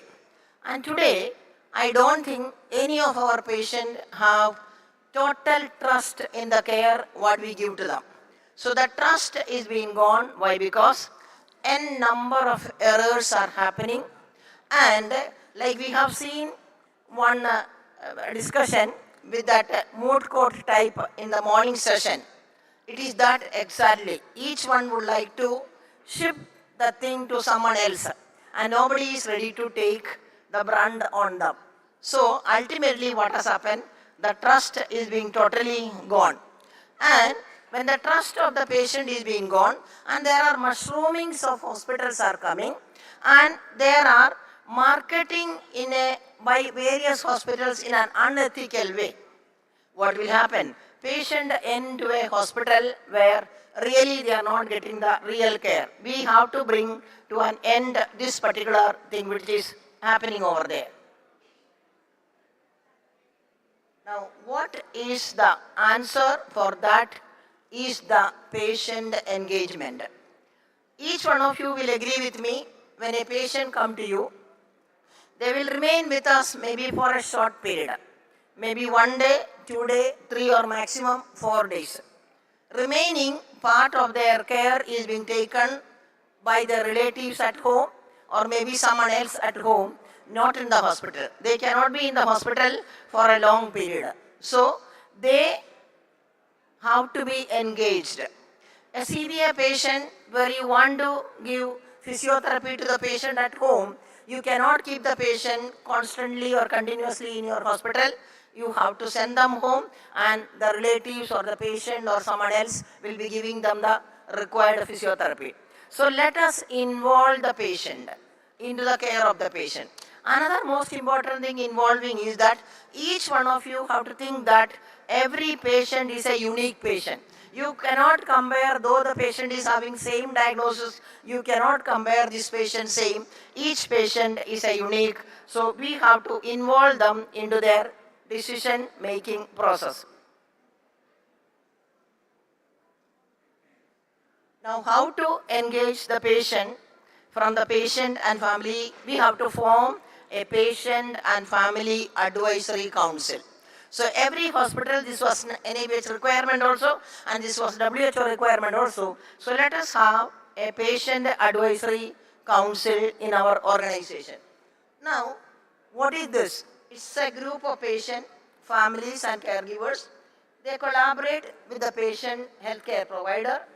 They provide feedback, suggestion and insight, and aim is to reduce harm and improve quality to the patient care. Each one of us want the same thing in our day-to-day practice, that our patient harm have to be reduced and the quality of the care what you give have to be increased. And why PAC is important? It improves patient satisfaction, enhance the quality of care delivery, support patient safety initiative, build a trust and transparency between the patient family and the hospital, and align with the accreditation standard. Finally, it aligns with the accreditation standard. That's now today the requirement.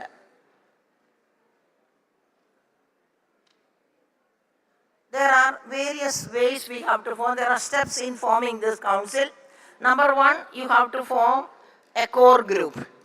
Then you have to form a subgroup. It's something wrongly written. You have to form a subgroup. Third, you recruit members for this council. Out of that, you identify a leader. Then you identify the patient representative. Develop a charter that how it is going to function, what is the scope of this committee, and what can be the part of the patient in this particular committee. And let us give training to our staff, training to the patient volunteers whom we have taken as part of their committee. Why I said training to the volunteers? Because they should not involve in our day-to-day care. They cannot involve the day-to-day care. They may not be able to replace a clinical privilege of a particular doctor who is treating that particular patient, but there are certain responsibility for them to highlight it and launch the PSC. That's what very important what we have to do.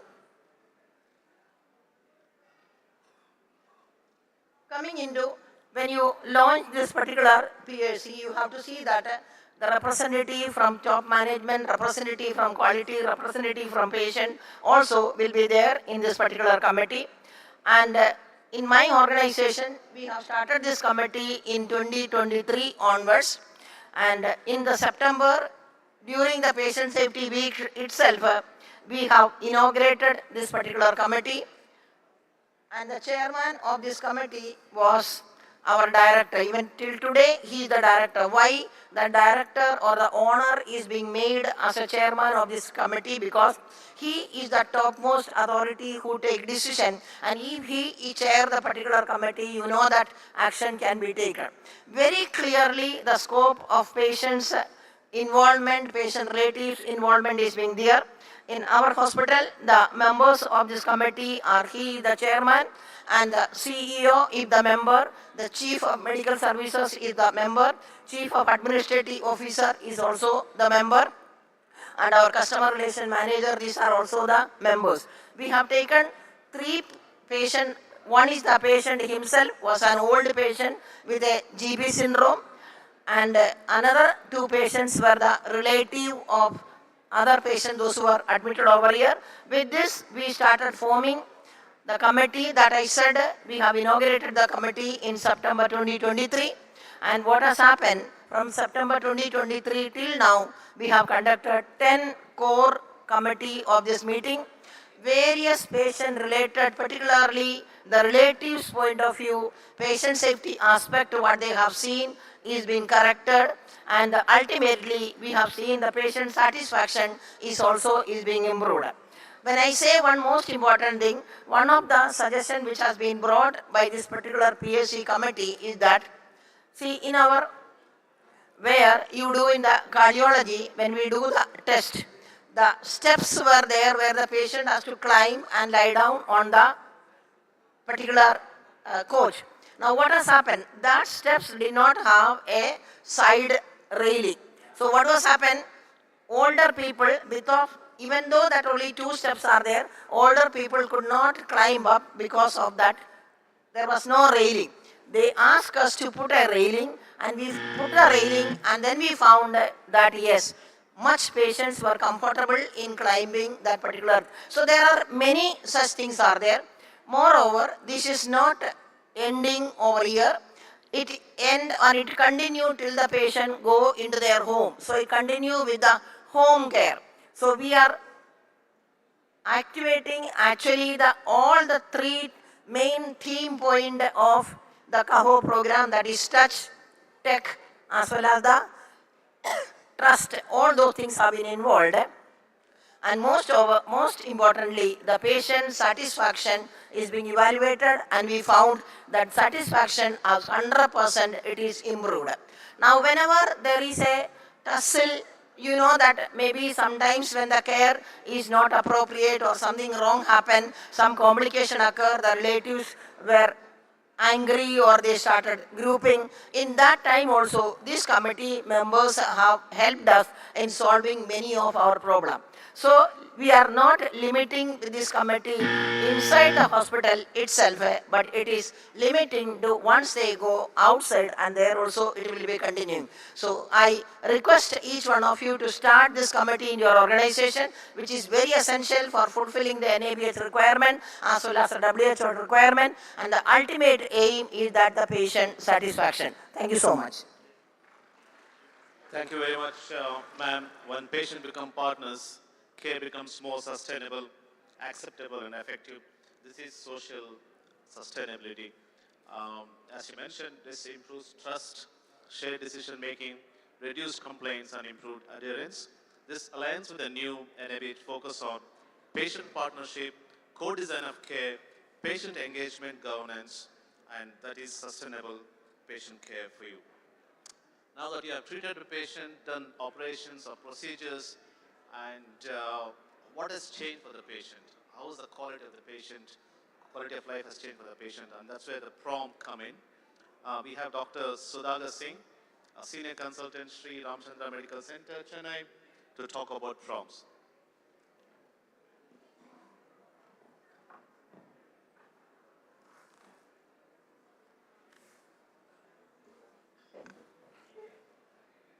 Can I have the slides? Anyway, good evening to one and all who are present till the fag end of this conference. I could remember my mentor saying that the best speakers are chosen to inaugurate a conference, and the excellent speakers are usually reserved to close the conference. With that, probably I start my view on probes. What is probe? When did this concept of probe started? Meanwhile, can we have the slides? Yeah, fine. I think it does not come up here. That's anyway, fine. No issues. Gets here, it's right. Okay, fine. Okay. So when did this concept of probe really started? Way back in 1940-50 itself, WHO clearly said that health is not just a mere absence of a disease, but health means functionally, psychologically, and physically being disease-free. So it is a holistic definition of health. Traditionally, we have been measuring the health outcomes in terms of clinical parameters, like a test reports or an imaging science would help us to say that your health care has brought out a particular result. But there is something more to this healthcare outcome. A patient's perspective of a healthcare outcome is something very, very important. The patient might have a different way of looking at his healthcare outcome. He may relate to his health-related functionality.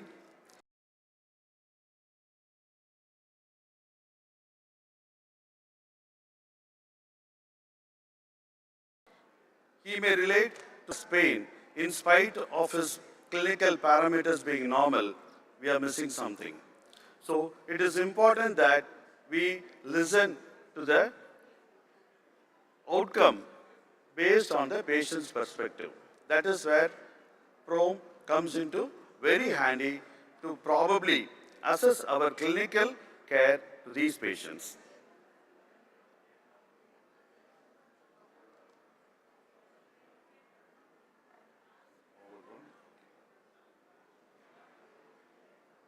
Let us move on. So, a PROM can be of two different types.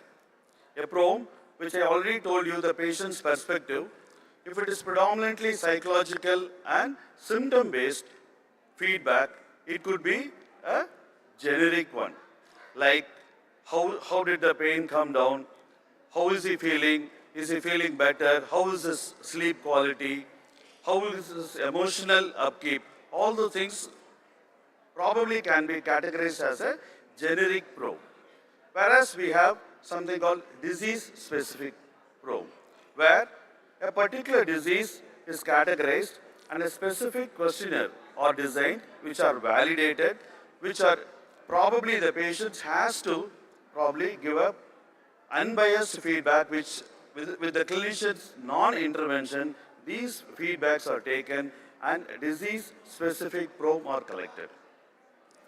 It is probably a little easy to probably institute generic PROM, but it takes little time, energy, and probably a well planning to probably institute a generic or a disease-specific PROM. When we look at the domains of PROM, it can be quality of life, it can be an individual care or a community. When you look at the quality of life, it predominantly talks about the physical upcoming of the patient, like the health status, the functional status of the patient, the probably the pain, the symptom elevation, and this anxiety and this, the sleep, how better he could sleep and get along with this normal routine work is probably the quality of life. Whereas if you look at the individual care, it is more of an emotional component where these can lead on to some kind of a good communication back to the physician to create a shared clinical decision making to probably plan the further course of the clinical management. And this PROM also can help us to identify if there could be a community support which is required for this individual at the home level.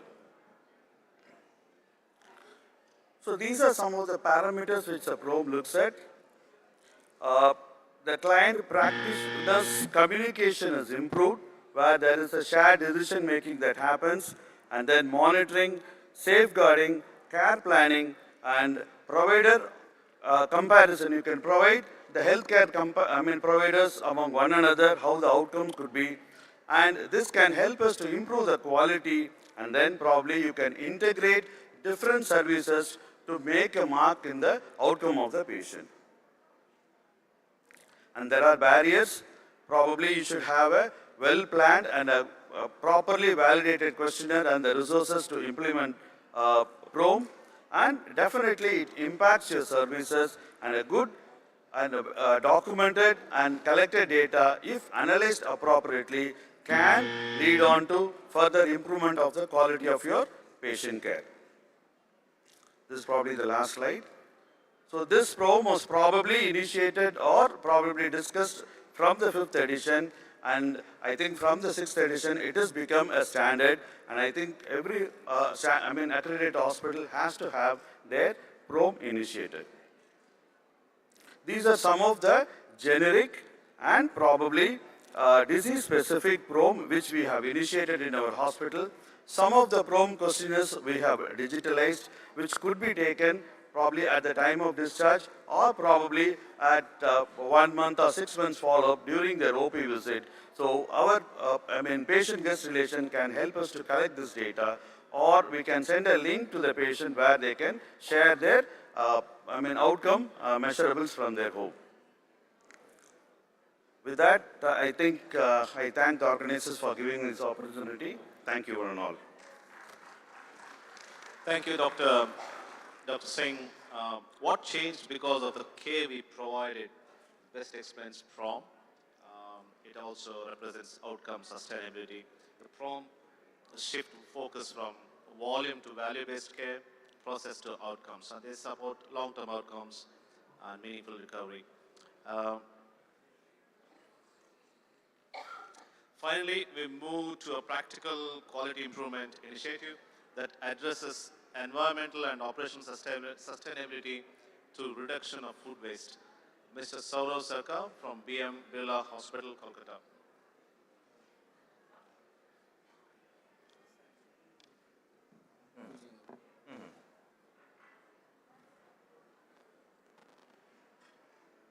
Good afternoon, everyone. So we are for the long day and we are eagerly waiting for the valedictory ceremony. So I will cut short my presentation. So talking about my presentation, plate-wise. Myself Saurav from BM Heart Hospital. This project was selected winner in the non-clinical category at the 5th Qualtech Prize for Healthcare. And we've observed that food wastage in our hospital was approximately 137 kgs per day, which is amounting to 4,100 kgs in a month, with a cost implication of around 92,000 rupees. So coming to the introduction part, at BM Heart Hospital, the FMD team plays a very pivotal role in supporting patients by different cares. We work closely with dietitians and clinical teams to ensure timely and accurate meal delivery. However, despite our best efforts, there are severe problems which we have observed. So during team discussions and observations, we found that food wastage was identified as the most critical issues due to its impact at cost, efficiency, and sustainability. So hospital food wastage refers to uneaten or unused food prepared or served. Studies show that up to 40% of foods in healthcare goes uneaten, which is a stark contrast where 9 million children die from hunger-related causes annually. Consequences of food wasting increases operational cost till ethical concerns. We have SMART goals for this project, where our objective is to reduce 30% of daily food wastage and curtailment of food waste costs by 50%, which is achievable, relevant, and time-out. Our baseline analysis over 3 months showed that an average of 137 kgs of food was wasted daily, which could have fed around 92 people. This resulted in a monthly loss of approximately 92,000 rupees, making the problem both economically and socially significant. We have analyzed the category of food wasted by using Pareto chart and found that various food items, which includes soft rice, hot veg, dal, complex, was contributing from 60 to 80% of the food waste. As part of diagnosing the problem, we broke down food waste into 3 key categories to better understand why losses were occurring. They were avoidable waste, potentially avoidable waste, and unavoidable waste. This classification helps us identify key opportunities to reduce waste and improve overall efficiency. To understand the issue in depth, we conducted a root cause analysis using the Ishikawa diagram or the fishbone diagram. The major contributing factors leading to food waste are unappealing meals and food choices, lack of allergy recording, insufficient awareness, training sessions, sensation of our staffs, and cold food services. We adopted the DMAIC framework for this project. We began by defining the problem in June 2025, and the project was systematically carried through all phases until November 25. We identified major problems and established clear responsibilities and timelines to ensure accountability. Our intervention focused both on people and technology. We trained and sensitized our F&B staff on food management and at the same time implemented the Paper to Pixel initiative, which is digitizing the diet module. We also introduced the infrastructure upgrades from steel food trolley to latest design hot food trolleys to ensure food is served fresh and hot. Additionally, we implemented portion control bowls and trays, customized meals, and attractive crockery and cutlery for our pediatric patients. To log the improvement, we conducted regular audits. We collected feedback from patients, provided continuous staff training and sensitization. To sustain improvements, we conducted area-wise food waste analysis and implement phase-by-phase targeted interventions based on our specific needs. This initiative delivered both tangible and intangible results. We observed the food waste, which was 154 kgs in the month of November, was culminated to a savings of 58,000 rupees. In spite of a lot of interventions done, the patient satisfaction score remains uncompromised. Rather, it increased from 92% to 96% during our project timeline. Plate-wise, demonstrate how thoughtful interventions can transform challenges into impactful sustainable solutions. While not all outcomes are tangible, the initiative delivers significant intangible benefits. Here are some of the positive feedback highlights from our patients. To mention, these sustainability efforts also contributed to our certification as an Eat Right campus from FSSI. Through this project, we welcome all of you to our journey on sustainability by reducing food waste, because leftovers could be someone's meal today. So let's all make a difference. We took help of Kimper Problem Solving Pro to frame this project. We are especially proud that this initiative began as a grassroots suggestion raised by our kitchen utility staffs and fully supported by our management. Mention not a heartfelt thank you to our project team and a special note of gratitude to our regional head, Mr. Supratik Desarkar, for his continuous support and encouragement in making this project a success. Thank you so much. Thank you, Sarosaka. This one is most obvious. Reduce food waste, reduce cost, reduce carbon footprint, and improve nutrition. NABH 6th edition newly emphasizes on resource stewardship, waste reduction, green hospital thinking, and this is operational sustainability. Mind you, we're still talking about sustainability. So we have heard 5 different perspectives today, but all converge to one idea. Sustainability in healthcare is not a separate vertical. It's embedded in safe care, prevention of harm, patient partnership, outcome measurement, and responsible use of resources. The NABH 6th edition reflects this shift from process-driven compliance to outcome-driven sustainability. So if we implement these ideas consistently, sustainability will not remain a concept, it will become a part of everyday clinical practice. Would request a round of applause to our speakers, please. In view of paucity of time, I'm going to not take any questions. Thank you all to the speakers and to the audience for engaging for this session. Thank you.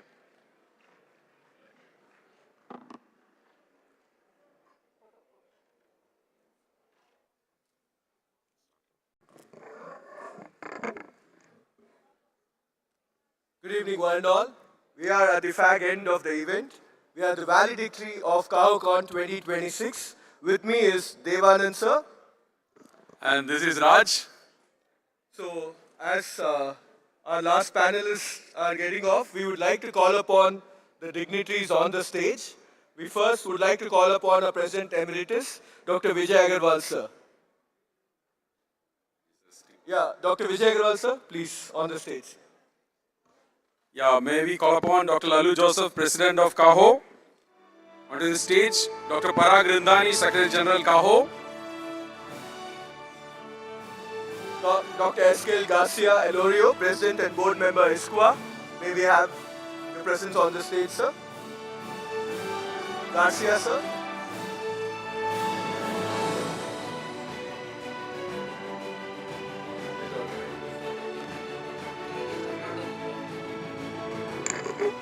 Dr. Sotsi Tete. May we have your presence on the stage, sir.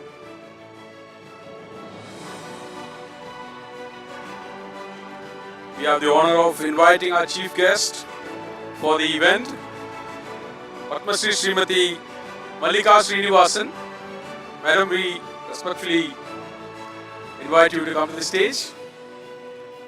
A huge round of applause for our chief guest. We also request Dr. Arun to join us and Dr. Satish Devdos to join us on this stage, please.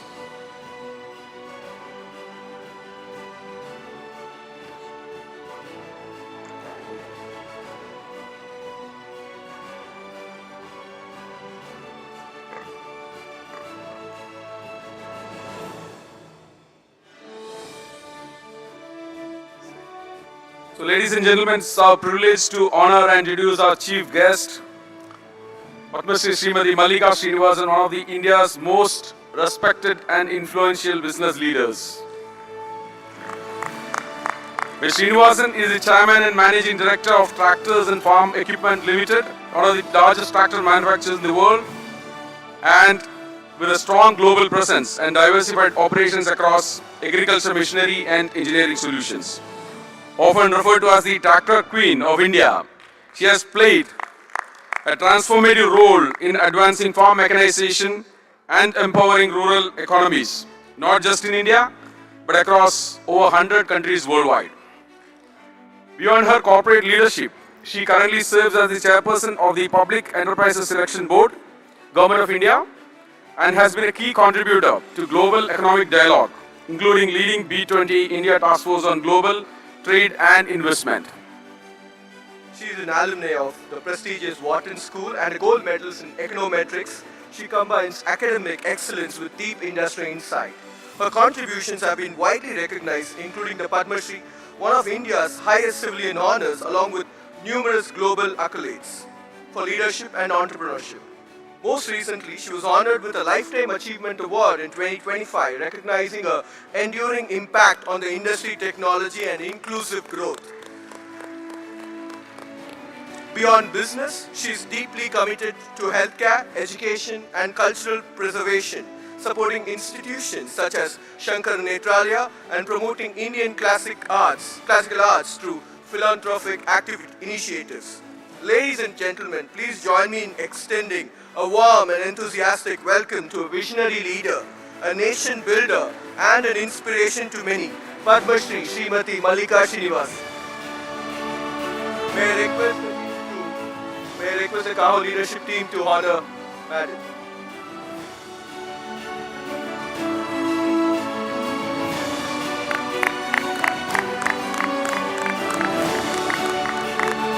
I request you all for a standing ovation to our chief guest.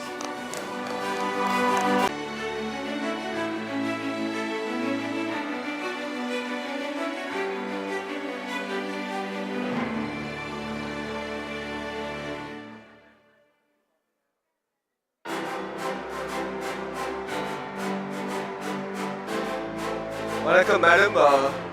With respect, we would like to request you to deliver the chief guestial address.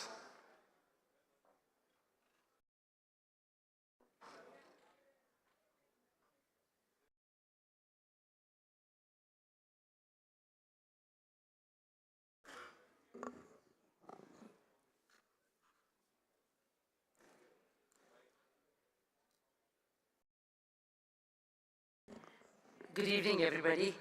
Good evening, and thank you to all Dr. Vijay Agarwal and all the other dignitaries on the stage, and to the Caho Organizing Committee.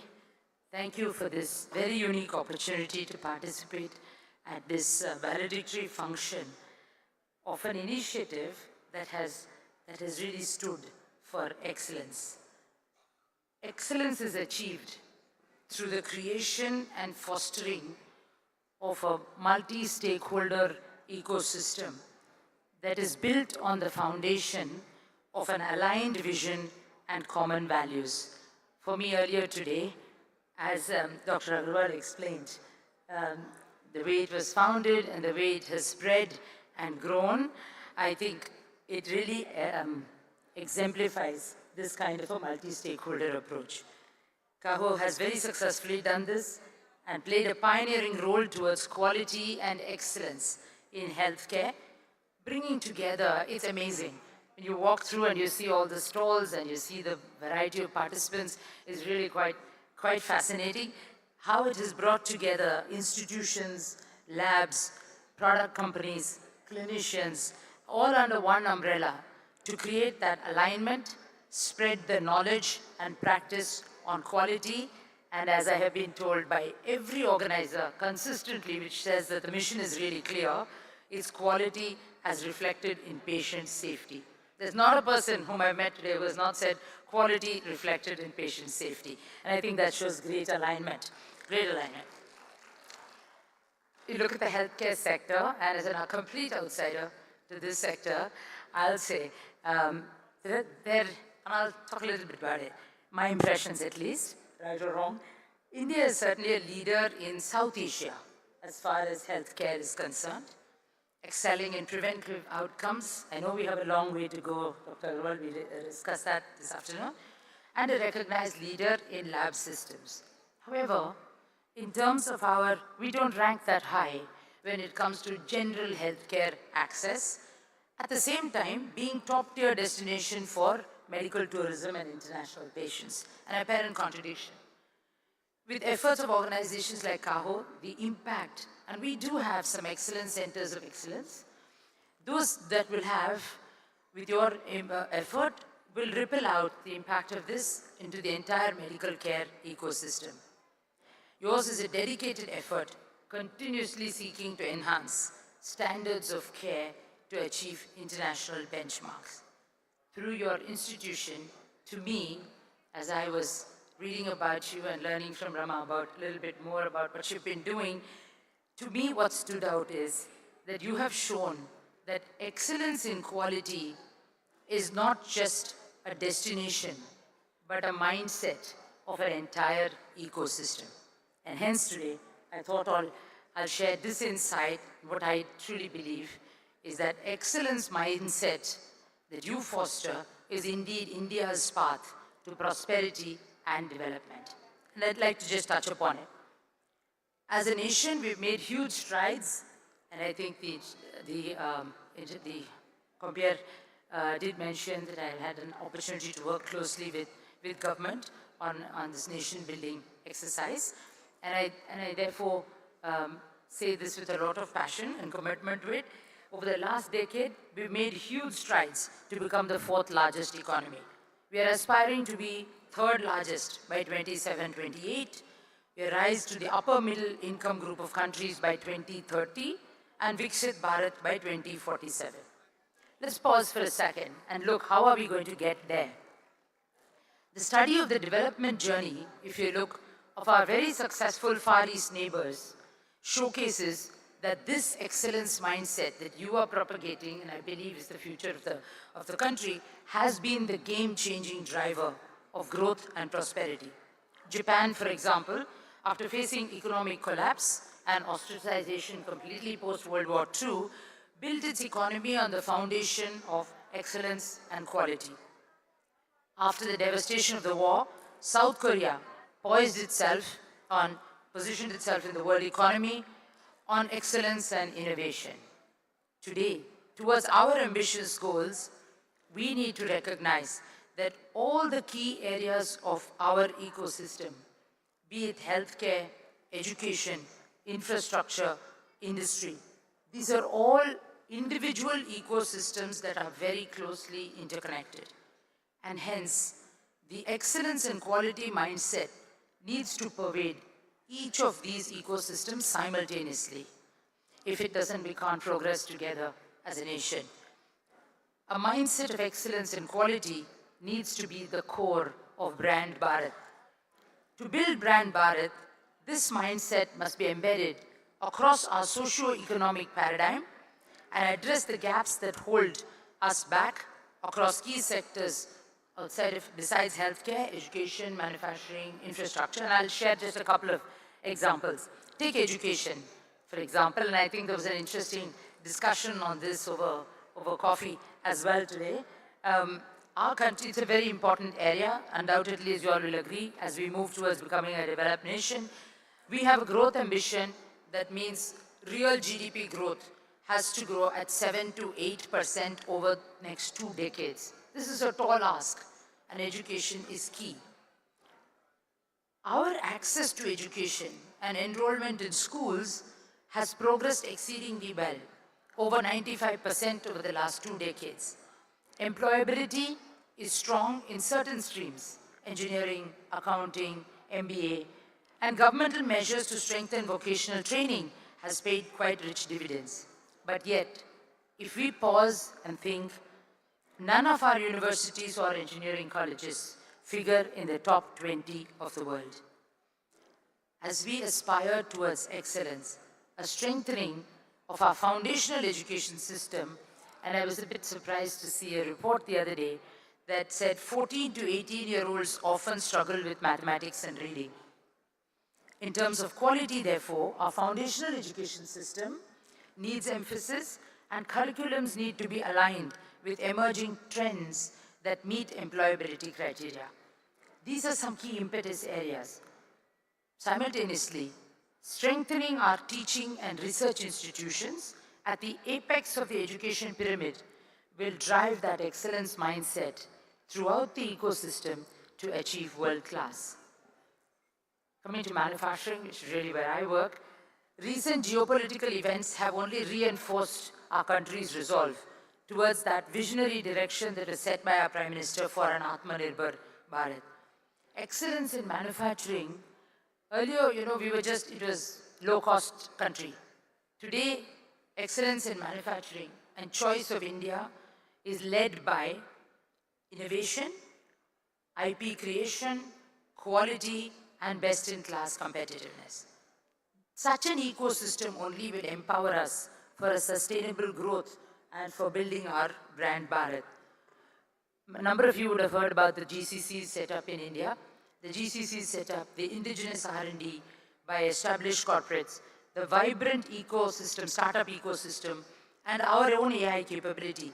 These are all very promising, but yet challenges remain in moving ahead, for example, on the Global Innovation Index, where we are today only 39th in the world. So it is about building innovation. We need work there. Brand Bharat, as a quality manufacturing investment of choice, is growing. You've heard about the PLI schemes. You've heard about the fantastic investment that is coming into manufacturing. And you'll be happy to hear that India today accounts for 25% of the global iPhone production. And yet, there is excellence in the MSME sector is posing challenges.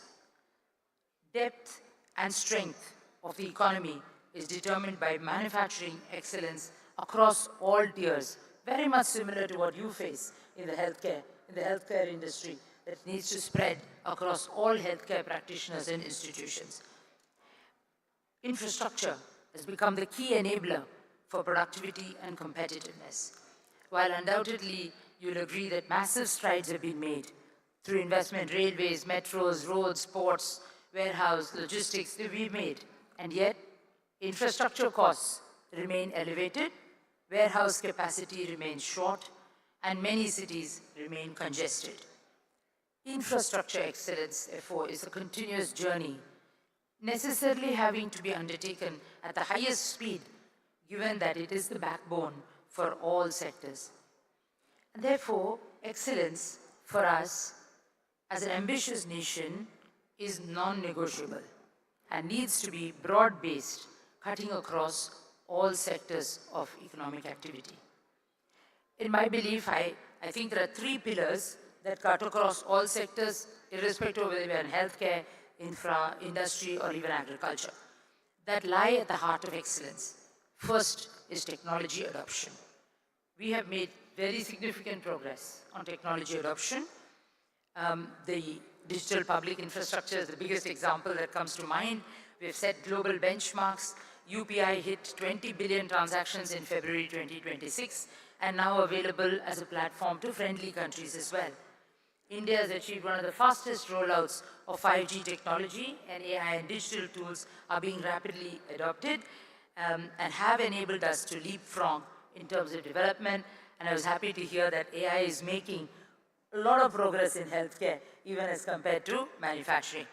So the potential of technology application towards transformation across customer reach, market penetration, operations optimization, expansion, new product development, quality control is immense and quite truly sector agnostic.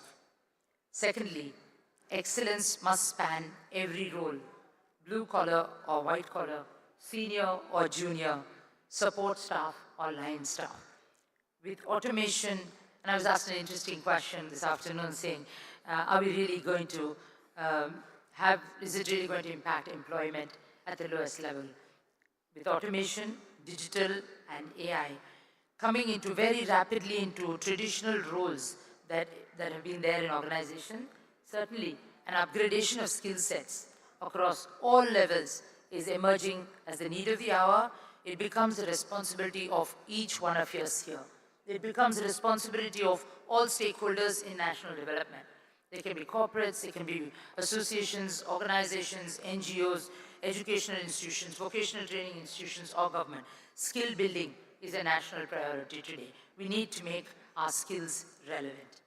The third pillar, and above all, is that in any organization or ecosystem's pursuit for excellence is that it is anchored around a larger purpose, one that goes beyond financial performance to make an impact on society.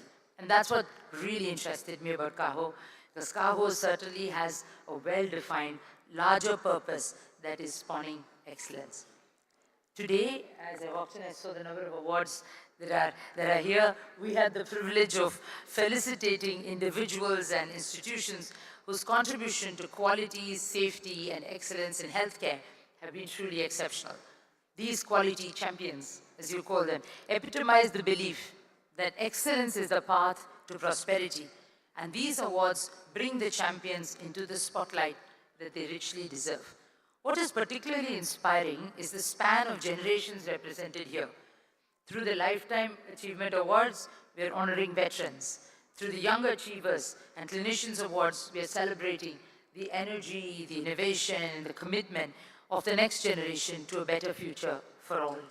The awards through talent, from research, clinical audits, ideathons, and so on, underscore the importance of knowledge creation and inquiry in the creation of an ecosystem that fosters continued excellence. As we applaud them today, let us collectively embrace the excellence mindset, a daily commitment to bringing excellence not only to our work, but to the way we lead our lives and to the societies that we live in. Thank you all for giving me this opportunity to be here today.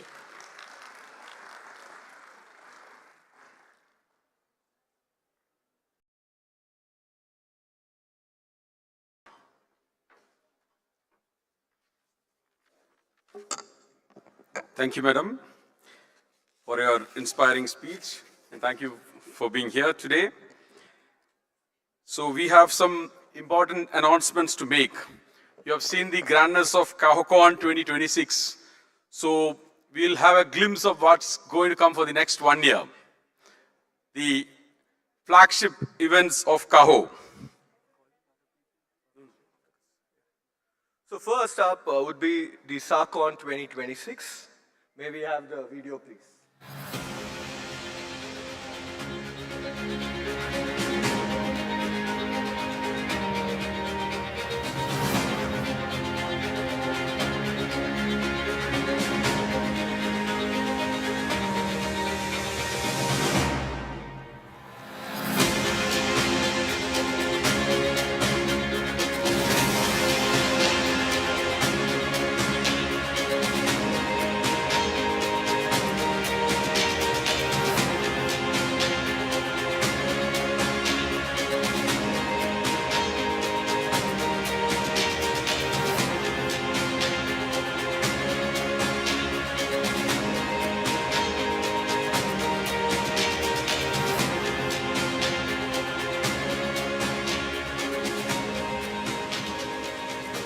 That's going to happen at Amity University, our student council unit. Next would be the Acre Health 2026. Following that would be Cahotech 2026 at Vizag. Cahotech is the flagship technology initiative of Caho, the consortium of accredited healthcare organizations, which is the largest network of accredited healthcare institutions in the country. Well recognized by ISQA and many other international organizations, Caho has emerged as a leader to promote evolving technologies in medical care. AMTZ, that I represent as Managing Director, is world's largest medical technology park dedicated to research, development, and production of medical technologies. AMTZ is also the home for World Trade Center and WHO Collaborating Center for Health Innovations. How exciting, therefore, it is that Caho and AMTZ have joined together to host Caho Tech in November 2026, where you will see innovators, developers, technologists, biomedical engineers, clinical application specialists, healthcare administrators, policymakers, startups, buyers and sellers of medical technology, all together in one platform, Caho Tech, hosted at Kalam Convention Center at AMTZ on the beautiful beach city of Vizag, which is also the city of destiny. Caho Tech awaits to welcome you into this new world and new era of medtech, health tech, and the difference it can make to your healthcare organization. Looking forward to hosting you here. Thank you and Jai Hind.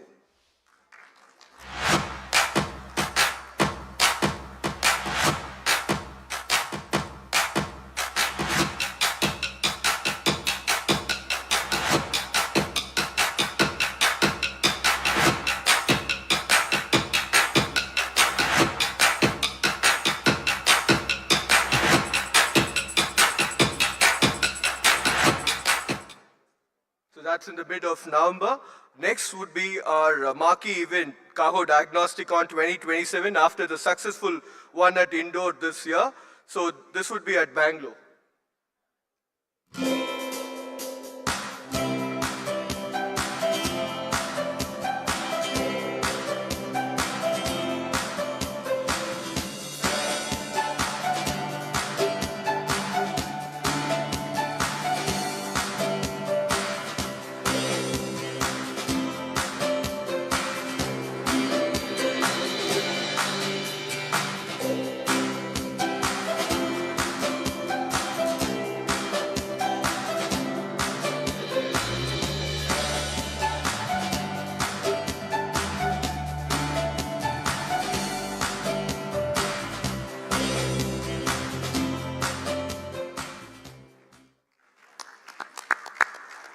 Further to that would be our flagship event, the Cahocon 2027 at Mumbai.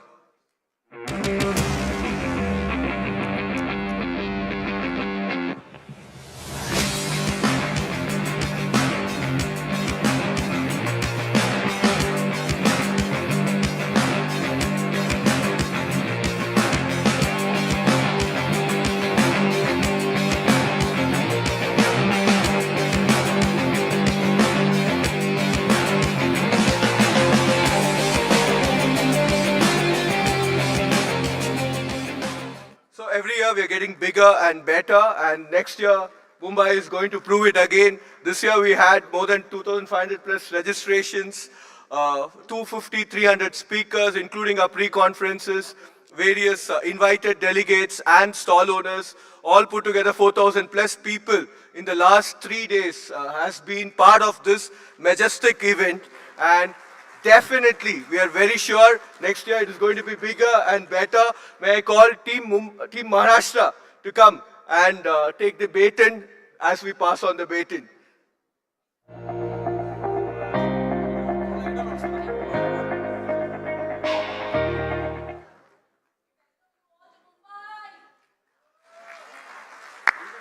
Team Maharashtra, anybody? Team Maharashtra, please. Amchi Mumbai, Jai Maharashtra, anybody? Dr. Ilan, Dr. Ilan, Dr. Ilan and Venkat, Sam, Dr. Raju. Please join as we pass on the torch, the baton to the...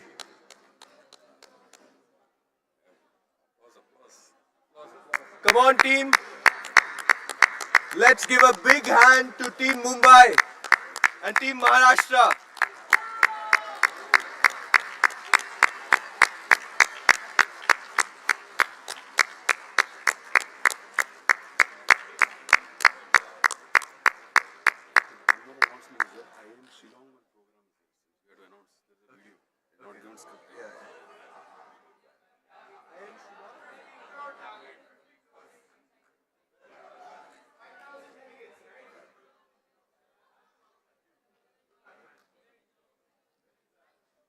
So Team Mumbai, 5K.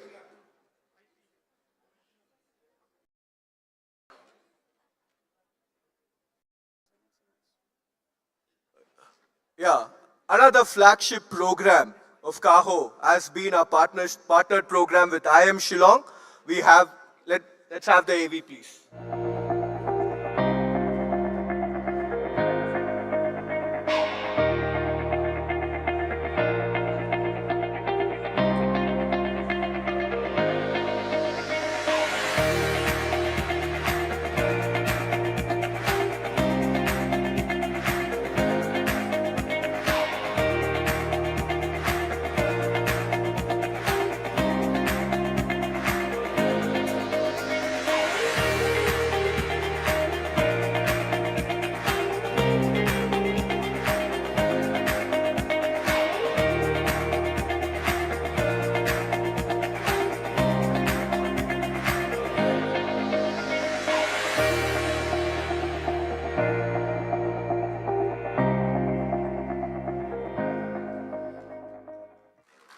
Wow, fantastic lineup of events coming up next year. So we move on to a very important session of this conference, which is the recognition of some fabulous achievements or achievers. So for that, before we begin, we would like to invite a few more people onto the stage. Mr. Ranjit Krishnan, Zonal Chairperson, South Zone, Caho. Mr. Adel, State Chairperson, Tamil Nadu. Can we have Dr. Arjun Sundaram, State Chairperson for Pondicherry? Dr. Ilan Kaliyamurthy, Academic Committee Chairperson. Dr. M.K. Enian, Pre-Conference Workshop Committee Chairperson. The following chairpersons should come. Dr. Ranjit Jayashekaran, Awards Committee. Dr. Raju Shivaswamy, Venue and Facility Committee. Dr. Madhavi Gopinath, Poster and Platform Committee. Dr. Lasya Tambidurai, Media and PR Committee. Mr. Venkat Fanidar, Souvenir Committee. Dr. Nilmal Frederick, Registration Committee. Mr. V. Balaji, Reception Committee. Dr. Samir Mehta, Co-Chair of Awards Committee. Ms. Malati Murukeshan, Convener of Awards Committee. So we begin the award ceremony with the announcement of the Lifetime Achievement Award, both national and international, and we request the Caho patrons, sorry, my mistake from our side, so Caho patrons to please join us on the stage.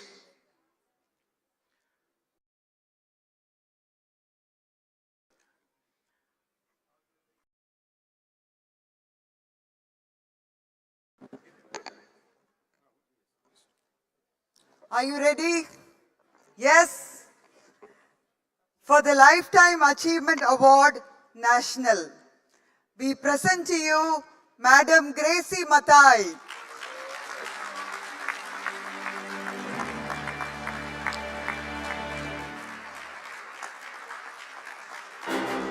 May we have a standing ovation for Madam Gracie Mathai, please.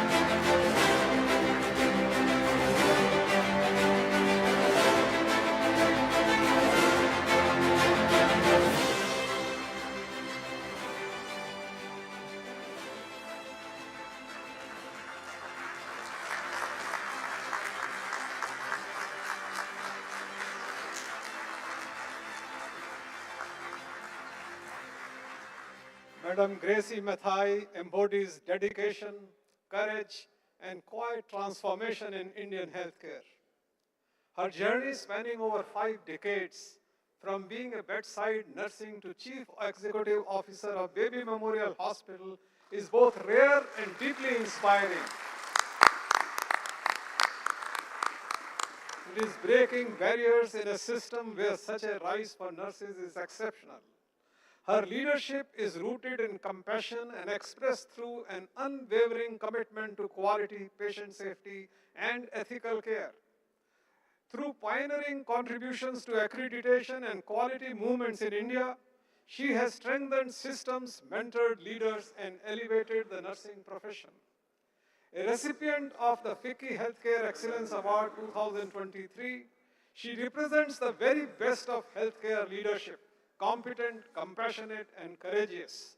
In conferring this Lifetime Achievement Award, we honor her enduring legacy, a nurse leader who redefined what is possible. Thank you.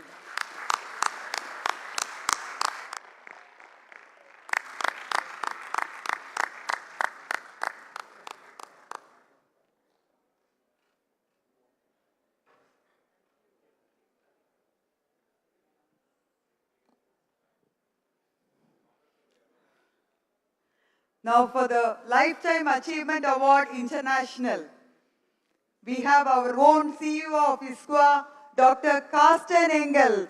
May we have him on stage, please?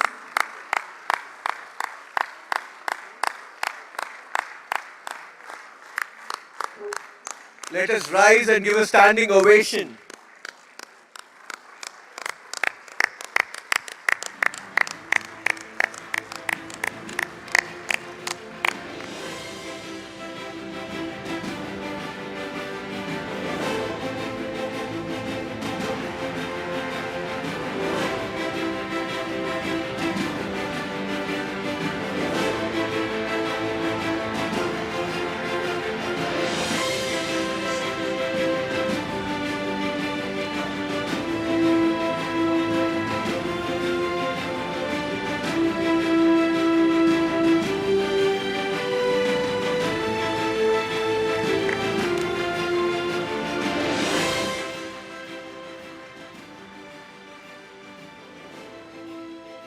Caho Lifetime Achievement Award International 2026 is being conferred upon Dr. Carsten Engel in recognition of his outstanding global leadership in advancing quality and patient safety.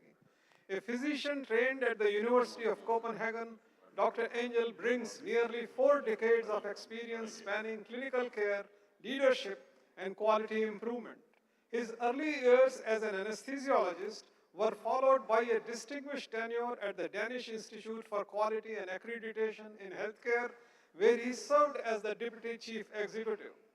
A long-standing leader with ISQA as Accreditation Council member, Deputy Chair, expert, and Academy member, Dr. Engel assumed the role of CEO in 2021, guiding the organization with vision and resilience through a transformative period.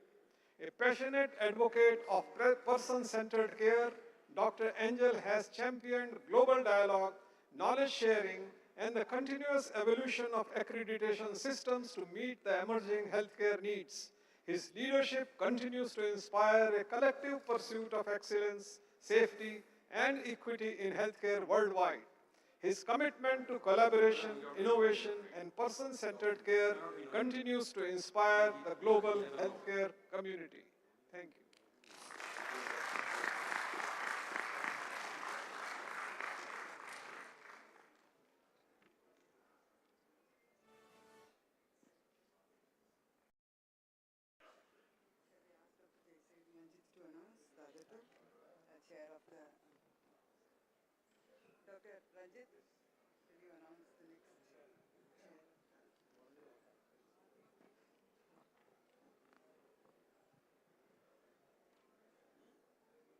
I'm privileged to make the announcement of the award winners.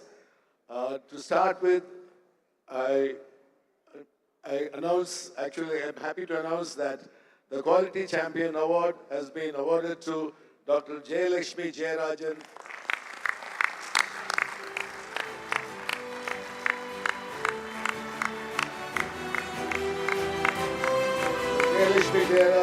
passionate healer, an inspiring teacher, a steadfast champion of patient safety. Dr. Jayalakshmi Dharan has devoted her life to advancing quality in healthcare. Over decades of distinguished service in microbiology, infection prevention, antimicrobial stewardship, she has built not only systems of excellence, but a culture of safety that endures. Through her leadership, mentorship, tireless commitment, she has empowered thousands of healthcare professionals and touched countless lives across the nation. A true leader in every sense, she exemplifies the highest ideals of our profession, guided by her enduring belief in continuous learning to learn, unlearn, and relearn. She is a pioneer of IPC activities and AMSP initiatives in Caho and a passionate teacher. In recognition of her exemplary service, outstanding leadership, and enduring contribution to healthcare quality and patient safety, the Quality Champion Award 2026 is proudly conferred upon Dr. Jayalakshmi Jayarajan.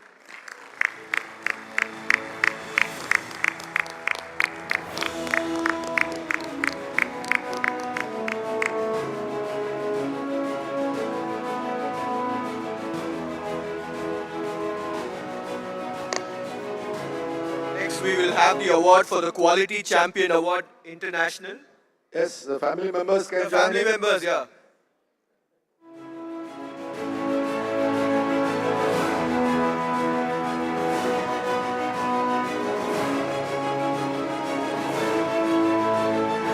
Proud moment will be.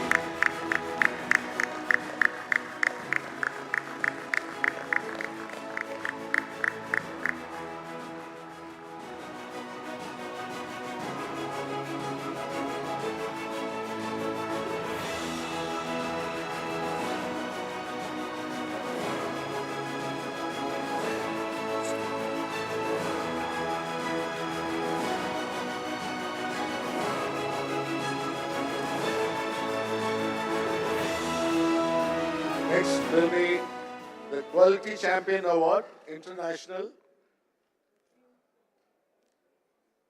And the award goes to Dr. Rahul Deshmukh.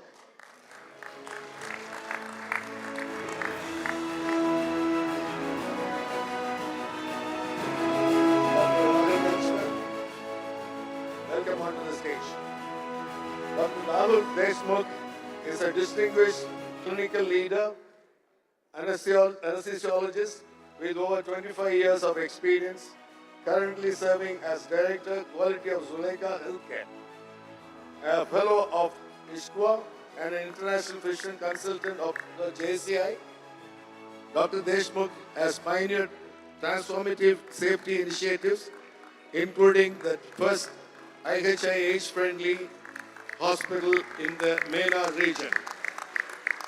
As Program Director for Fellowship in Clinical Governance, he has been instrumental in shaping the next generation of healthcare leaders through CAHO and IAP HG. His visionary leadership as project lead for CAHO PREMS project resulted in the development of 17 validated tools. So a prolific academic, he has authored a chapter in Essentials in Safe Anesthesia and frequently a major national and international conferences, bridging the gap between clinical excellence and global quality standard. Congratulations, Dr. Deshmukh.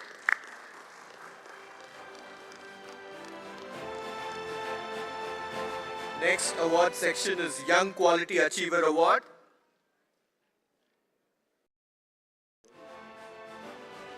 The next award is for Young Quality Achiever Award 2026. And the award goes to Dr. Dania Michael.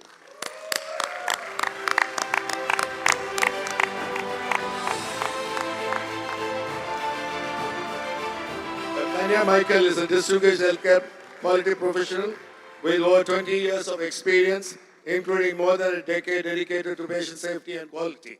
As General Manager, Quality at Rajgiri Hospital, she has been instrumental in driving system-wide improvements through robust governance, accreditation leadership, and patient-centered initiative. An NABH Principal Assessor, ISQA Fellow, and she actively contributes to national policies, standards, capacity building programs, Through her leadership initiative like Dimitra, IndoSafe, extensive training, mentorship efforts, she has empowered healthcare professionals across the country. Her work seamlessly integrates research, education, and practice.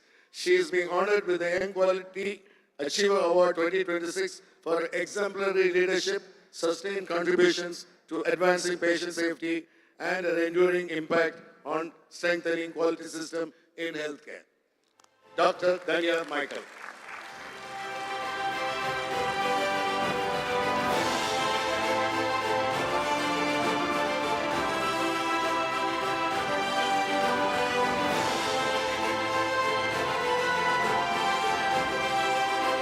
There is one more young quality achiever. Congratulations, Dr. Danya Michael. The next award is again a Young Quality Achiever Award. And the award goes to Dr. Nitin Marathe.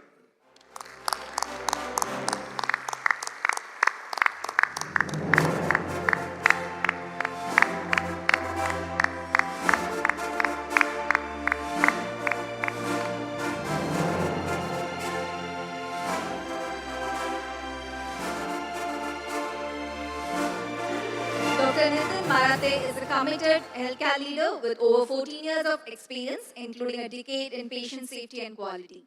As Joint Medical Superintendent at AIIMS Nagpur, he led the institution to achieve full NABH accreditation, the first public hospital in Maharashtra to do so.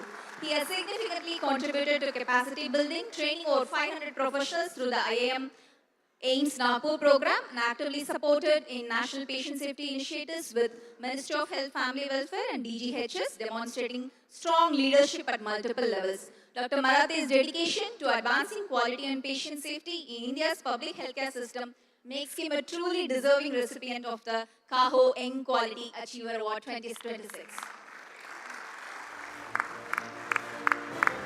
Can we request the family members to join us, please?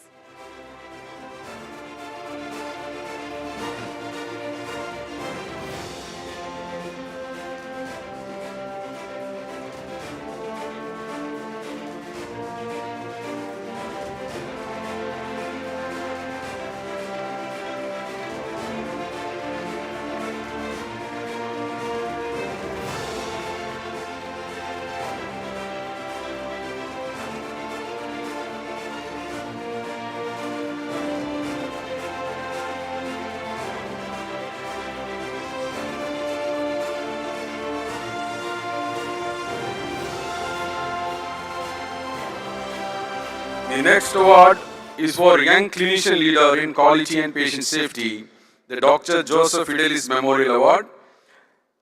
For this award, may we request Dr. Joseph's family also to join us on the stage, please? Yes, first we request Dr. Joseph's family, his sister, family, wife, everybody is here, so I request them all to come onto the stage.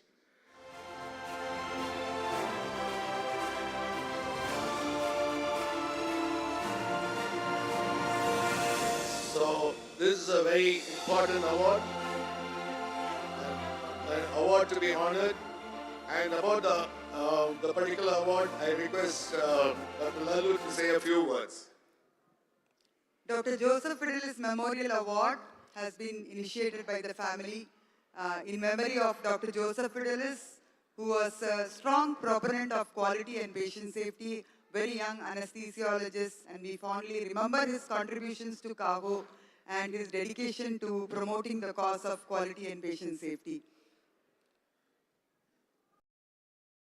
So, Dr. Joseph Fidelis Memorial Award for Young Clinician Leader in Quality and Patient Safety for year 2026 goes to Dr. Vishwath Palniappan.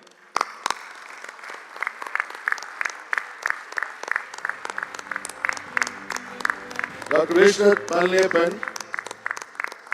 a dynamic clinician leader of new generation, exemplifies the seamless integration of clinical excellence with systems thinking and patient safety.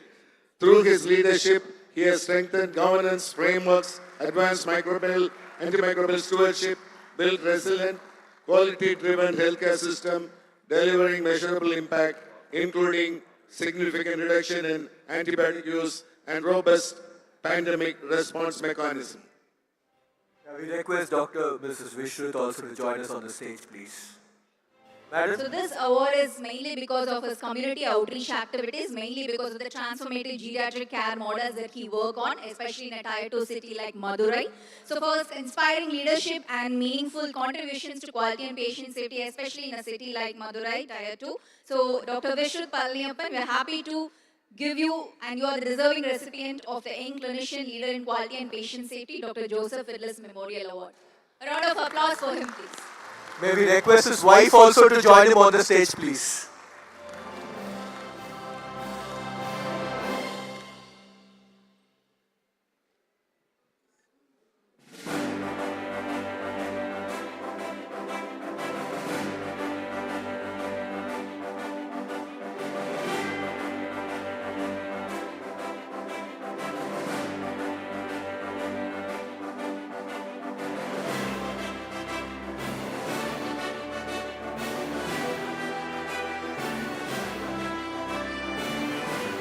Next category of award is the Best State Chairperson Award.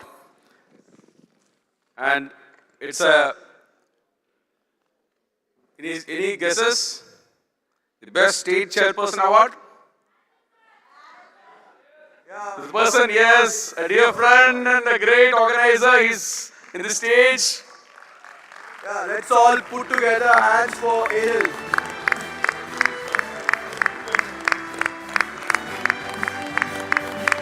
The Best State Chairperson Award for the year 2025-2026 goes to Tamil Nadu. Mr. Adil, State Chairperson, Tamil Nadu. Mr. Adil has demonstrated exceptional leadership as a State Chairperson, strengthening Cahocon's presence and impact across the state. He played a pivotal role in the successful planning and execution of Cahocon 2026, bringing together stakeholders from across the healthcare ecosystem. He was instrumental in initiating and promoting the Caho Jeevan program within Tamil Nadu, expanding its reach now beyond the state. His dedication, vision, and collaborative spirit have significantly advanced Caho's mission in Tamil Nadu and inspired wider participation in quality healthcare initiative. Let's give a round of applause once again to Mr. Adil.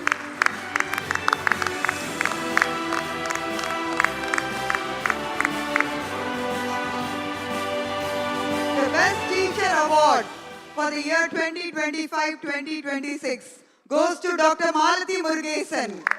Dr. Malati Murugesan is a passionate academician, infection prevention specialist from Meenakshi Super Speciality Hospital, Madurai. She is a dynamic educator whose commitment to teaching excellence has significantly influenced healthcare professionals across disciplines. Within Caho, she serves as program director for several flagship initiatives, including the National Certifying Examination for Infection Control Professionals. This recognition as Best Teacher reflects her sustained contributions to academic excellence, professional training, and advancing Caho's mission of safer healthcare in India and beyond. Let's give once again a big round of applause, please.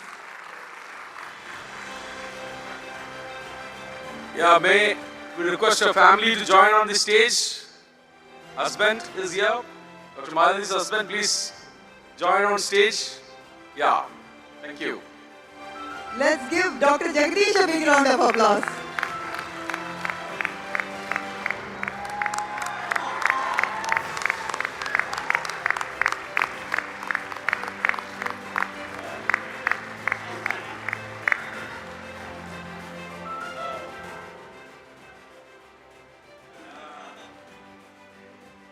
Yeah, so now we move on to the academic competitions.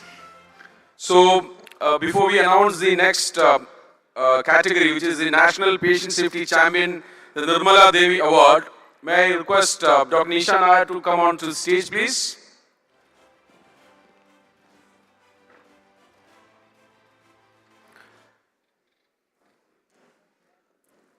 So the winner for the National Patient Safety Champion Nirmala Devi Award is Mrs. Neetu from Kim's Health, Trivandrum.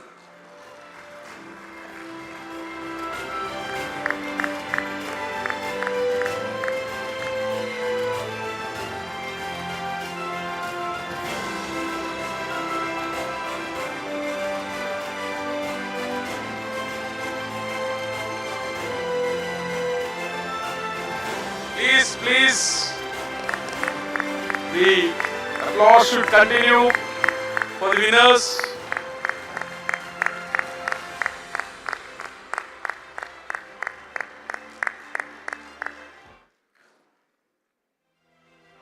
The runners-up for the National Patient Safety Champion Nirmala Devi Award goes to Mr. Jegin from Apollo Proton Center, Chennai. Mr. Jegin.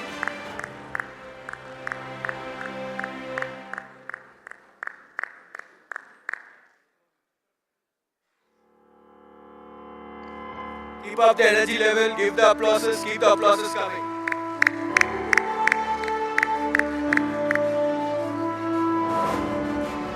So, the next category of awards, thank you Dr. Nisha.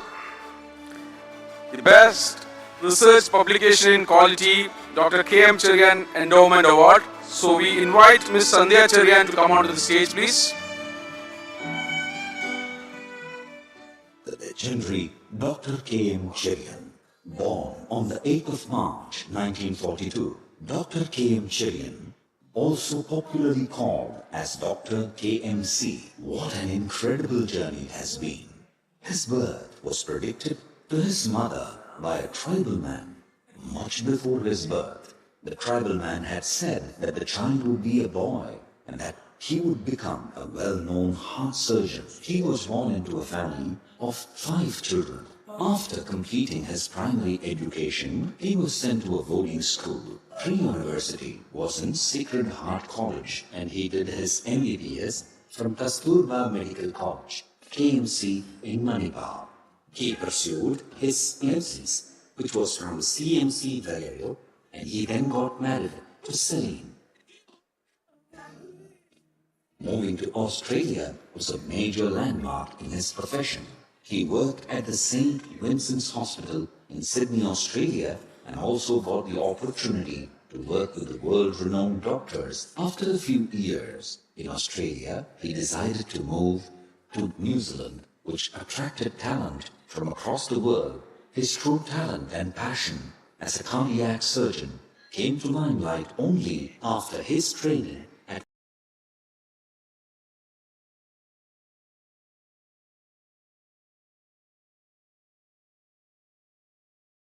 Australia, New Zealand and USA. Leaving a lucrative career behind in Australia, New Zealand and USA, his passion drove him back to India to serve the country in 1975, when he did the first coronary artery bypass surgery, which was a major landmark in the history of cardiac surgery in India. This attracted a lot of media attention, and Dr. K.M. Cherian, the great cardiac surgeon, was born. He was acknowledged by the world for his superlative skills. He had the opportunity to meet political leaders both from India and abroad, and also got the good fortune to be the surgeon to both the presidents of India, Gyanan Zail Singh and Sri Venkataraman. He was honored with Padma Shri in 1991. His name was carved on a stone in the island of Kos in Greece. To honor him in the international arena during the World Cardiothoracic Conference. This is again a unique lifetime achievement. He is the founder of several institutions, starting with the Madras Medical Mission, the Pondicherry Institute of Medical Sciences, and he has set up other institutes such as the Parumala St. Gregorius Cardiac Unit, the Dr. K.M. Cherian Institute of Medical Sciences in Kerala, and the Study Lekol International School in Pondicherry. He has mentored many surgeons in India and abroad. In all, this legend has influenced, touched, and saved many thousands of lives.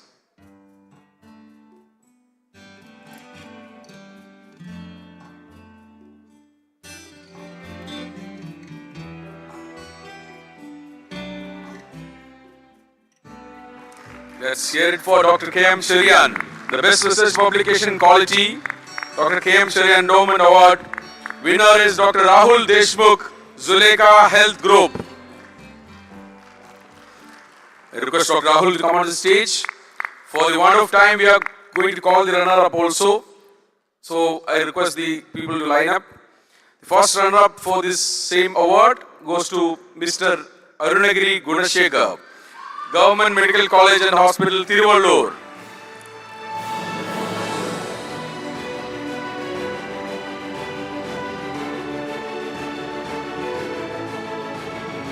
Mr. Arunagiri Gunashekar.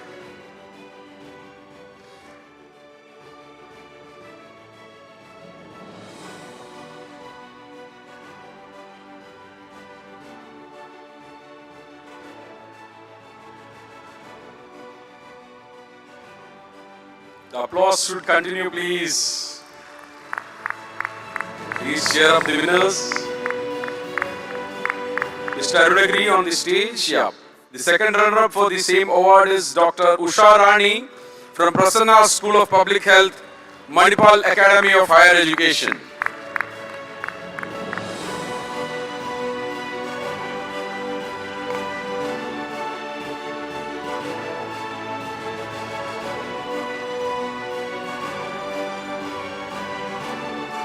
Usha Rani onto the stage. Next up, we have the award winner for the Ideathon poster. The winner is Dr. Soumya Srinivasan, Mr. Aditya Jason, Dr. Aruna Murali, Ms. Musina Sudhir,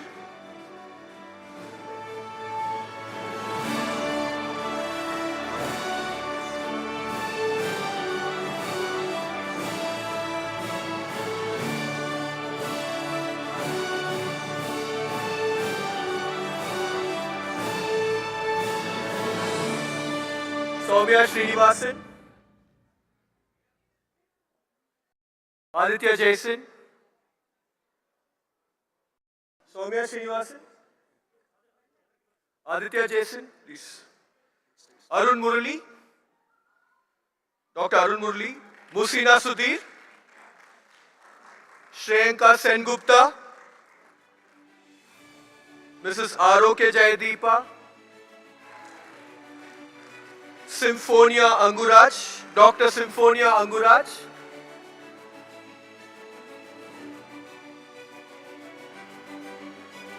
these are the winners. The runner-up, please assemble here and then you can come onto the stage. Dr. Prashant Borade, Dr. Saravana Priya JK, SL Raheja Hospital, Mumbai, and Mrs. Kunal Jha. So this is for the Ideathon poster.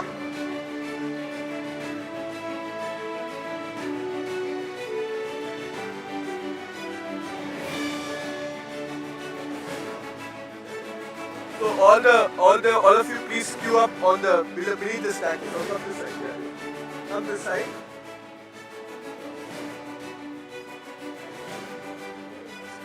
Yeah. So we have Soumya Srinivasan, Aditya Jason, Dr. Arun Murali, Musina Sudhir, Shreyanka Sengupta, R.O.K. Jayadeepa, Symphonia Anguraj as winners, and runner-ups are Dr. Prashant Borade, Dr. Prashant Borade, Dr. Saravana Priya JK,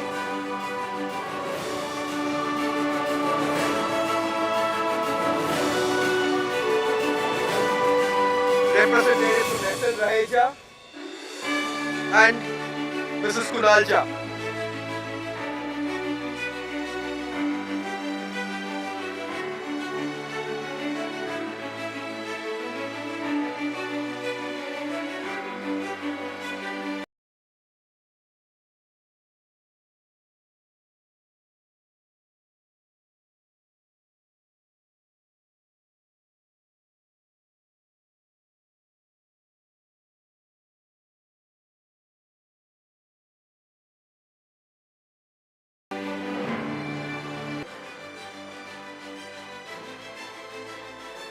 Yeah, please, Dr. Saran. Yeah, please come over here. Next would be Mr. Kevin Devasya Valyamattam from Rajagiri Hospital. And Dr. Sai Saranya.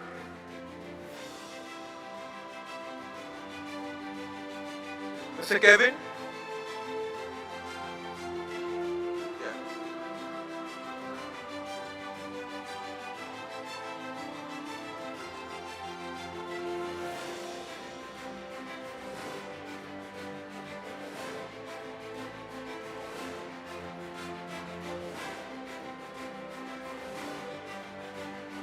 Ladies and gentlemen, put your hands together for Kevin. And Dr. Sai Saranya. Dr. Sai Saranya. The next category of awards is for the memes competition. We have Miss Hannah Joyce Rossi and Miss Deepa as the winners. Winner 1 and winner 2.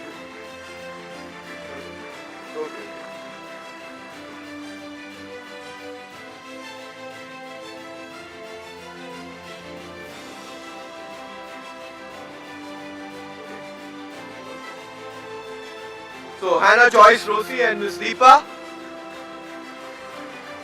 the winners of the memes competition. Runner-up are Dr. Shamam KU and Santana Lakshmi.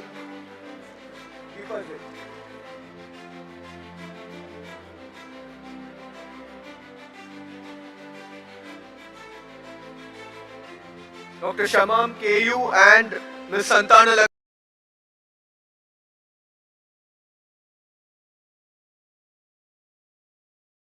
Dr. Diksha Tiwari and Ms. Vandana as the second runner-ups.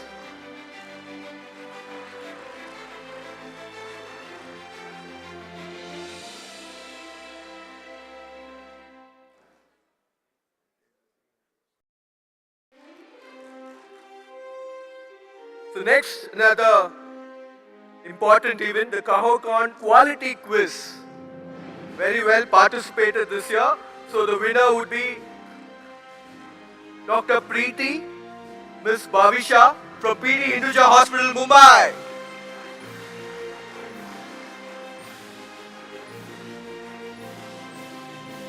Joint winners are Dr. Sendil Kumar and Nitya MS from GKNM Hospital, Coimbatore.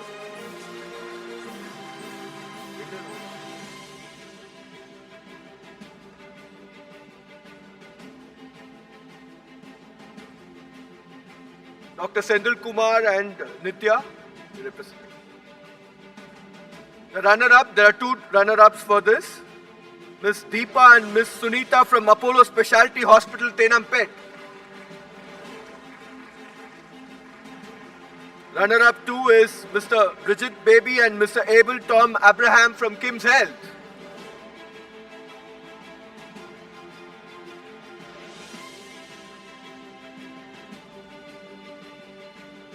The next category of awards is the clinical platform presentation. The winner is Dr. Saravana Priya JK from Arete Hospital, Hyderabad. Dr. Saravana Priya JK, Arete Hospital, Hyderabad. The first runner-up is Dr. Ankita Sengupta, Masumdar Shah Medical Center, Bengaluru.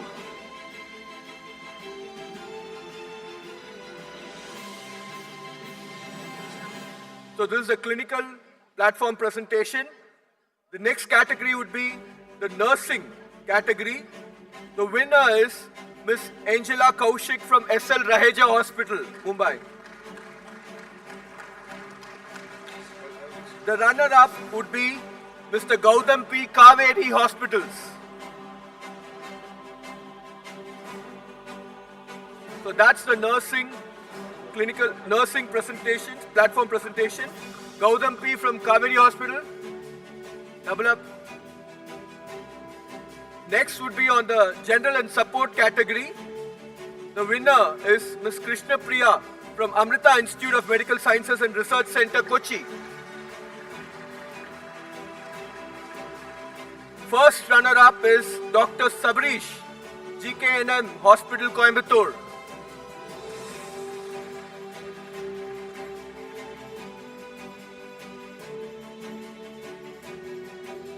General and support prize is being given. The next category would be the students category. It's saw a lot of energy in this category too. The winner would be Dr. Divya Darshini Vignesh from Sundaram Medical Foundation Hospitals, Chennai. And the first runner-up is Dr. Inosh A. Paulson from IHMR Bengaluru.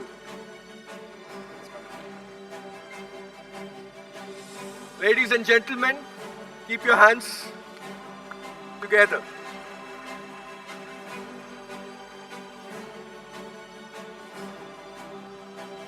For the posters clinical, winner is Dr. Sarul, KD Hospitals, Ahmedabad. First runner-up is Dr. Archana Bajaj, Fortis Hospital.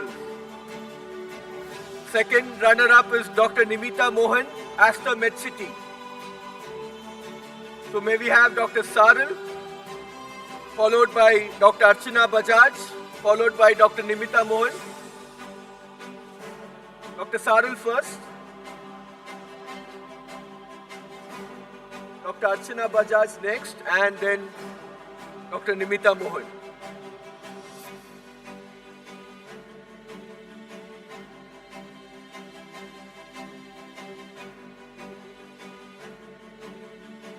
Archana Bajaj, Fortis Hospital, first runner-up. Clinical posters.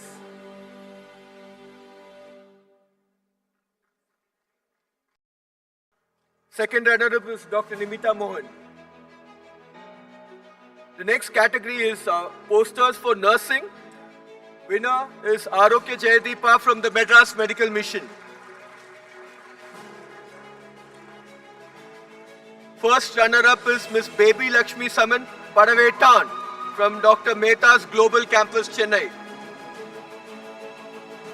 Second runner-up, Mrs. Dakshata Tandel, Gleneagles Hospital, Parel.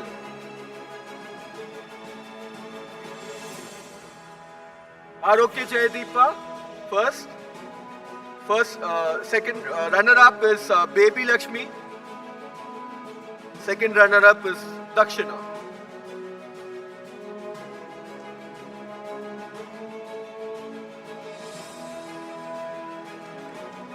We have Dakshina here. The next one would be the general and support poster presentation. The winner is Bhavisha Karnare from PD Hinduja Hospital. First runner-up is Dr. Abhinaya Jayapalan from Meenakshi Mission Hospital. The second runner-up is Dr. Ruchi Kushwaha from Tata Memorial Center. Bhavisha on stage. Abhinaya next up, Abhinaya Jayapalan. Followed by Ruchi Kushwaha. Student posters.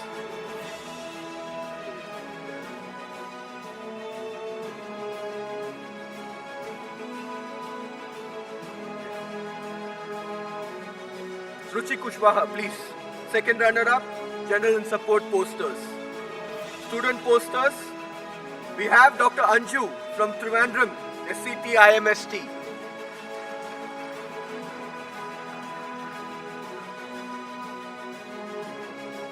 First runner-up is Ms. Fatima Saima from AJ Institute of Hospital Management. Second runner-up, Ms. Pooja JT, Government Medical College and Hospital, Tiruvallur.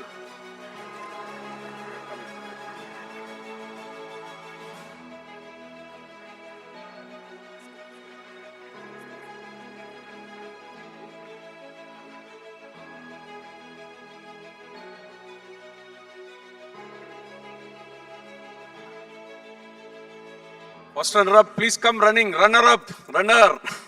Run. Yeah. Miss Fatima, Saima and Miss Pooja as the second runner-up. Lightning talks, we move on to the next category, clinical. The winner is Dr. Brito Durai Singh from Ganga Medical Center and Hospital. Please line up fast, please. First runner-up is Dr. Sachayan Sinha from College of Medicine and Sagor Datta Hospitals. Do you ask Dr. Sachayan here? Please raise your hand so that we can wait for you.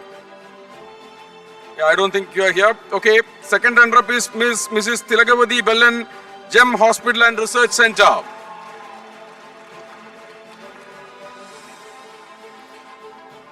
We move to the next category of the lightning talks, which is the student category. The winner is Miss Rajneet Kaur, CMC Ludhiana. Do we have Miss Rajneet Kaur? Yeah, please come fast. First runner-up is Miss Monica Sandhu, Postgraduate Institute of Medical Education and Research, Chandigarh. Do we have Miss Monica here? An important announcement. We found a pendant on the stage. So if anybody has lost a pendant who have come onto the stage, please report to Mr. Adel and claim the pendant, explaining the shape and the things about it.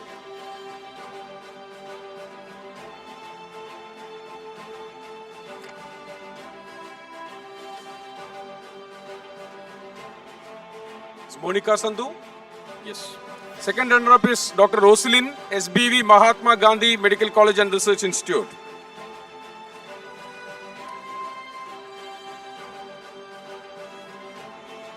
Come fast, please. In the Lightning Talks General and Support category, winner is Aditi Vyas Amrita Hospital. First runner-up is Saurav Sarkar, CK Birla Hospitals. Second runner-up, Purnima SS, Medical Trust Hospital, Kochi. Do you have these winners here?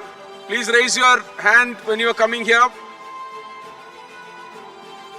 Aditi Vyas, Saurav Sarkar and Purnima.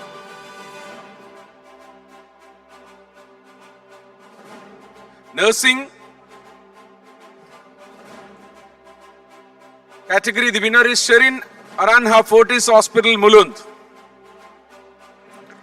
First runner-up, Miss Chanda Bandyopadhyay, BM Birla Heart Hospital.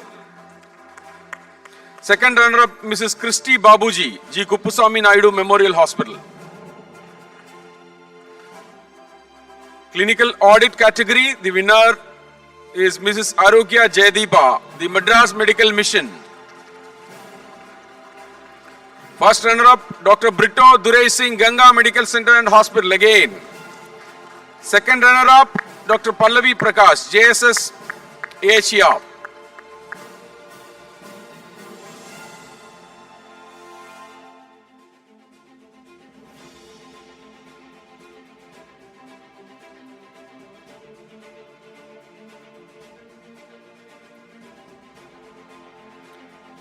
Mrs. Arogya Jaydeepa, Dr. Brito and Dr. Pallavi.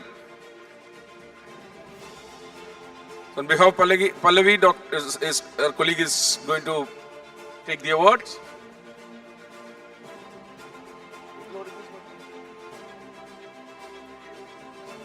Clinical audit again, winner Arogya Jaydeepa, first runner-up Dr. Brito and second runner-up on behalf of Dr. Pallavi, her colleague is going to collect it from JSS. You move to the video presentation award, winner Mr. Naveen Kumar, Kaveri Hospital, Salem.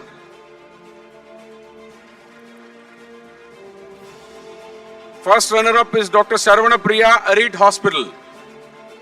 Second runner-up, Ms. Divya, Rajagiri Hospital. You have these people here, the awardee winners. Mr. Naveen Kumar, Kaveri Hospital, Salem. Yes. Dr. Sarvana Priya. Please wait, madam. Let him take. Yeah, you. Mr. Naveen Kumar, please go. Second runner-up, Ms. Divya, Rajagiri Hospital.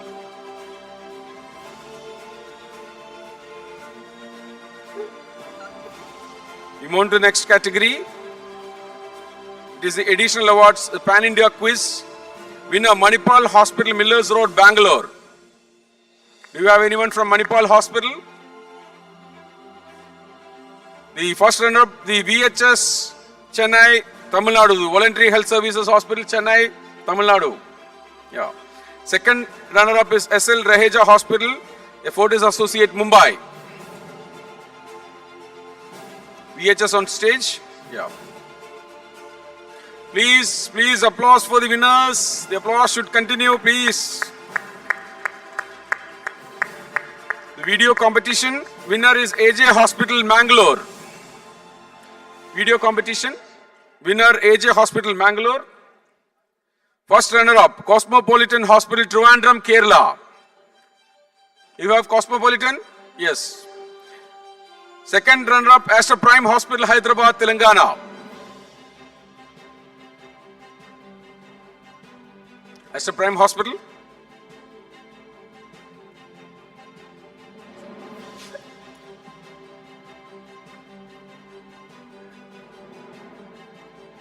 South Zone Fire Safety Awards. South Zone is Sri Kamachi Medical Center, Tanjore. Do we have Sri Kamachi Medical Center, Tanjore here? One more award for South Zone is Rajagiri Hospital, Alua, Kochi. Rajagiri Hospital, Kerala.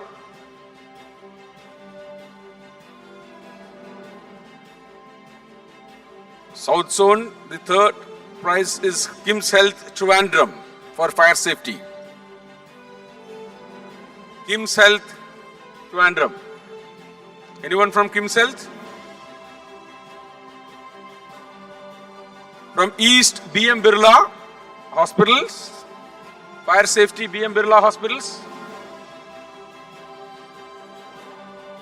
From the North Zone, Sri Mata Vaishnava Devi Narayana Super Speciality Hospital. From the North.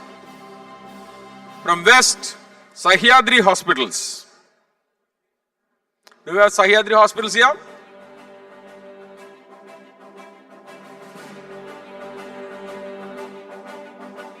Do we have Sahyadri? Yes.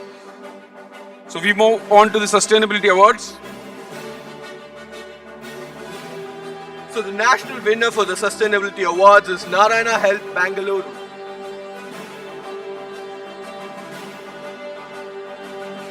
So the Sustainability Awards winners can come wait near the steps.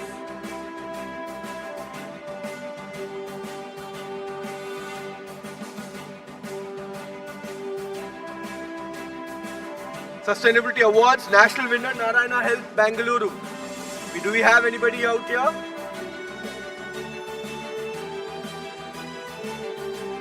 Zonal winners for Sustainability Award for the East, Apollo Multi-Speciality Hospital, Kolkata.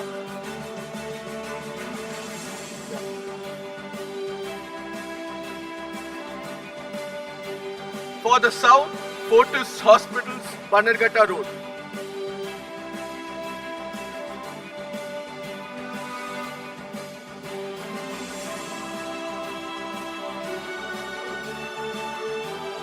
For the West, Sahyadri Hospitals. And for the North, Sri Mata Vaishnava Devi Narayana Super Speciality Hospital.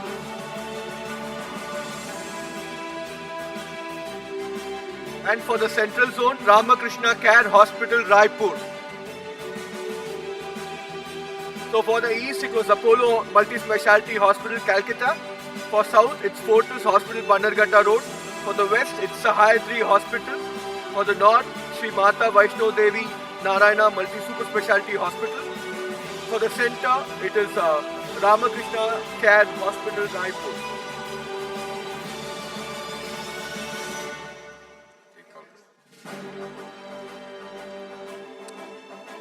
Now we have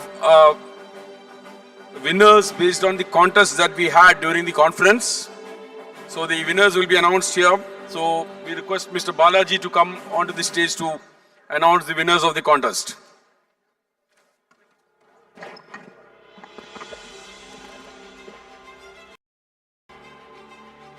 Ladies and gentlemen, boys and girls, thank you for all your amazing energy and participation in the delegation engagement activities. We had a fantastic response to our stall safari, explore and win challenge. Now it's time to announce our winners. We'll pick 2 winners from the draw.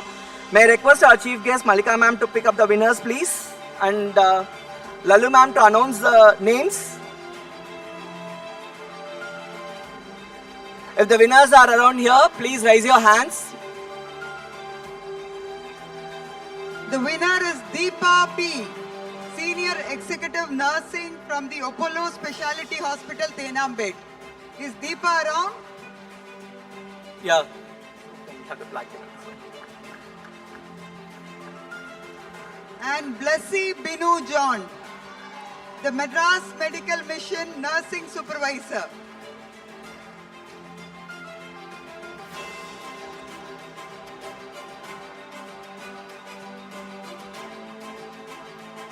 And for our social media challenges, due to the popular demand, we are extending the competition for a week.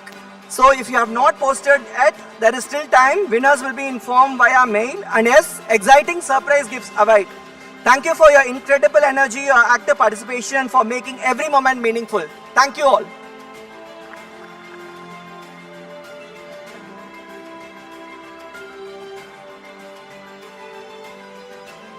So we have a fantastic video to be played here now. It's a recap of the entire Cahocon 2026 coming right here.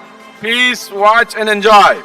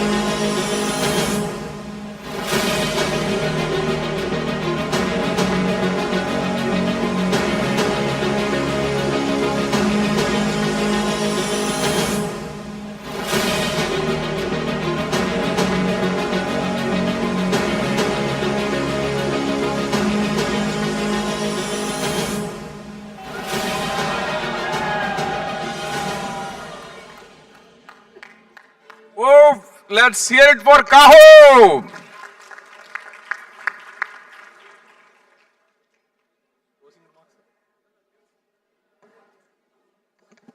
So we had requested the first female IPS officer, Madam Kiran Bedi, to become the patient safety ambassador of Caho. And she has sent a message of gratitude that she will very seriously be considering it. So we may look at our first celebrity patient safety ambassador of Caho. Just wanted to share this news with you all. Thank you. Thank you, sir. Thank you. So may we request Dr. Lalu Joseph, the president of Caho, to deliver the vote of thanks. Slides, please.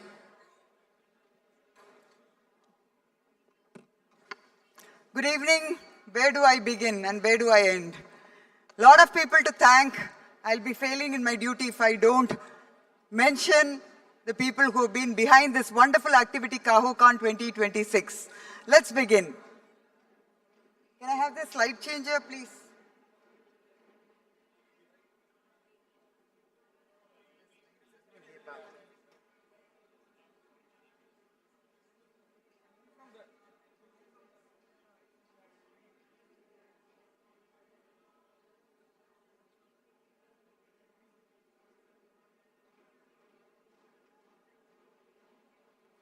A big shout out to the delegates, please. 2,500 plus. It's not easy at all. And they've come on their own. Big thanks to them. And the core committee of Cahocon 2026. Big round of applause to Nallaji Palaniswamy, Dr. Manivannan, Dr. Guru Shankar, Dr. Satish Devadas, Mr. Adel, and Dr. Arjun. Thambi. The academic content. I want to really place on record our appreciation to Dr. Ilankumaran Kaliyamurthy for the excellent sessions planned with Srishti. Thank you so much for the support. Dr. Arun Palaniswamy, thank you. Dr. Vetrivel and Dr. Shivakumar. Pre-conference committee, again a big shout out. 38 pre-conference workshops and 7 pre-conference workshops. And that would not have been possible without the support of Dr. Inian, Dr. Sandhya Cherian, Dr. Jayachandran and Dr. Babu Narayan. Sponsorship Committee, I want to thank my dear friends, Mrs. Bharati Reddy and Mrs. Rama Rajshekar for the support extended and all the organizing committee members. Awards Committee, Dr. Ranjit Jayasekaran, are you here? Yeah. Thank you so much, Mr. Samir Mehta, Dr. Prabhu and Dr. Malati Murugesan. Excellent timing, well organized, well coordinated. Venue and Facility Committee, Dr. Raju, Dr. Arun, Dr. Vidya and Mrs. Gayatri Sandeep. Thank you so much for organizing the venue so well. Poster and Platform Committee, we couldn't stand for 1 hour giving the awards. Imagine the amount of scrutiny that would have gone behind the 500 plus submissions under each category. Dr. Madhavi Gopinath, we owe a lot to you. Thank you so much for organizing this along with Dr. Praveen, Dr. Shilpa and Dr. Samuel N.J. David. Media and PR Committee, big thanks to Dr. Lasya, Dr. Sudhagar Singh, Dr. Jayakumar and Dr. Balamurugan.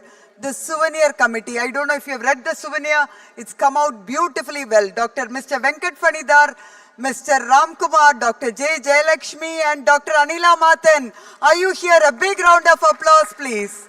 The Registration Committee, big shout out to Dr. Nirmal Frederick, Dr. Shivakumar, Dr. Jyoti Clara Michael and Dr. Purna Chandran. The Reception Committee, Balaji, are you here? Thank you so much for the engagement activities. We have heard such excellent feedback from our partners, Mrs. Sangeeta Priya and Mr. Vikram. The guests of honor, thank you so much. We really want to thank them all ahead of time and they had to wait. We really want to thank them for the time they gave to us. Our Honorable Shri Venkaiah Naidu, former Vice President, Dr. Biju George, Dr. Pal Manikam, Dr. Sailendra Babu and Dr. Mallika Srinivasan. Thank you so much, Madam. The chairpersons and moderators of all the sessions, the speakers and panelists, 80 plus speakers and panelists. The jury, let's give a big round of applause to the jury, please. They worked tirelessly to get all the awards on time. The pre-jury and also on-stage jury. Thanks to all the MCs, my dear friends, Dr. Paragrandani, Dr. Dev and his entire team of men and women who made this event happen. Thank you so much. And our pre-conference workshop host institutions. We did thank them on the 10th, but we really want to acknowledge your participation and for taking this forward in all your hospitals. Our partners and sponsors, this would not have been possible without you. An event of this scale certainly needs lots and lots of support from our partners. First time in the record of Cahocon, we've had 258 partners and sponsors. Thank you so much for your support. Our premium sponsor, Shivam Medisoft Services. Our title sponsors, KMCH Joint Commission, Meenakshi Super Specialty, Zubar Lase, I'm not reading all the 268 for sure, Convatec and Muthoot. Our platinum sponsors, Kaveri, Regency, ImmunoShop, Quick Clean, Medica Bazaar, Siemens, Schulke, Diversey, Gold, Sumit's Burger, ASP, and silver sponsors, bronze sponsors, the delegate kit sponsor, a special shout out to GKNM Hospital for being the first sponsor, the Midas touch, and we did it. The technical partners, several technical partners who really supported us. The heritage partner, they made us feel very special. On the 10th of April, we had the culture walk by the 31 women from the Caho governing committee. And we really appreciate Tulsi Silks for supporting us. This, the heritage walk, we enjoyed. Then NAC Jewelers for supporting us. And the Seatback branding partners, the knowledge partners, the exhibitors, the 200 plus exhibitors, the media partners, Spark, Healthcare, Medgate Today, Farmibion, Social Sculpt and Medical Buyer.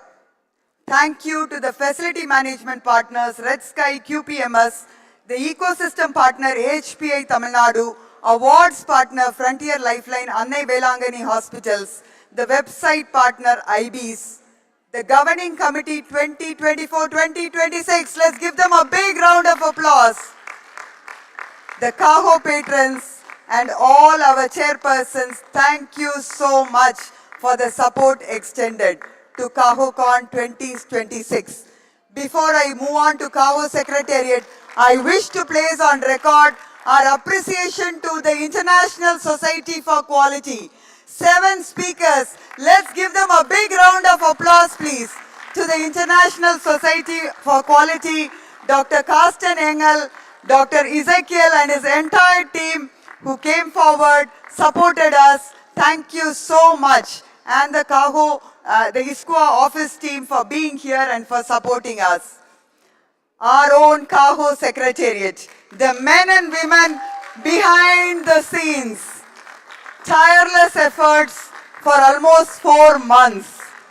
It's been truly an amazing event and we really wish to thank and place on record our appreciation to Caho Secretariat. Event partner, Mice and More, Sarthak, are you here? Thank you so much. There, let's give a big round of applause to our event team, please. And our dear friend Madan. I think everybody loves Madan. He's become brand Caho. Madan, we really want to appreciate you. Please come on stage. He covers the entire event and people love him. He was introduced to us by Dr. Joe Fidelis and Dr. Roy. I request our president, Dr. Vijay Agarwal, to kindly felicitate Madan.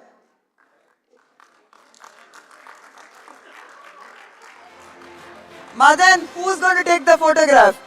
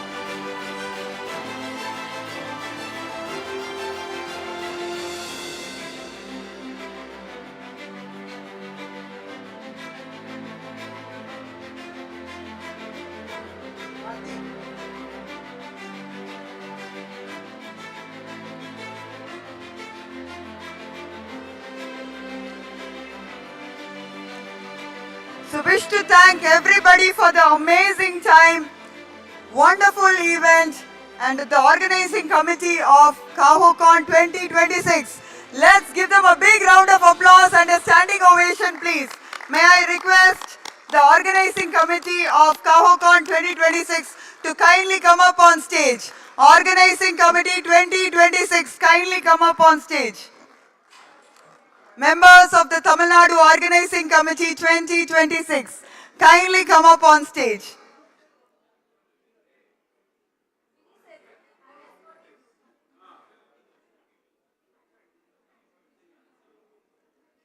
Please come up on stage.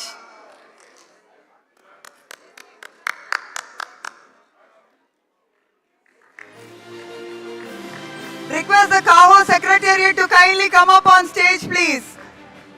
The Caho Secretariat, kindly come up on stage. Secretariat, please come up on stage.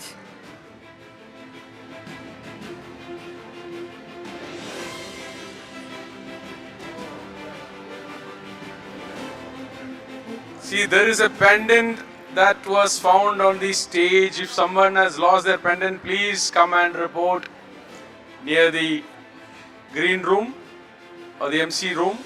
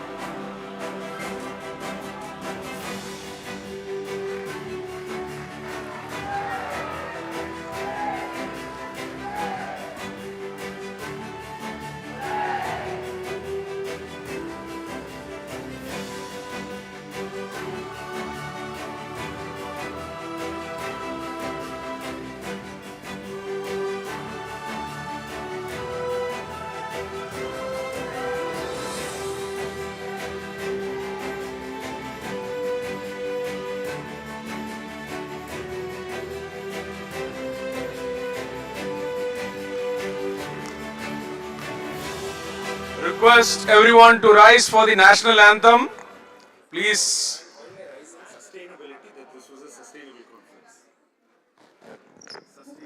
जनगण मन अधिनायक जय हे भारत भाग्य विधाता पंजाब सिंध गुजरात मराठा द्राविड उत्कल गंगा विंध्य हिमाचल यमुना गंगा उच्चल जलधि तरंगा तव शुभ नामे जागे तव शुभ आशीष मांगे गाहे तव जय गाथा जन गण मंगलदायक जय हे भारत भाग्य विधाता जय हे जय हे जय हे जय जय जय जय हे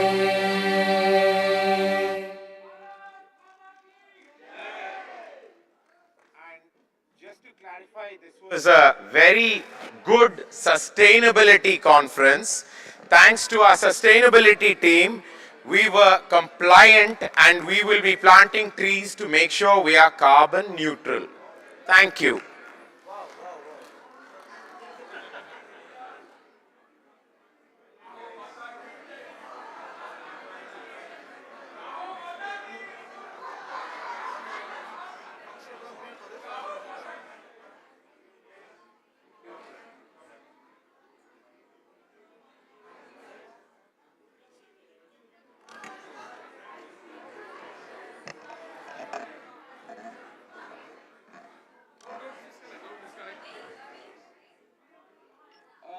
Hello, hello. An iPhone is